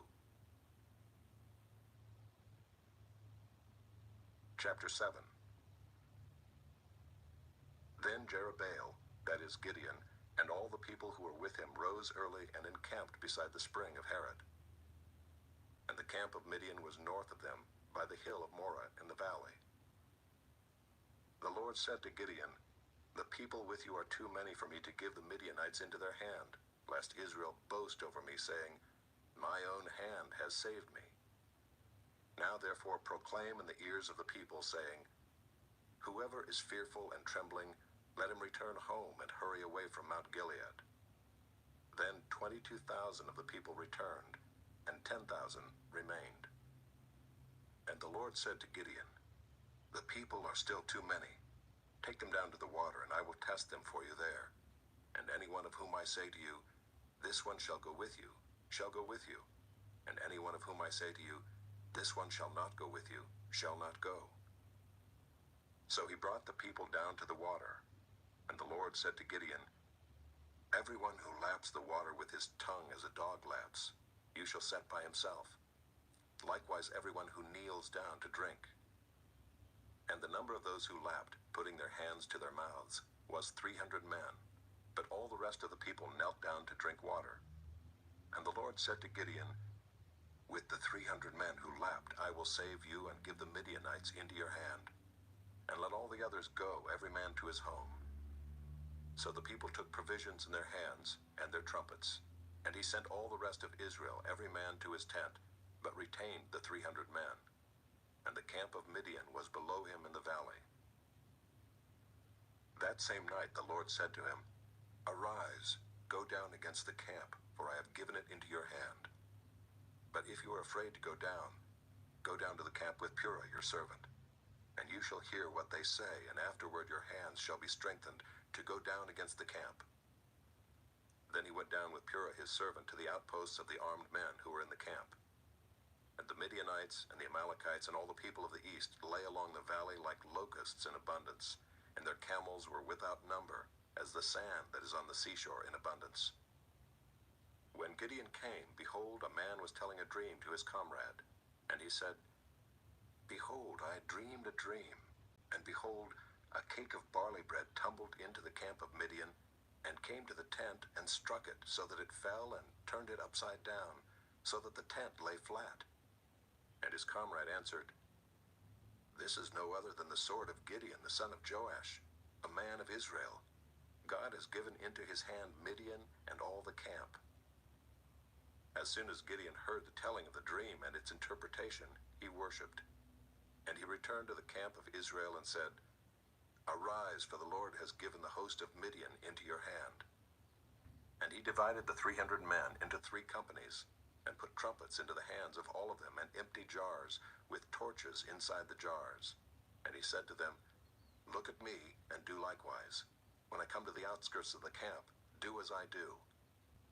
When I blow the trumpet, I and all who are with me, then blow the trumpets also on every side of all the camp, and shout, For the Lord, and for Gideon.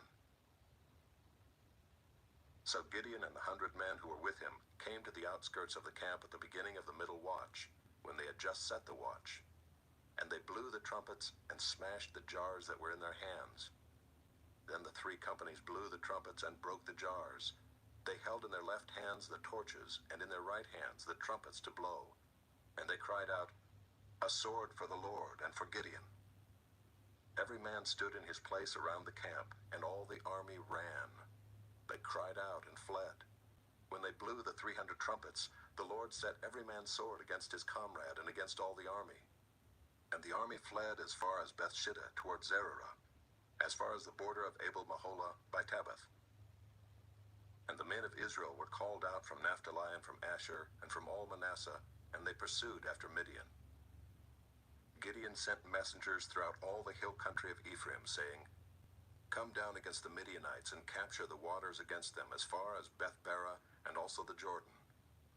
So all the men of Ephraim were called out, and they captured the waters as far as Beth-barah and also the Jordan.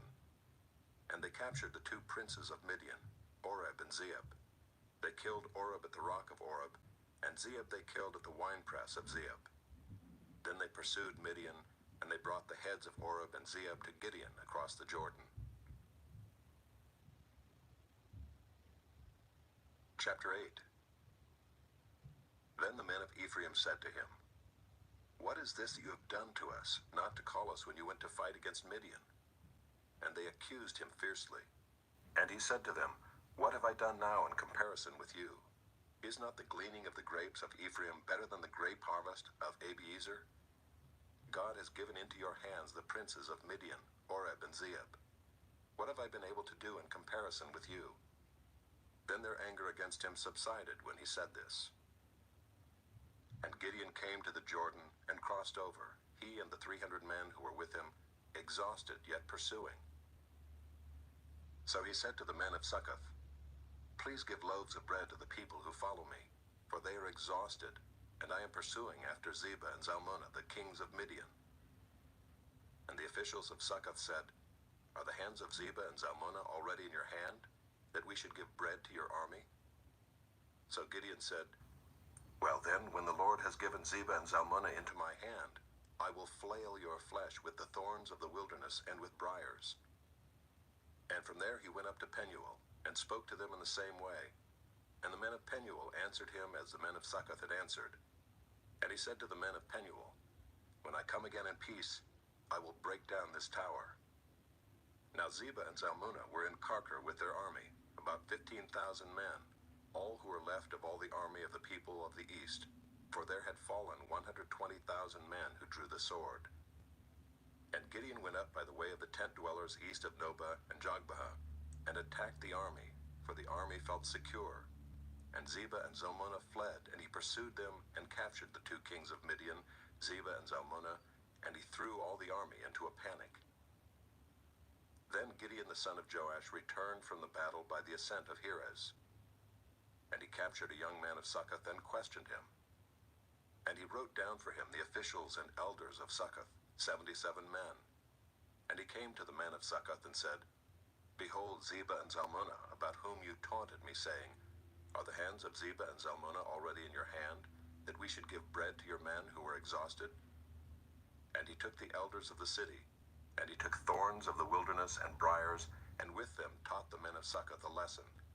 And he broke down the tower of Penuel, and killed the men of the city. Then he said to Zebah and Zalmunna, Where are the men whom you killed at Tabor? They answered, As you are, so were they. Every one of them resembled the son of a king. And he said, They were my brothers, the sons of my mother. As the Lord lives, if you had saved them alive, I would not kill you. So he said to Jether his firstborn, Rise and kill them.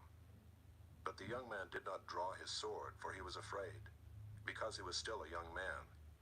Then Zebah and Zalmunna said, Rise yourself and fall upon us, for as the man is, so is his strength. And Gideon arose and killed Zebah and Zalmunna, and he took the crescent ornaments that were on the necks of their camels. Then the men of Israel said to Gideon, Rule over us, you and your son and your grandson also, for you have saved us from the hand of Midian. Gideon said to them, I will not rule over you, and my son will not rule over you. The Lord will rule over you. And Gideon said to them, Let me make a request of you. Every one of you give me the earrings from his spoil. For they had golden earrings because they were Ishmaelites. And they answered, We will willingly give them. And they spread a cloak, and every man threw in it the earrings of his spoil. And the weight of the golden earrings that he requested was 1,700 shekels of gold, besides the crescent ornaments and the pendants and the purple garments worn by the kings of Midian, and besides the collars that were around the necks of their camels. And Gideon made an ephod of it, and put it in his city in Ophrah. And all Israel whored after it there, and it became a snare to Gideon and to his family. So Midian was subdued before the people of Israel, and they raised their heads no more. And the land had rest 40 years in the days of Gideon. Jerubbaal the son of Joash went and lived in his own house. Now Gideon had 70 sons, his own offspring, for he had many wives. And his concubine who was in Shechem also bore him a son, and he called his name Abimelech. And Gideon the son of Joash died in a good old age, and was buried in the tomb of Joash his father, at Ophrah of the Abiezrites. As soon as Gideon died, the people of Israel turned again and whored after the Baals, and made Baal Berith their god. And the people of Israel did not remember the Lord their God, who had delivered them from the hand of all their enemies on every side. And they did not show steadfast love to the family of Jerubbaal, that is Gideon, in return for all the good that he had done to Israel. Chapter 9. Now Abimelech the son of Jerubbaal went to Shechem to his mother's relatives, and said to them and to the whole clan of his mother's family, Say in the ears of all the leaders of Shechem, Which is better for you, that all 70 of the sons of Jerubbaal rule over you, or that one rule over you? Remember also that I am your bone and your flesh. And his mother's relatives spoke all these words on his behalf in the ears of all the leaders of Shechem. And their hearts inclined to follow Abimelech, for they said, He is our brother. And they gave him 70 pieces of silver out of the house of Baal-berith, with which Abimelech hired worthless and reckless fellows who followed him. And he went to his father's house at Ophrah and killed his brothers, the sons of Jerubbaal, 70 men on one stone. But Jotham, the youngest son of Jerubbaal, was left, for he hid himself. And all the leaders of Shechem came together, and all Beth Millo, and they went and made Abimelech king by the oak of the pillar at Shechem. When it was told to Jotham, he went and stood on top of Mount Gerizim and cried aloud and said to them, "Listen to me, you leaders of Shechem, that God may listen to you." The trees once went out to anoint a king over them, and they said to the olive tree, "Reign over us." But the olive tree said to them, "Shall I leave my abundance by which gods and men are honored, and go hold sway over the trees?" And the trees said to the fig tree, "You come and reign over us." But the fig tree said to them, "Shall I leave my sweetness and my good fruit, and go hold sway over the trees?" And the trees said to the vine, "You come and reign over us." But the vine said to them, "Shall I leave my wine that cheers God and men, and go hold sway over the trees?" Then all the trees said to the bramble, "You come and reign over us."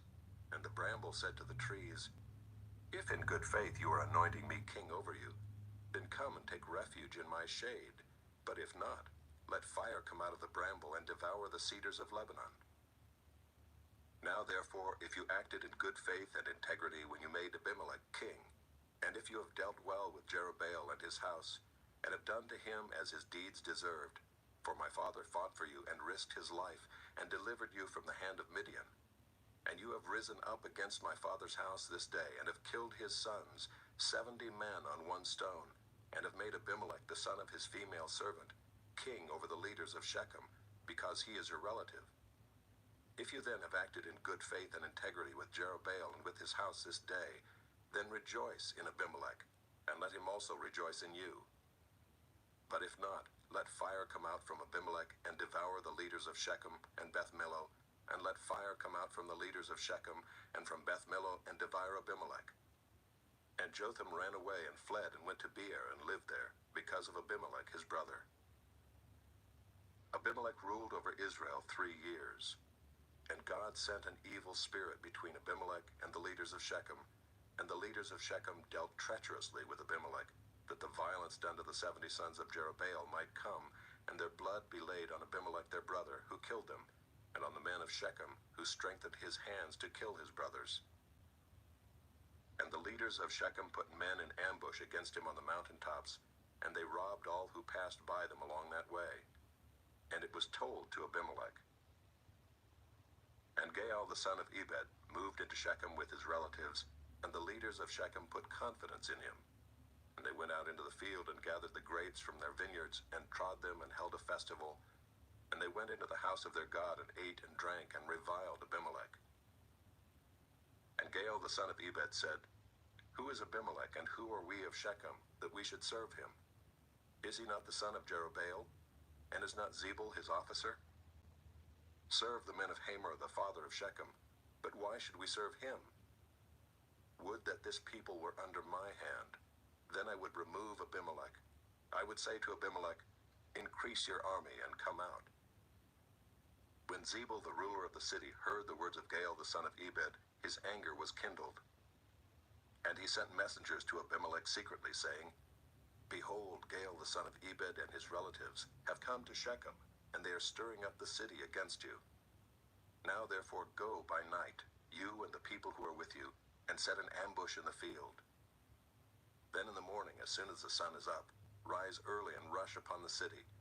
And when he and the people who are with him come out against you, you may do to them as your hand finds to do." So Abimelech and all the men who were with him rose up by night and set an ambush against Shechem in 4 companies. And Gaal the son of Ebed went out and stood in the entrance of the gate of the city, and Abimelech and the people who were with him rose from the ambush. And when Gaal saw the people, he said to Zebul, "Look, people are coming down from the mountaintops." And Zebul said to him, "You mistake the shadow of the mountains for men." Gaal spoke again and said, "Look, people are coming down from the center of the land, and 1 company is coming from the direction of the diviner's oak." Then Zebul said to him, Where is your mouth now, you who said, 'Who is Abimelech, that we should serve him?' Are not these the people whom you despised? Go out now and fight with them." And Gaal went out at the head of the leaders of Shechem and fought with Abimelech. And Abimelech chased him, and he fled before him. And many fell wounded up to the entrance of the gate. And Abimelech lived at Arumah, and Zebul drove out Gaal and his relatives, so that they could not dwell at Shechem. On the following day the people went out into the field, and Abimelech was told. He took his people and divided them into 3 companies, and set an ambush in the fields. And he looked and saw the people coming out of the city. So he rose against them and killed them. Abimelech and the company that was with him rushed forward and stood at the entrance of the gate of the city, while the 2 companies rushed upon all who were in the field and killed them. And Abimelech fought against the city all that day. He captured the city and killed the people who were in it, and he razed the city and sowed it with salt. When all the leaders of the Tower of Shechem heard of it, they entered the stronghold of the house of Elbereth. Abimelech was told that all the leaders of the Tower of Shechem were gathered together. And Abimelech went up to Mount Zalmon, he and all the people who were with him.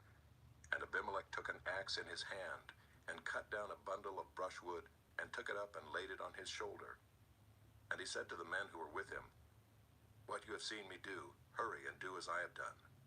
So every one of the people cut down his bundle, and following Abimelech put it against the stronghold, and they set the stronghold on fire over them, so that all the people of the Tower of Shechem also died, about 1,000 men and women. Then Abimelech went to Thebez and encamped against Thebez and captured it. But there was a strong tower within the city, and all the men and women and all the leaders of the city fled to it and shut themselves in, and they went up to the roof of the tower. And Abimelech came to the tower and fought against it, and drew near to the door of the tower to burn it with fire. And a certain woman threw an upper millstone on Abimelech's head and crushed his skull. Then he called quickly to the young man, his armor-bearer, and said to him, "Draw your sword and kill me, lest they say of me, 'A woman killed him.' And his young man thrust him through, and he died. And when the men of Israel saw that Abimelech was dead, everyone departed to his home. Thus God returned the evil of Abimelech, which he committed against his father in killing his 70 brothers. And God also made all the evil of the men of Shechem return on their heads, and upon them came the curse of Jotham, the son of Jerubbaal." Chapter 10. After Abimelech there arose to save Israel Tola the son of Puah, the son of Dodo, a man of Issachar, and he lived at Shamir in the hill country of Ephraim. And he judged Israel 23 years. Then he died, and was buried at Shamir. After him arose Jair the Gileadite, who judged Israel 22 years. And he had 30 sons who rode on 30 donkeys, and they had 30 cities, called Havoth-Jair to this day, which are in the land of Gilead. And Jair died and was buried in Kamon. The people of Israel again did what was evil in the sight of the Lord, and served the Baals and the Ashtaroth, the gods of Syria, the gods of Sidon, the gods of Moab, the gods of the Ammonites, and the gods of the Philistines. And they forsook the Lord and did not serve him. So the anger of the Lord was kindled against Israel, and he sold them into the hand of the Philistines and into the hand of the Ammonites. And they crushed and oppressed the people of Israel that year. For 18 years they oppressed all the people of Israel who were beyond the Jordan in the land of the Amorites, which is in Gilead. And the Ammonites crossed the Jordan to fight also against Judah, and against Benjamin, and against the house of Ephraim, so that Israel was severely distressed. And the people of Israel cried out to the Lord, saying, "We have sinned against you, because we have forsaken our God, and have served the Baals." And the Lord said to the people of Israel, "Did I not save you from the Egyptians, and from the Amorites, from the Ammonites, and from the Philistines? The Sidonians also, and the Amalekites, and the Maonites oppressed you, and you cried out to me, and I saved you out of their hand. Yet you have forsaken me and served other gods. Therefore I will save you no more. Go and cry out to the gods whom you have chosen. Let them save you in the time of your distress." And the people of Israel said to the Lord, "We have sinned. Do to us whatever seems good to you. Only please deliver us this day." So they put away the foreign gods from among them and served the Lord, and he became impatient over the misery of Israel. Then the Ammonites were called to arms, and they encamped in Gilead. And the people of Israel came together, and they encamped at Mizpah. And the people, the leaders of Gilead, said one to another, "Who is the man who will begin to fight against the Ammonites? He shall be head over all the inhabitants of Gilead." Chapter 11. Now Jephthah the Gileadite was a mighty warrior, but he was the son of a prostitute. Gilead was the father of Jephthah. And Gilead's wife also bore him sons. And when his wife's sons grew up, they drove Jephthah out and said to him, "You shall not have an inheritance in our father's house, for you are the son of another woman." Then Jephthah fled from his brothers and lived in the land of Tob. And worthless fellows collected around Jephthah and went out with him. After a time the Ammonites made war against Israel. And when the Ammonites made war against Israel, the elders of Gilead went to bring Jephthah from the land of Tob. And they said to Jephthah, "Come and be our leader, that we may fight against the Ammonites." But Jephthah said to the elders of Gilead, "Did you not hate me and drive me out of my father's house? Why have you come to me now when you are in distress?" And the elders of Gilead said to Jephthah, "That is why we have turned to you now, that you may go with us and fight against the Ammonites and be our head over all the inhabitants of Gilead." Jephthah said to the elders of Gilead, "If you bring me home again to fight against the Ammonites, and the Lord gives them over to me, I will be your head." And the elders of Gilead said to Jephthah, "The Lord will be witness between us if we do not do as you say." So Jephthah went with the elders of Gilead, and the people made him head and leader over them. And Jephthah spoke all his words before the Lord at Mizpah. Then Jephthah sent messengers to the king of the Ammonites and said, "What do you have against me, that you have come to me to fight against my land?" And the king of the Ammonites answered the messengers of Jephthah, "Because Israel, on coming up from Egypt, took away my land, from the Arnon to the Jabbok and to the Jordan. Now therefore restore it peaceably." Jephthah again sent messengers to the king of the Ammonites and said to him, "Thus says Jephthah, Israel did not take away the land of Moab or the land of the Ammonites, but when they came up from Egypt, Israel went through the wilderness to the Red Sea and came to Kadesh. Israel then sent messengers to the king of Edom, saying, "Please let us pass through your land." But the king of Edom would not listen. And they sent also to the king of Moab, but he would not consent. So Israel remained at Kadesh. Then they journeyed through the wilderness and went around the land of Edom and the land of Moab, and arrived on the east side of the land of Moab, and camped on the other side of the Arnon. But they did not enter the territory of Moab, for the Arnon was the boundary of Moab. Israel then sent messengers to Sihon, king of the Amorites, king of Heshbon. And Israel said to him, "Please let us pass through your land to our country." But Sihon did not trust Israel to pass through his territory. So Sihon gathered all his people together and encamped at Jahaz and fought with Israel. And the Lord, the God of Israel, gave Sihon and all his people into the hand of Israel, and they defeated them. So Israel took possession of all the land of the Amorites who inhabited that country. And they took possession of all the territory of the Amorites from the Arnon to the Jabbok, and from the wilderness to the Jordan. So then the Lord, the God of Israel, dispossessed the Amorites from before his people Israel. And are you to take possession of them? Will you not possess what Chemosh your God gives you to possess? And all that the Lord our God has dispossessed before us, we will possess. Now are you any better than Balak the son of Zippor, king of Moab? Did he ever contend against Israel, or did he ever go to war with them? While Israel lived in Heshbon and its villages, and in Aroer and its villages, and in all the cities that are on the banks of the Arnon 300 years, why did you not deliver them within that time? I therefore have not sinned against you, and you do me wrong by making war on me. The Lord, the judge, decide this day between the people of Israel and the people of Ammon." But the king of the Ammonites did not listen to the words of Jephthah that he sent to him. Then the Spirit of the Lord was upon Jephthah, and he passed through Gilead and Manasseh, and passed on to Mizpah of Gilead, And from Mizpah of Gilead he passed on to the Ammonites. And Jephthah made a vow to the Lord and said, If you will give the Ammonites into my hand, then whatever comes out from the doors of my house to meet me when I return in peace from the Ammonites shall be the Lord's, and I will offer it up for a burnt offering.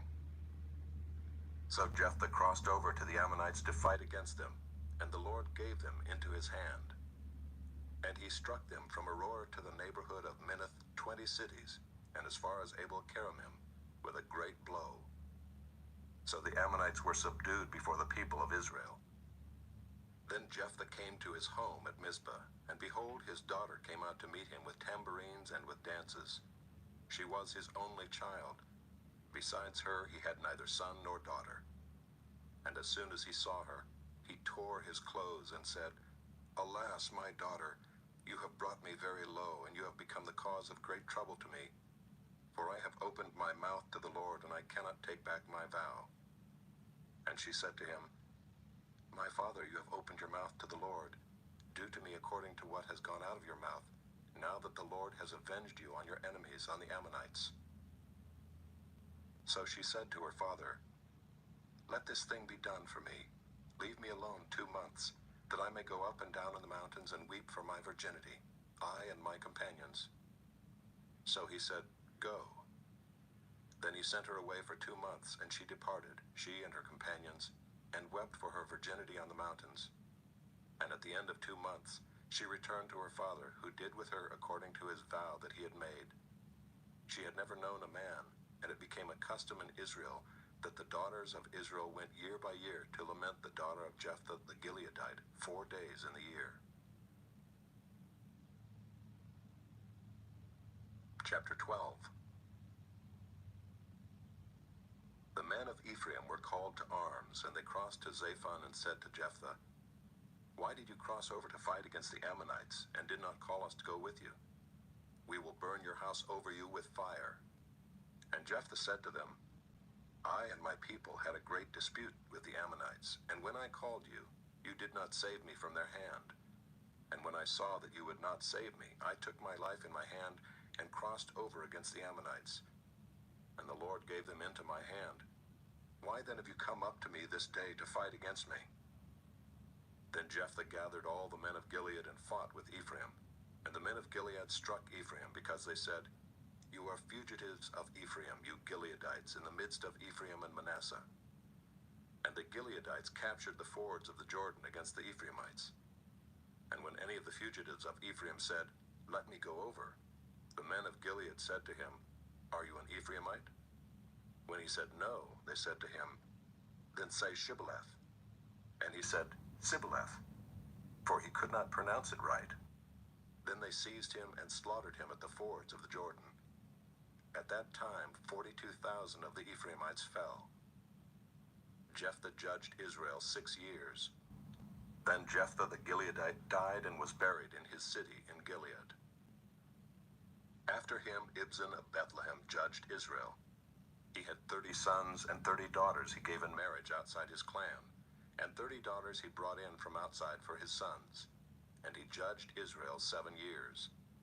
Then Ibzan died and was buried at Bethlehem. After him Elon the Zebulunite judged Israel, and he judged Israel 10 years.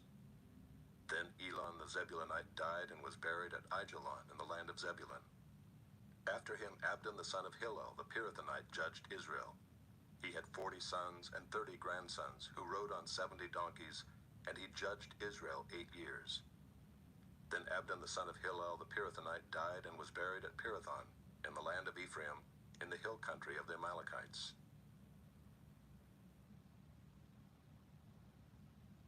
Chapter 13. And the people of Israel again did what was evil in the sight of the Lord. So the Lord gave them into the hand of the Philistines for 40 years. There was a certain man at Zorah, of the tribe of the Danites, whose name was Manoah. And his wife was barren and had no children. And the angel of the Lord appeared to the woman and said to her, Behold, you are barren and have not borne children, but you shall conceive and bear a son. Therefore be careful and drink no wine or strong drink, and eat nothing unclean. For behold, you shall conceive and bear a son. no razor shall come upon his head, for the child shall be a Nazarite to God from the womb, and he shall begin to save Israel from the hand of the Philistines." Then the woman came and told her husband, "A man of God came to me, and his appearance was like the appearance of the angel of God, very awesome. I did not ask him where he was from, and he did not tell me his name. But he said to me, 'Behold, you shall conceive and bear a son. So then drink no wine or strong drink, and eat nothing unclean, for the child shall be a Nazarite to God from the womb to the day of his death.' Then Manoah prayed to the Lord and said, 'O Lord, please let the man of God whom you sent come again to us and teach us what we are to do with the child who will be born.' And God listened to the voice of Manoah, and the angel of God came again to the woman as she sat in the field. But Manoah, her husband, was not with her. So the woman ran quickly and told her husband, 'Behold, the man who came to me the other day has appeared to me.' And Manoah arose and went after his wife and came to the man and said to him, 'Are you the man who spoke to this woman?' And he said, 'I am.' And Manoah said, 'Now when your words come true, what is to be the child's manner of life, and what is his mission?' And the angel of the Lord said to Manoah, 'Of all that I said to the woman, let her be careful. She may not eat of anything that comes from the vine, neither let her drink wine or strong drink, or eat any unclean thing. All that I commanded her, let her observe.' Manoah said to the angel of the Lord, 'Please let us detain you and prepare a young goat for you.' And the angel of the Lord said to Manoah, 'If you detain me, I will not eat of your food. But if you prepare a burnt offering, then offer it to the Lord.' For Manoah did not know that he was the angel of the Lord. And Manoah said to the angel of the Lord, 'What is your name, so that when your words come true, we may honor you?' And the angel of the Lord said to him, 'Why do you ask my name, seeing it is wonderful?' So Manoah took the young goat with the grain offering and offered it on the rock to the Lord, to the one who works wonders, and Manoah and his wife were watching.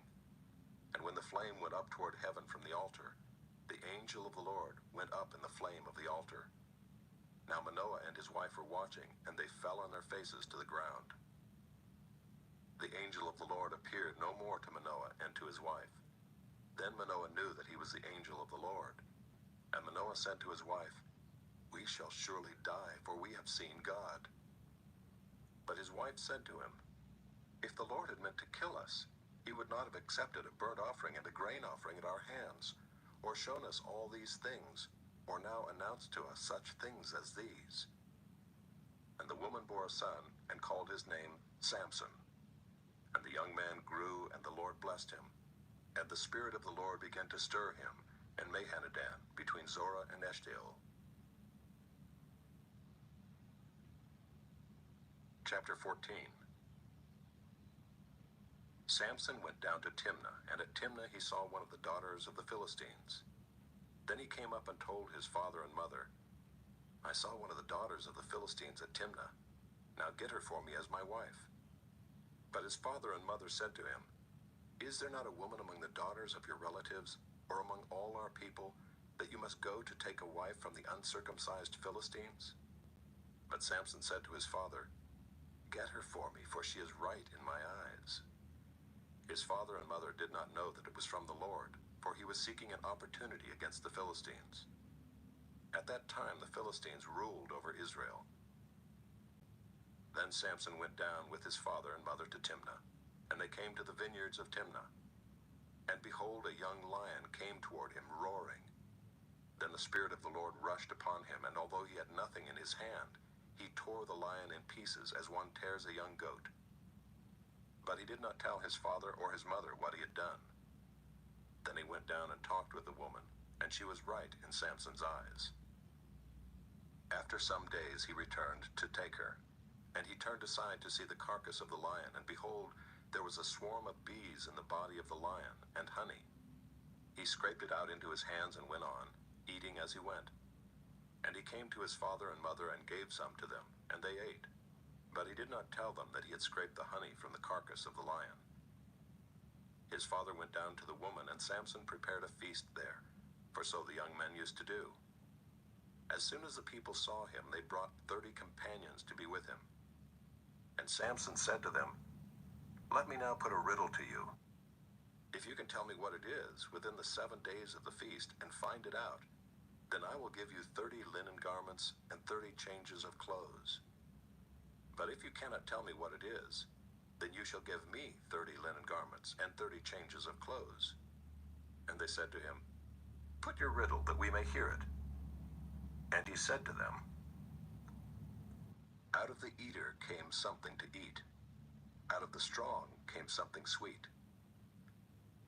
And in 3 days they could not solve the riddle. On the 4th day they said to Samson's wife, "Entice your husband to tell us what the riddle is, lest we burn you and your father's house with fire. Have you invited us here to impoverish us?" And Samson's wife wept over him and said, "You only hate me, you do not love me. You have put a riddle to my people, and you have not told me what it is."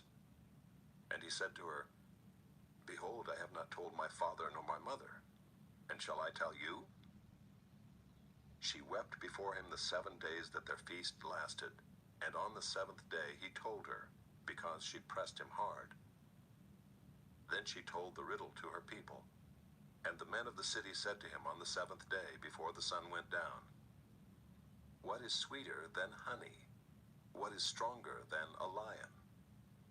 And he said to them, "If you had not plowed with my heifer, you would not have found out my riddle."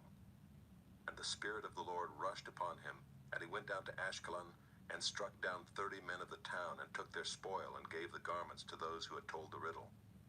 In hot anger he went back to his father's house. And Samson's wife was given to his companion, who had been his best man. Chapter 15.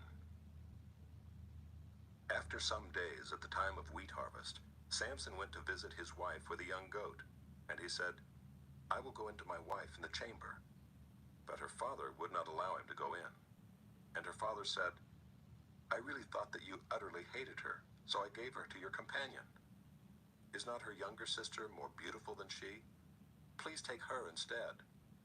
And Samson said to them, "This time I shall be innocent in regard to the Philistines when I do them harm." So Samson went and caught 300 foxes and took torches. And he turned them tail to tail, and put a torch between each pair of tails.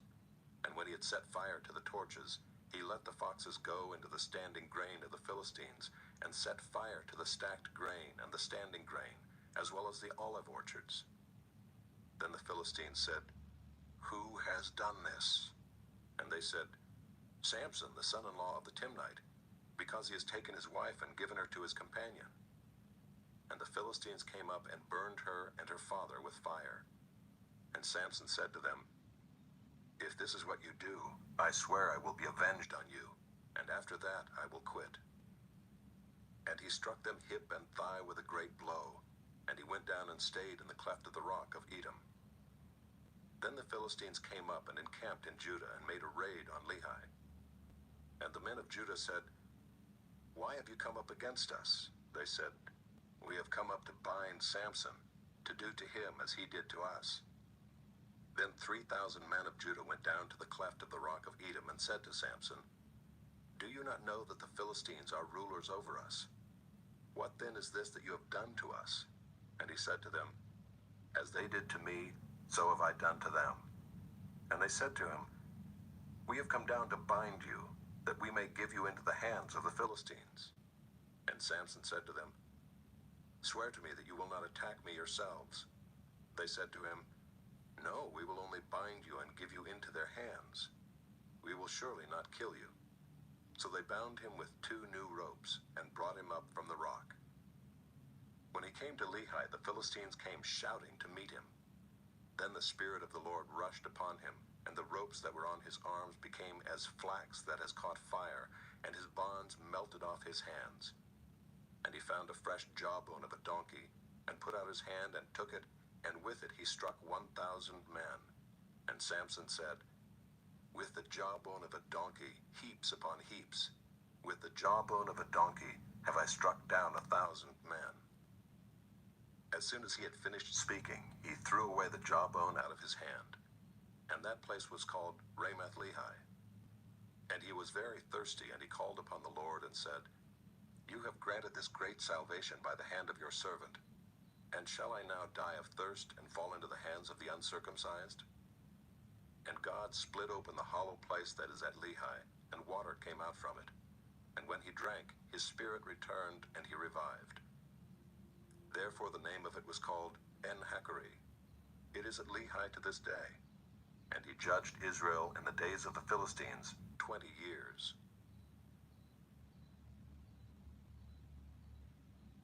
Chapter 16. Samson went to Gaza, and there he saw a prostitute, and he went into her. The Gazites were told, Samson has come here. And they surrounded the place and set an ambush for him all night at the gate of the city. They kept quiet all night, saying, Let us wait till the light of the morning, then we will kill him.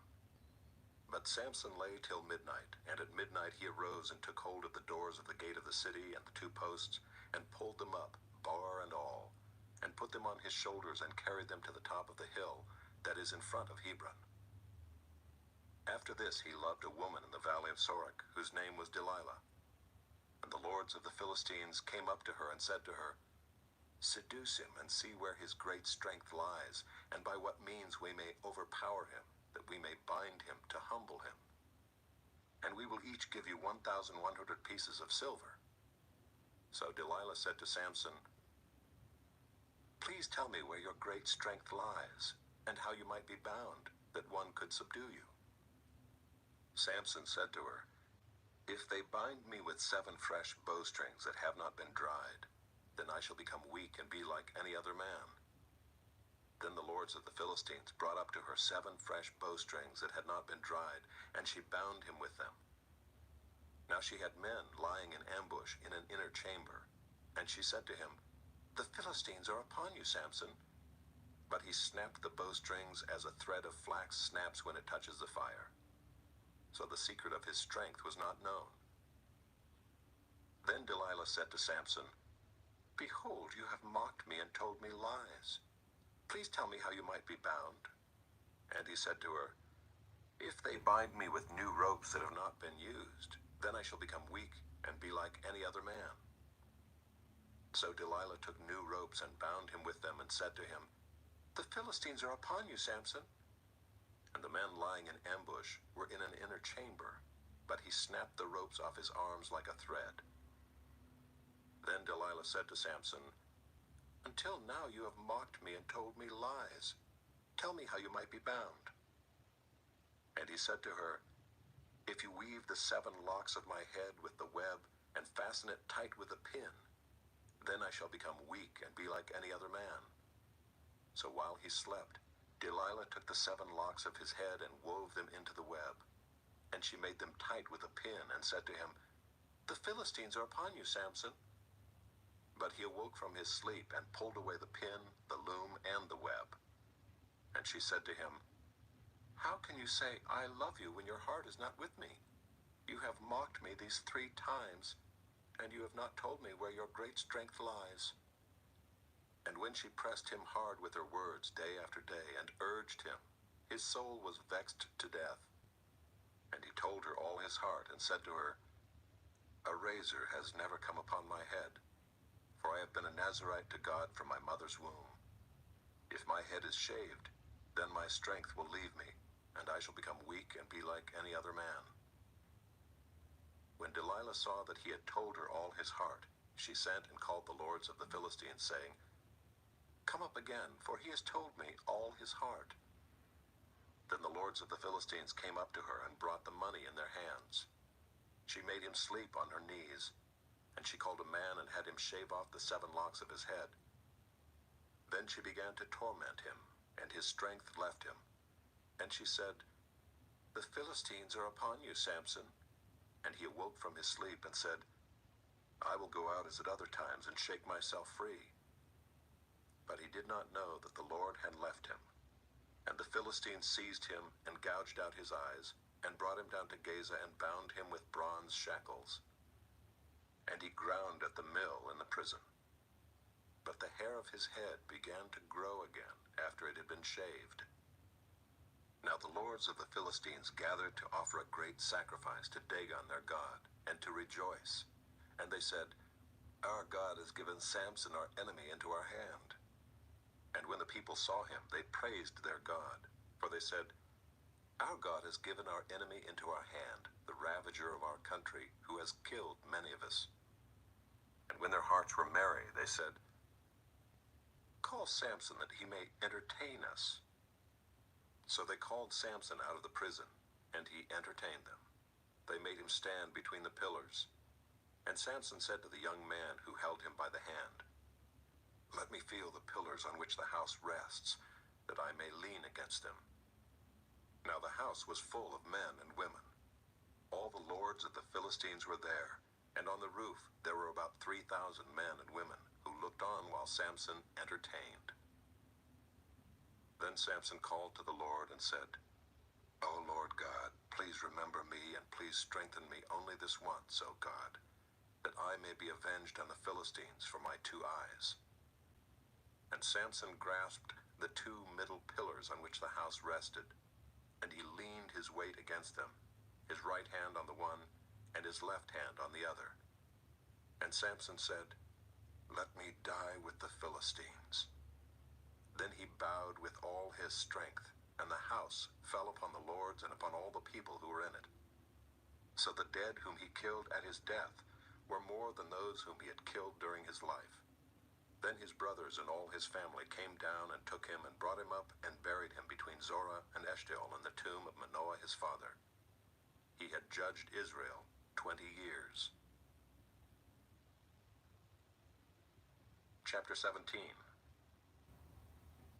There was a man of the hill country of Ephraim, whose name was Micah. And he said to his mother, The 1,100 pieces of silver that were taken from you, about which you uttered a curse and also spoke it in my ears, behold, the silver is with me. I took it. And his mother said, Blessed be my son by the Lord. And he restored the 1,100 pieces of silver to his mother.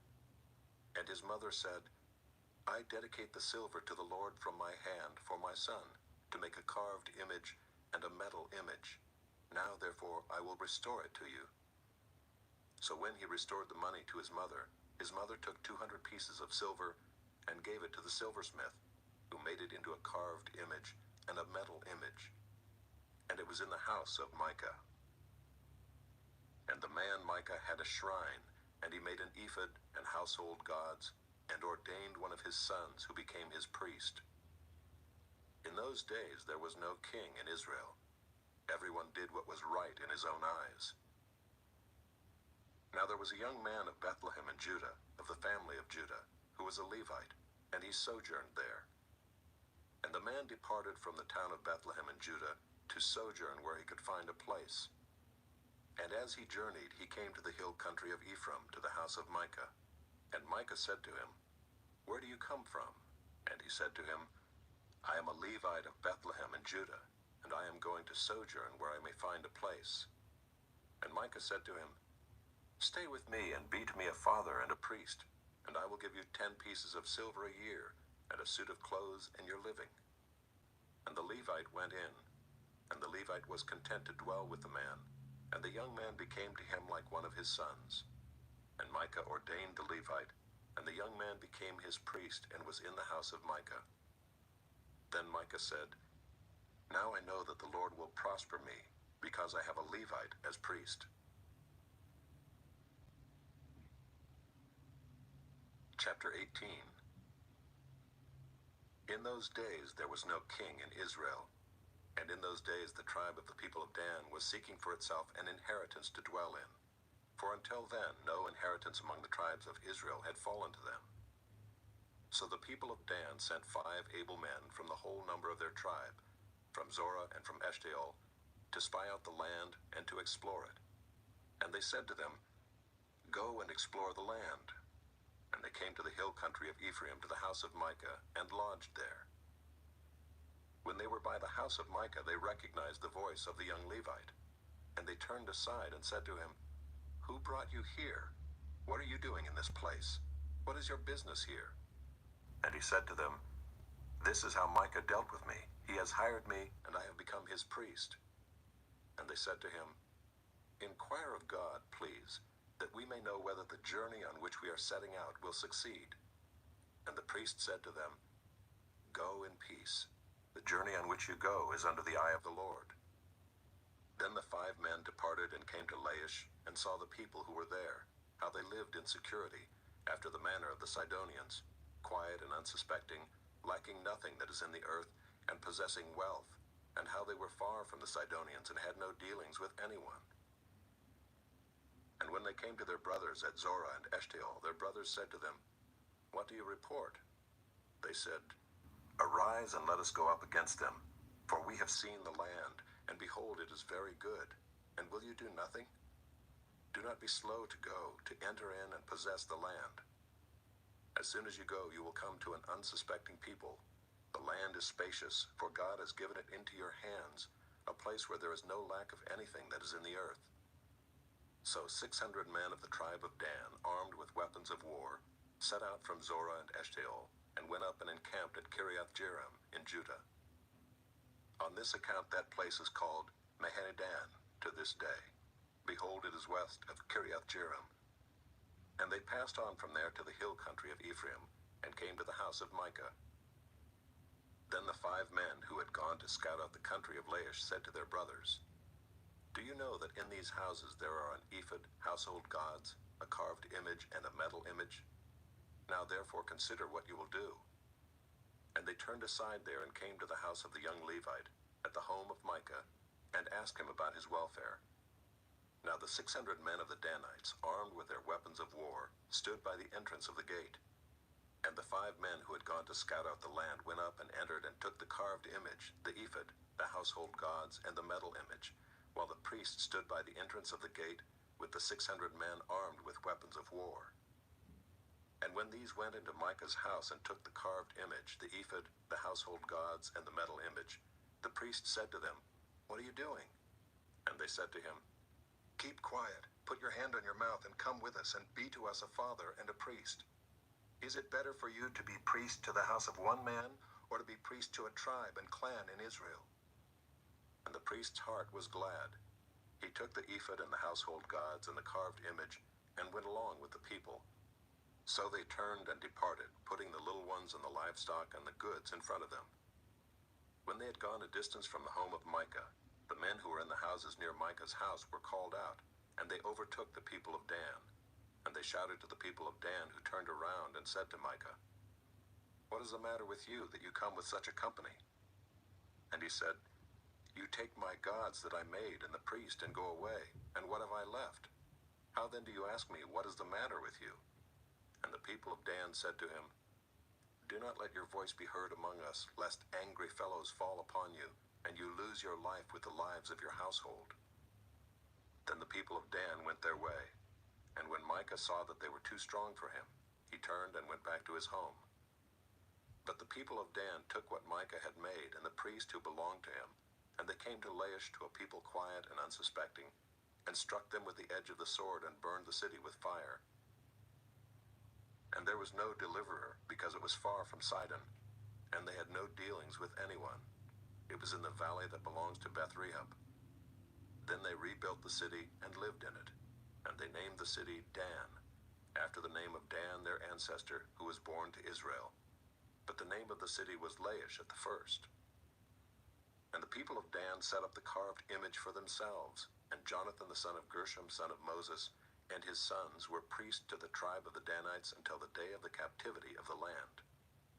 So they set up Micah's carved image that he made, as long as the house of God was at Shiloh. Chapter 19. In those days, when there was no king in Israel, a certain Levite was sojourning in the remote parts of the hill country of Ephraim, who took to himself a concubine from Bethlehem in Judah. And his concubine was unfaithful to him, and she went away from him to her father's house at Bethlehem in Judah, and was there some 4 months. Then her husband arose and went after her to speak kindly to her and bring her back.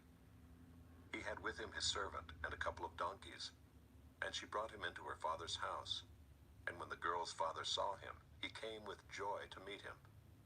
And his father-in-law, the girl's father, made him stay, and he remained with him 3 days. So they ate and drank and spent the night there. And on the 4th day they arose early in the morning, and he prepared to go. But the girl's father said to his son-in-law, "Strengthen your heart with a morsel of bread, and after that you may go." So the two of them sat and ate and drank together. And the girl's father said to the man, "Be pleased to spend the night, and let your heart be merry." And when the man rose up to go, his father-in-law pressed him till he spent the night there again.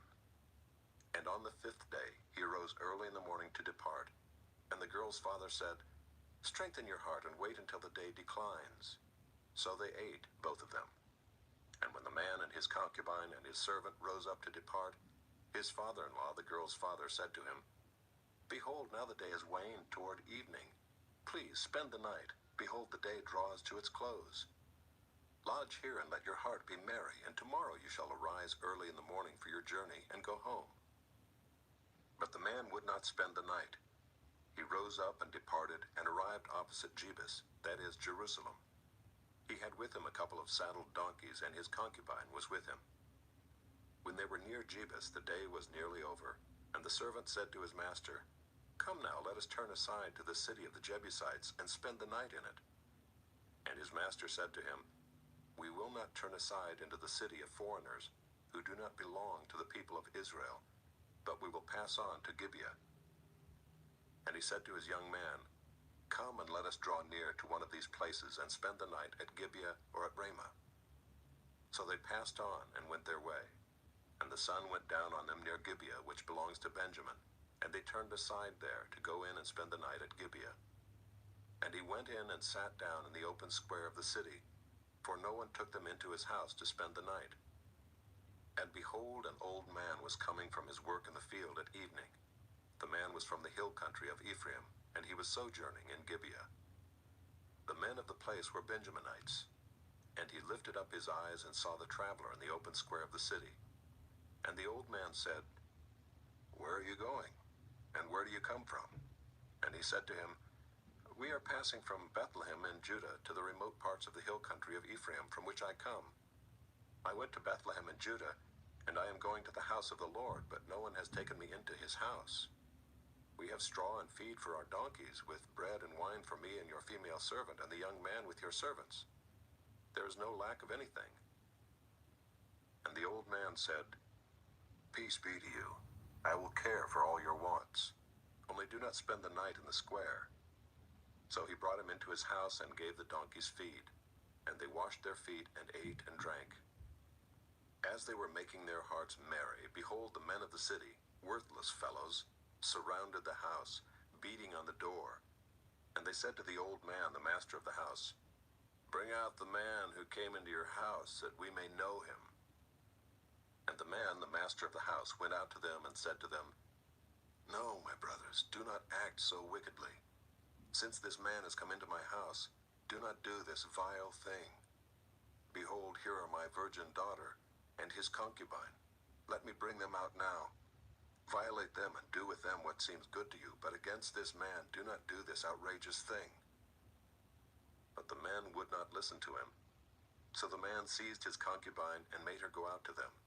And they knew her and abused her all night until the morning. And as the dawn began to break, they let her go. And as morning appeared, the woman came and fell down at the door of the man's house where her master was, until it was light. And her master rose up in the morning, and when he opened the doors of the house and went out to go on his way, behold, there was his concubine lying at the door of the house, with her hands on the threshold. He said to her, "Get up, let us be going." But there was no answer. Then he put her on the donkey, and the man rose up and went away to his home. And when he entered his house, he took a knife, and taking hold of his concubine, he divided her limb by limb into 12 pieces, and sent her throughout all the territory of Israel. And all who saw it said, "Such a thing has never happened or been seen from the day that the people of Israel came up out of the land of Egypt until this day. Consider it, take counsel, and speak." Chapter 20. Then all the people of Israel came out from Dan to Beersheba, including the land of Gilead, and the congregation assembled as one man to the Lord at Mizpah. And the chiefs of all the people, of all the tribes of Israel, presented themselves in the assembly of the people of God, 400,000 men on foot that drew the sword. Now the people of Benjamin heard that the people of Israel had gone up to Mizpah. And the people of Israel said, "Tell us, how did this evil happen?" And the Levite, the husband of the woman who was murdered, answered and said, "I came to Gibeah that belongs to Benjamin, I and my concubine, to spend the night. And the leaders of Gibeah rose against me and surrounded the house against me by night. They meant to kill me, and they violated my concubine, and she is dead. So I took hold of my concubine and cut her in pieces and sent her throughout all the country of the inheritance of Israel, for they have committed abomination and outrage in Israel. Behold, you people of Israel, all of you, give your advice and counsel here." And all the people arose as one man, saying, "None of us will go to his tent, and none of us will return to his house. But now this is what we will do to Gibeah. We will go up against it by lot, and we will take 10 men of 100 throughout all the tribes of Israel, and 100 of 1,000, and 1,000 of 10,000, to bring provisions for the people, that when they come they may repay Gibeah of Benjamin for all the outrage that they have committed in Israel." So all the men of Israel gathered against the city, united as one man. And the tribes of Israel sent men through all the tribe of Benjamin, saying, "What evil is this that has taken place among you? Now therefore give up the men, the worthless fellows in Gibeah, that we may put them to death and purge evil from Israel." But the Benjaminites would not listen to the voice of their brothers, the people of Israel. Then the people of Benjamin came together out of the cities to Gibeah to go out to battle against the people of Israel.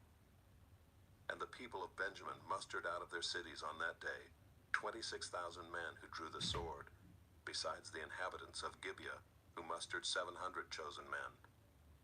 Among all these were 700 chosen men who were left-handed. Everyone could sling a stone at a hair and not miss. And the men of Israel, apart from Benjamin, mustered 400,000 men who drew the sword. All these were men of war. The people of Israel arose and went up to Bethel and inquired of God, "Who shall go up first for us to fight against the people of Benjamin?" And the Lord said, "Judah shall go up first." Then the people of Israel rose in the morning and encamped against Gibeah. And the men of Israel went out to fight against Benjamin, and the men of Israel drew up the battle line against them at Gibeah. The people of Benjamin came out of Gibeah and destroyed on that day 22,000 men of the Israelites. But the people, the men of Israel, took courage and again formed the battle line in the same place where they had formed it on the first day. And the people of Israel went up and wept before the Lord until the evening. And they inquired of the Lord, "Shall we again draw near to fight against our brothers, the people of Benjamin?" And the Lord said, "Go up against them." So the people of Israel came near against the people of Benjamin the second day. And Benjamin went against them out of Gibeah the second day, and destroyed 18,000 men of the people of Israel. All these were men who drew the sword. Then all the people of Israel, the whole army, went up and came to Bethel and wept. They sat there before the Lord and fasted that day until evening, and offered burnt offerings and peace offerings before the Lord. And the people of Israel inquired of the Lord, for the ark of the covenant of God was there in those days, and Phinehas the son of Eleazar, son of Aaron, ministered before it in those days, saying, "Shall we go out once more to battle against our brothers, the people of Benjamin, or shall we cease?" And the Lord said, "Go up, for tomorrow I will give them into your hand." So Israel set men in ambush around Gibeah, and the people of Israel went up against the people of Benjamin on the third day, and set themselves in array against Gibeah as at other times. And the people of Benjamin went out against the people and were drawn away from the city. And as at other times they began to strike and kill some of the people in the highways, one of which goes up to Bethel and the other to Gibeah, and in the open country about 30 men of Israel. And the people of Benjamin said, "They are routed before us, as at the first." But the people of Israel said, "Let us flee and draw them away from the city to the highways." And all the men of Israel rose up out of their place and set themselves in array at Baal Tamar.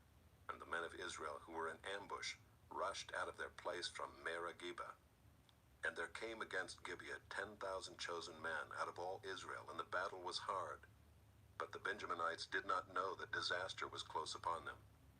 And the Lord defeated Benjamin before Israel, and the people of Israel destroyed 25,100 men of Benjamin that day. All these were men who drew the sword. So the people of Benjamin saw that they were defeated. The men of Israel gave ground to Benjamin because they trusted the men in ambush, whom they had set against Gibeah. Then the men in ambush hurried and rushed against Gibeah. The men in ambush moved out and struck all the city with the edge of the sword. Now the appointed signal between the men of Israel and the men in the main ambush was that when they made a great cloud of smoke rise up out of the city, the men of Israel should turn in battle. Now Benjamin had begun to strike and kill about 30 men of Israel. They said, "Surely they are defeated before us, as in the first battle." But when the signal began to rise out of the city in a column of smoke, the Benjaminites looked behind them, and behold, the whole of the city went up in smoke to heaven. Then the men of Israel turned, and the men of Benjamin were dismayed, for they saw that disaster was close upon them. Therefore they turned their backs before the men of Israel in the direction of the wilderness, but the battle overtook them. And those who came out of the cities were destroying them in their midst. Surrounding the Benjaminites, they pursued them and trod them down from Nohah as far as opposite Gibeah on the east. 18,000 men of Benjamin fell, all of them men of valor. And they turned and fled toward the wilderness to the rock of Rimmon. 5,000 men of them were cut down in the highways, and they were pursued hard to Gidom, and 2,000 men of them were struck down. So all who fell that day of Benjamin were 25,000 men who drew the sword, all of them men of valor. But 600 men turned and fled toward the wilderness to the rock of Rimmon, and remained at the rock of Rimmon 4 months. And the men of Israel turned back against the people of Benjamin, and struck them with the edge of the sword, the city, men and beasts, and all that they found. And all the towns that they found, they set on fire. Chapter 21. Now the men of Israel had sworn at Mizpah, "No one of us shall give his daughter in marriage to Benjamin."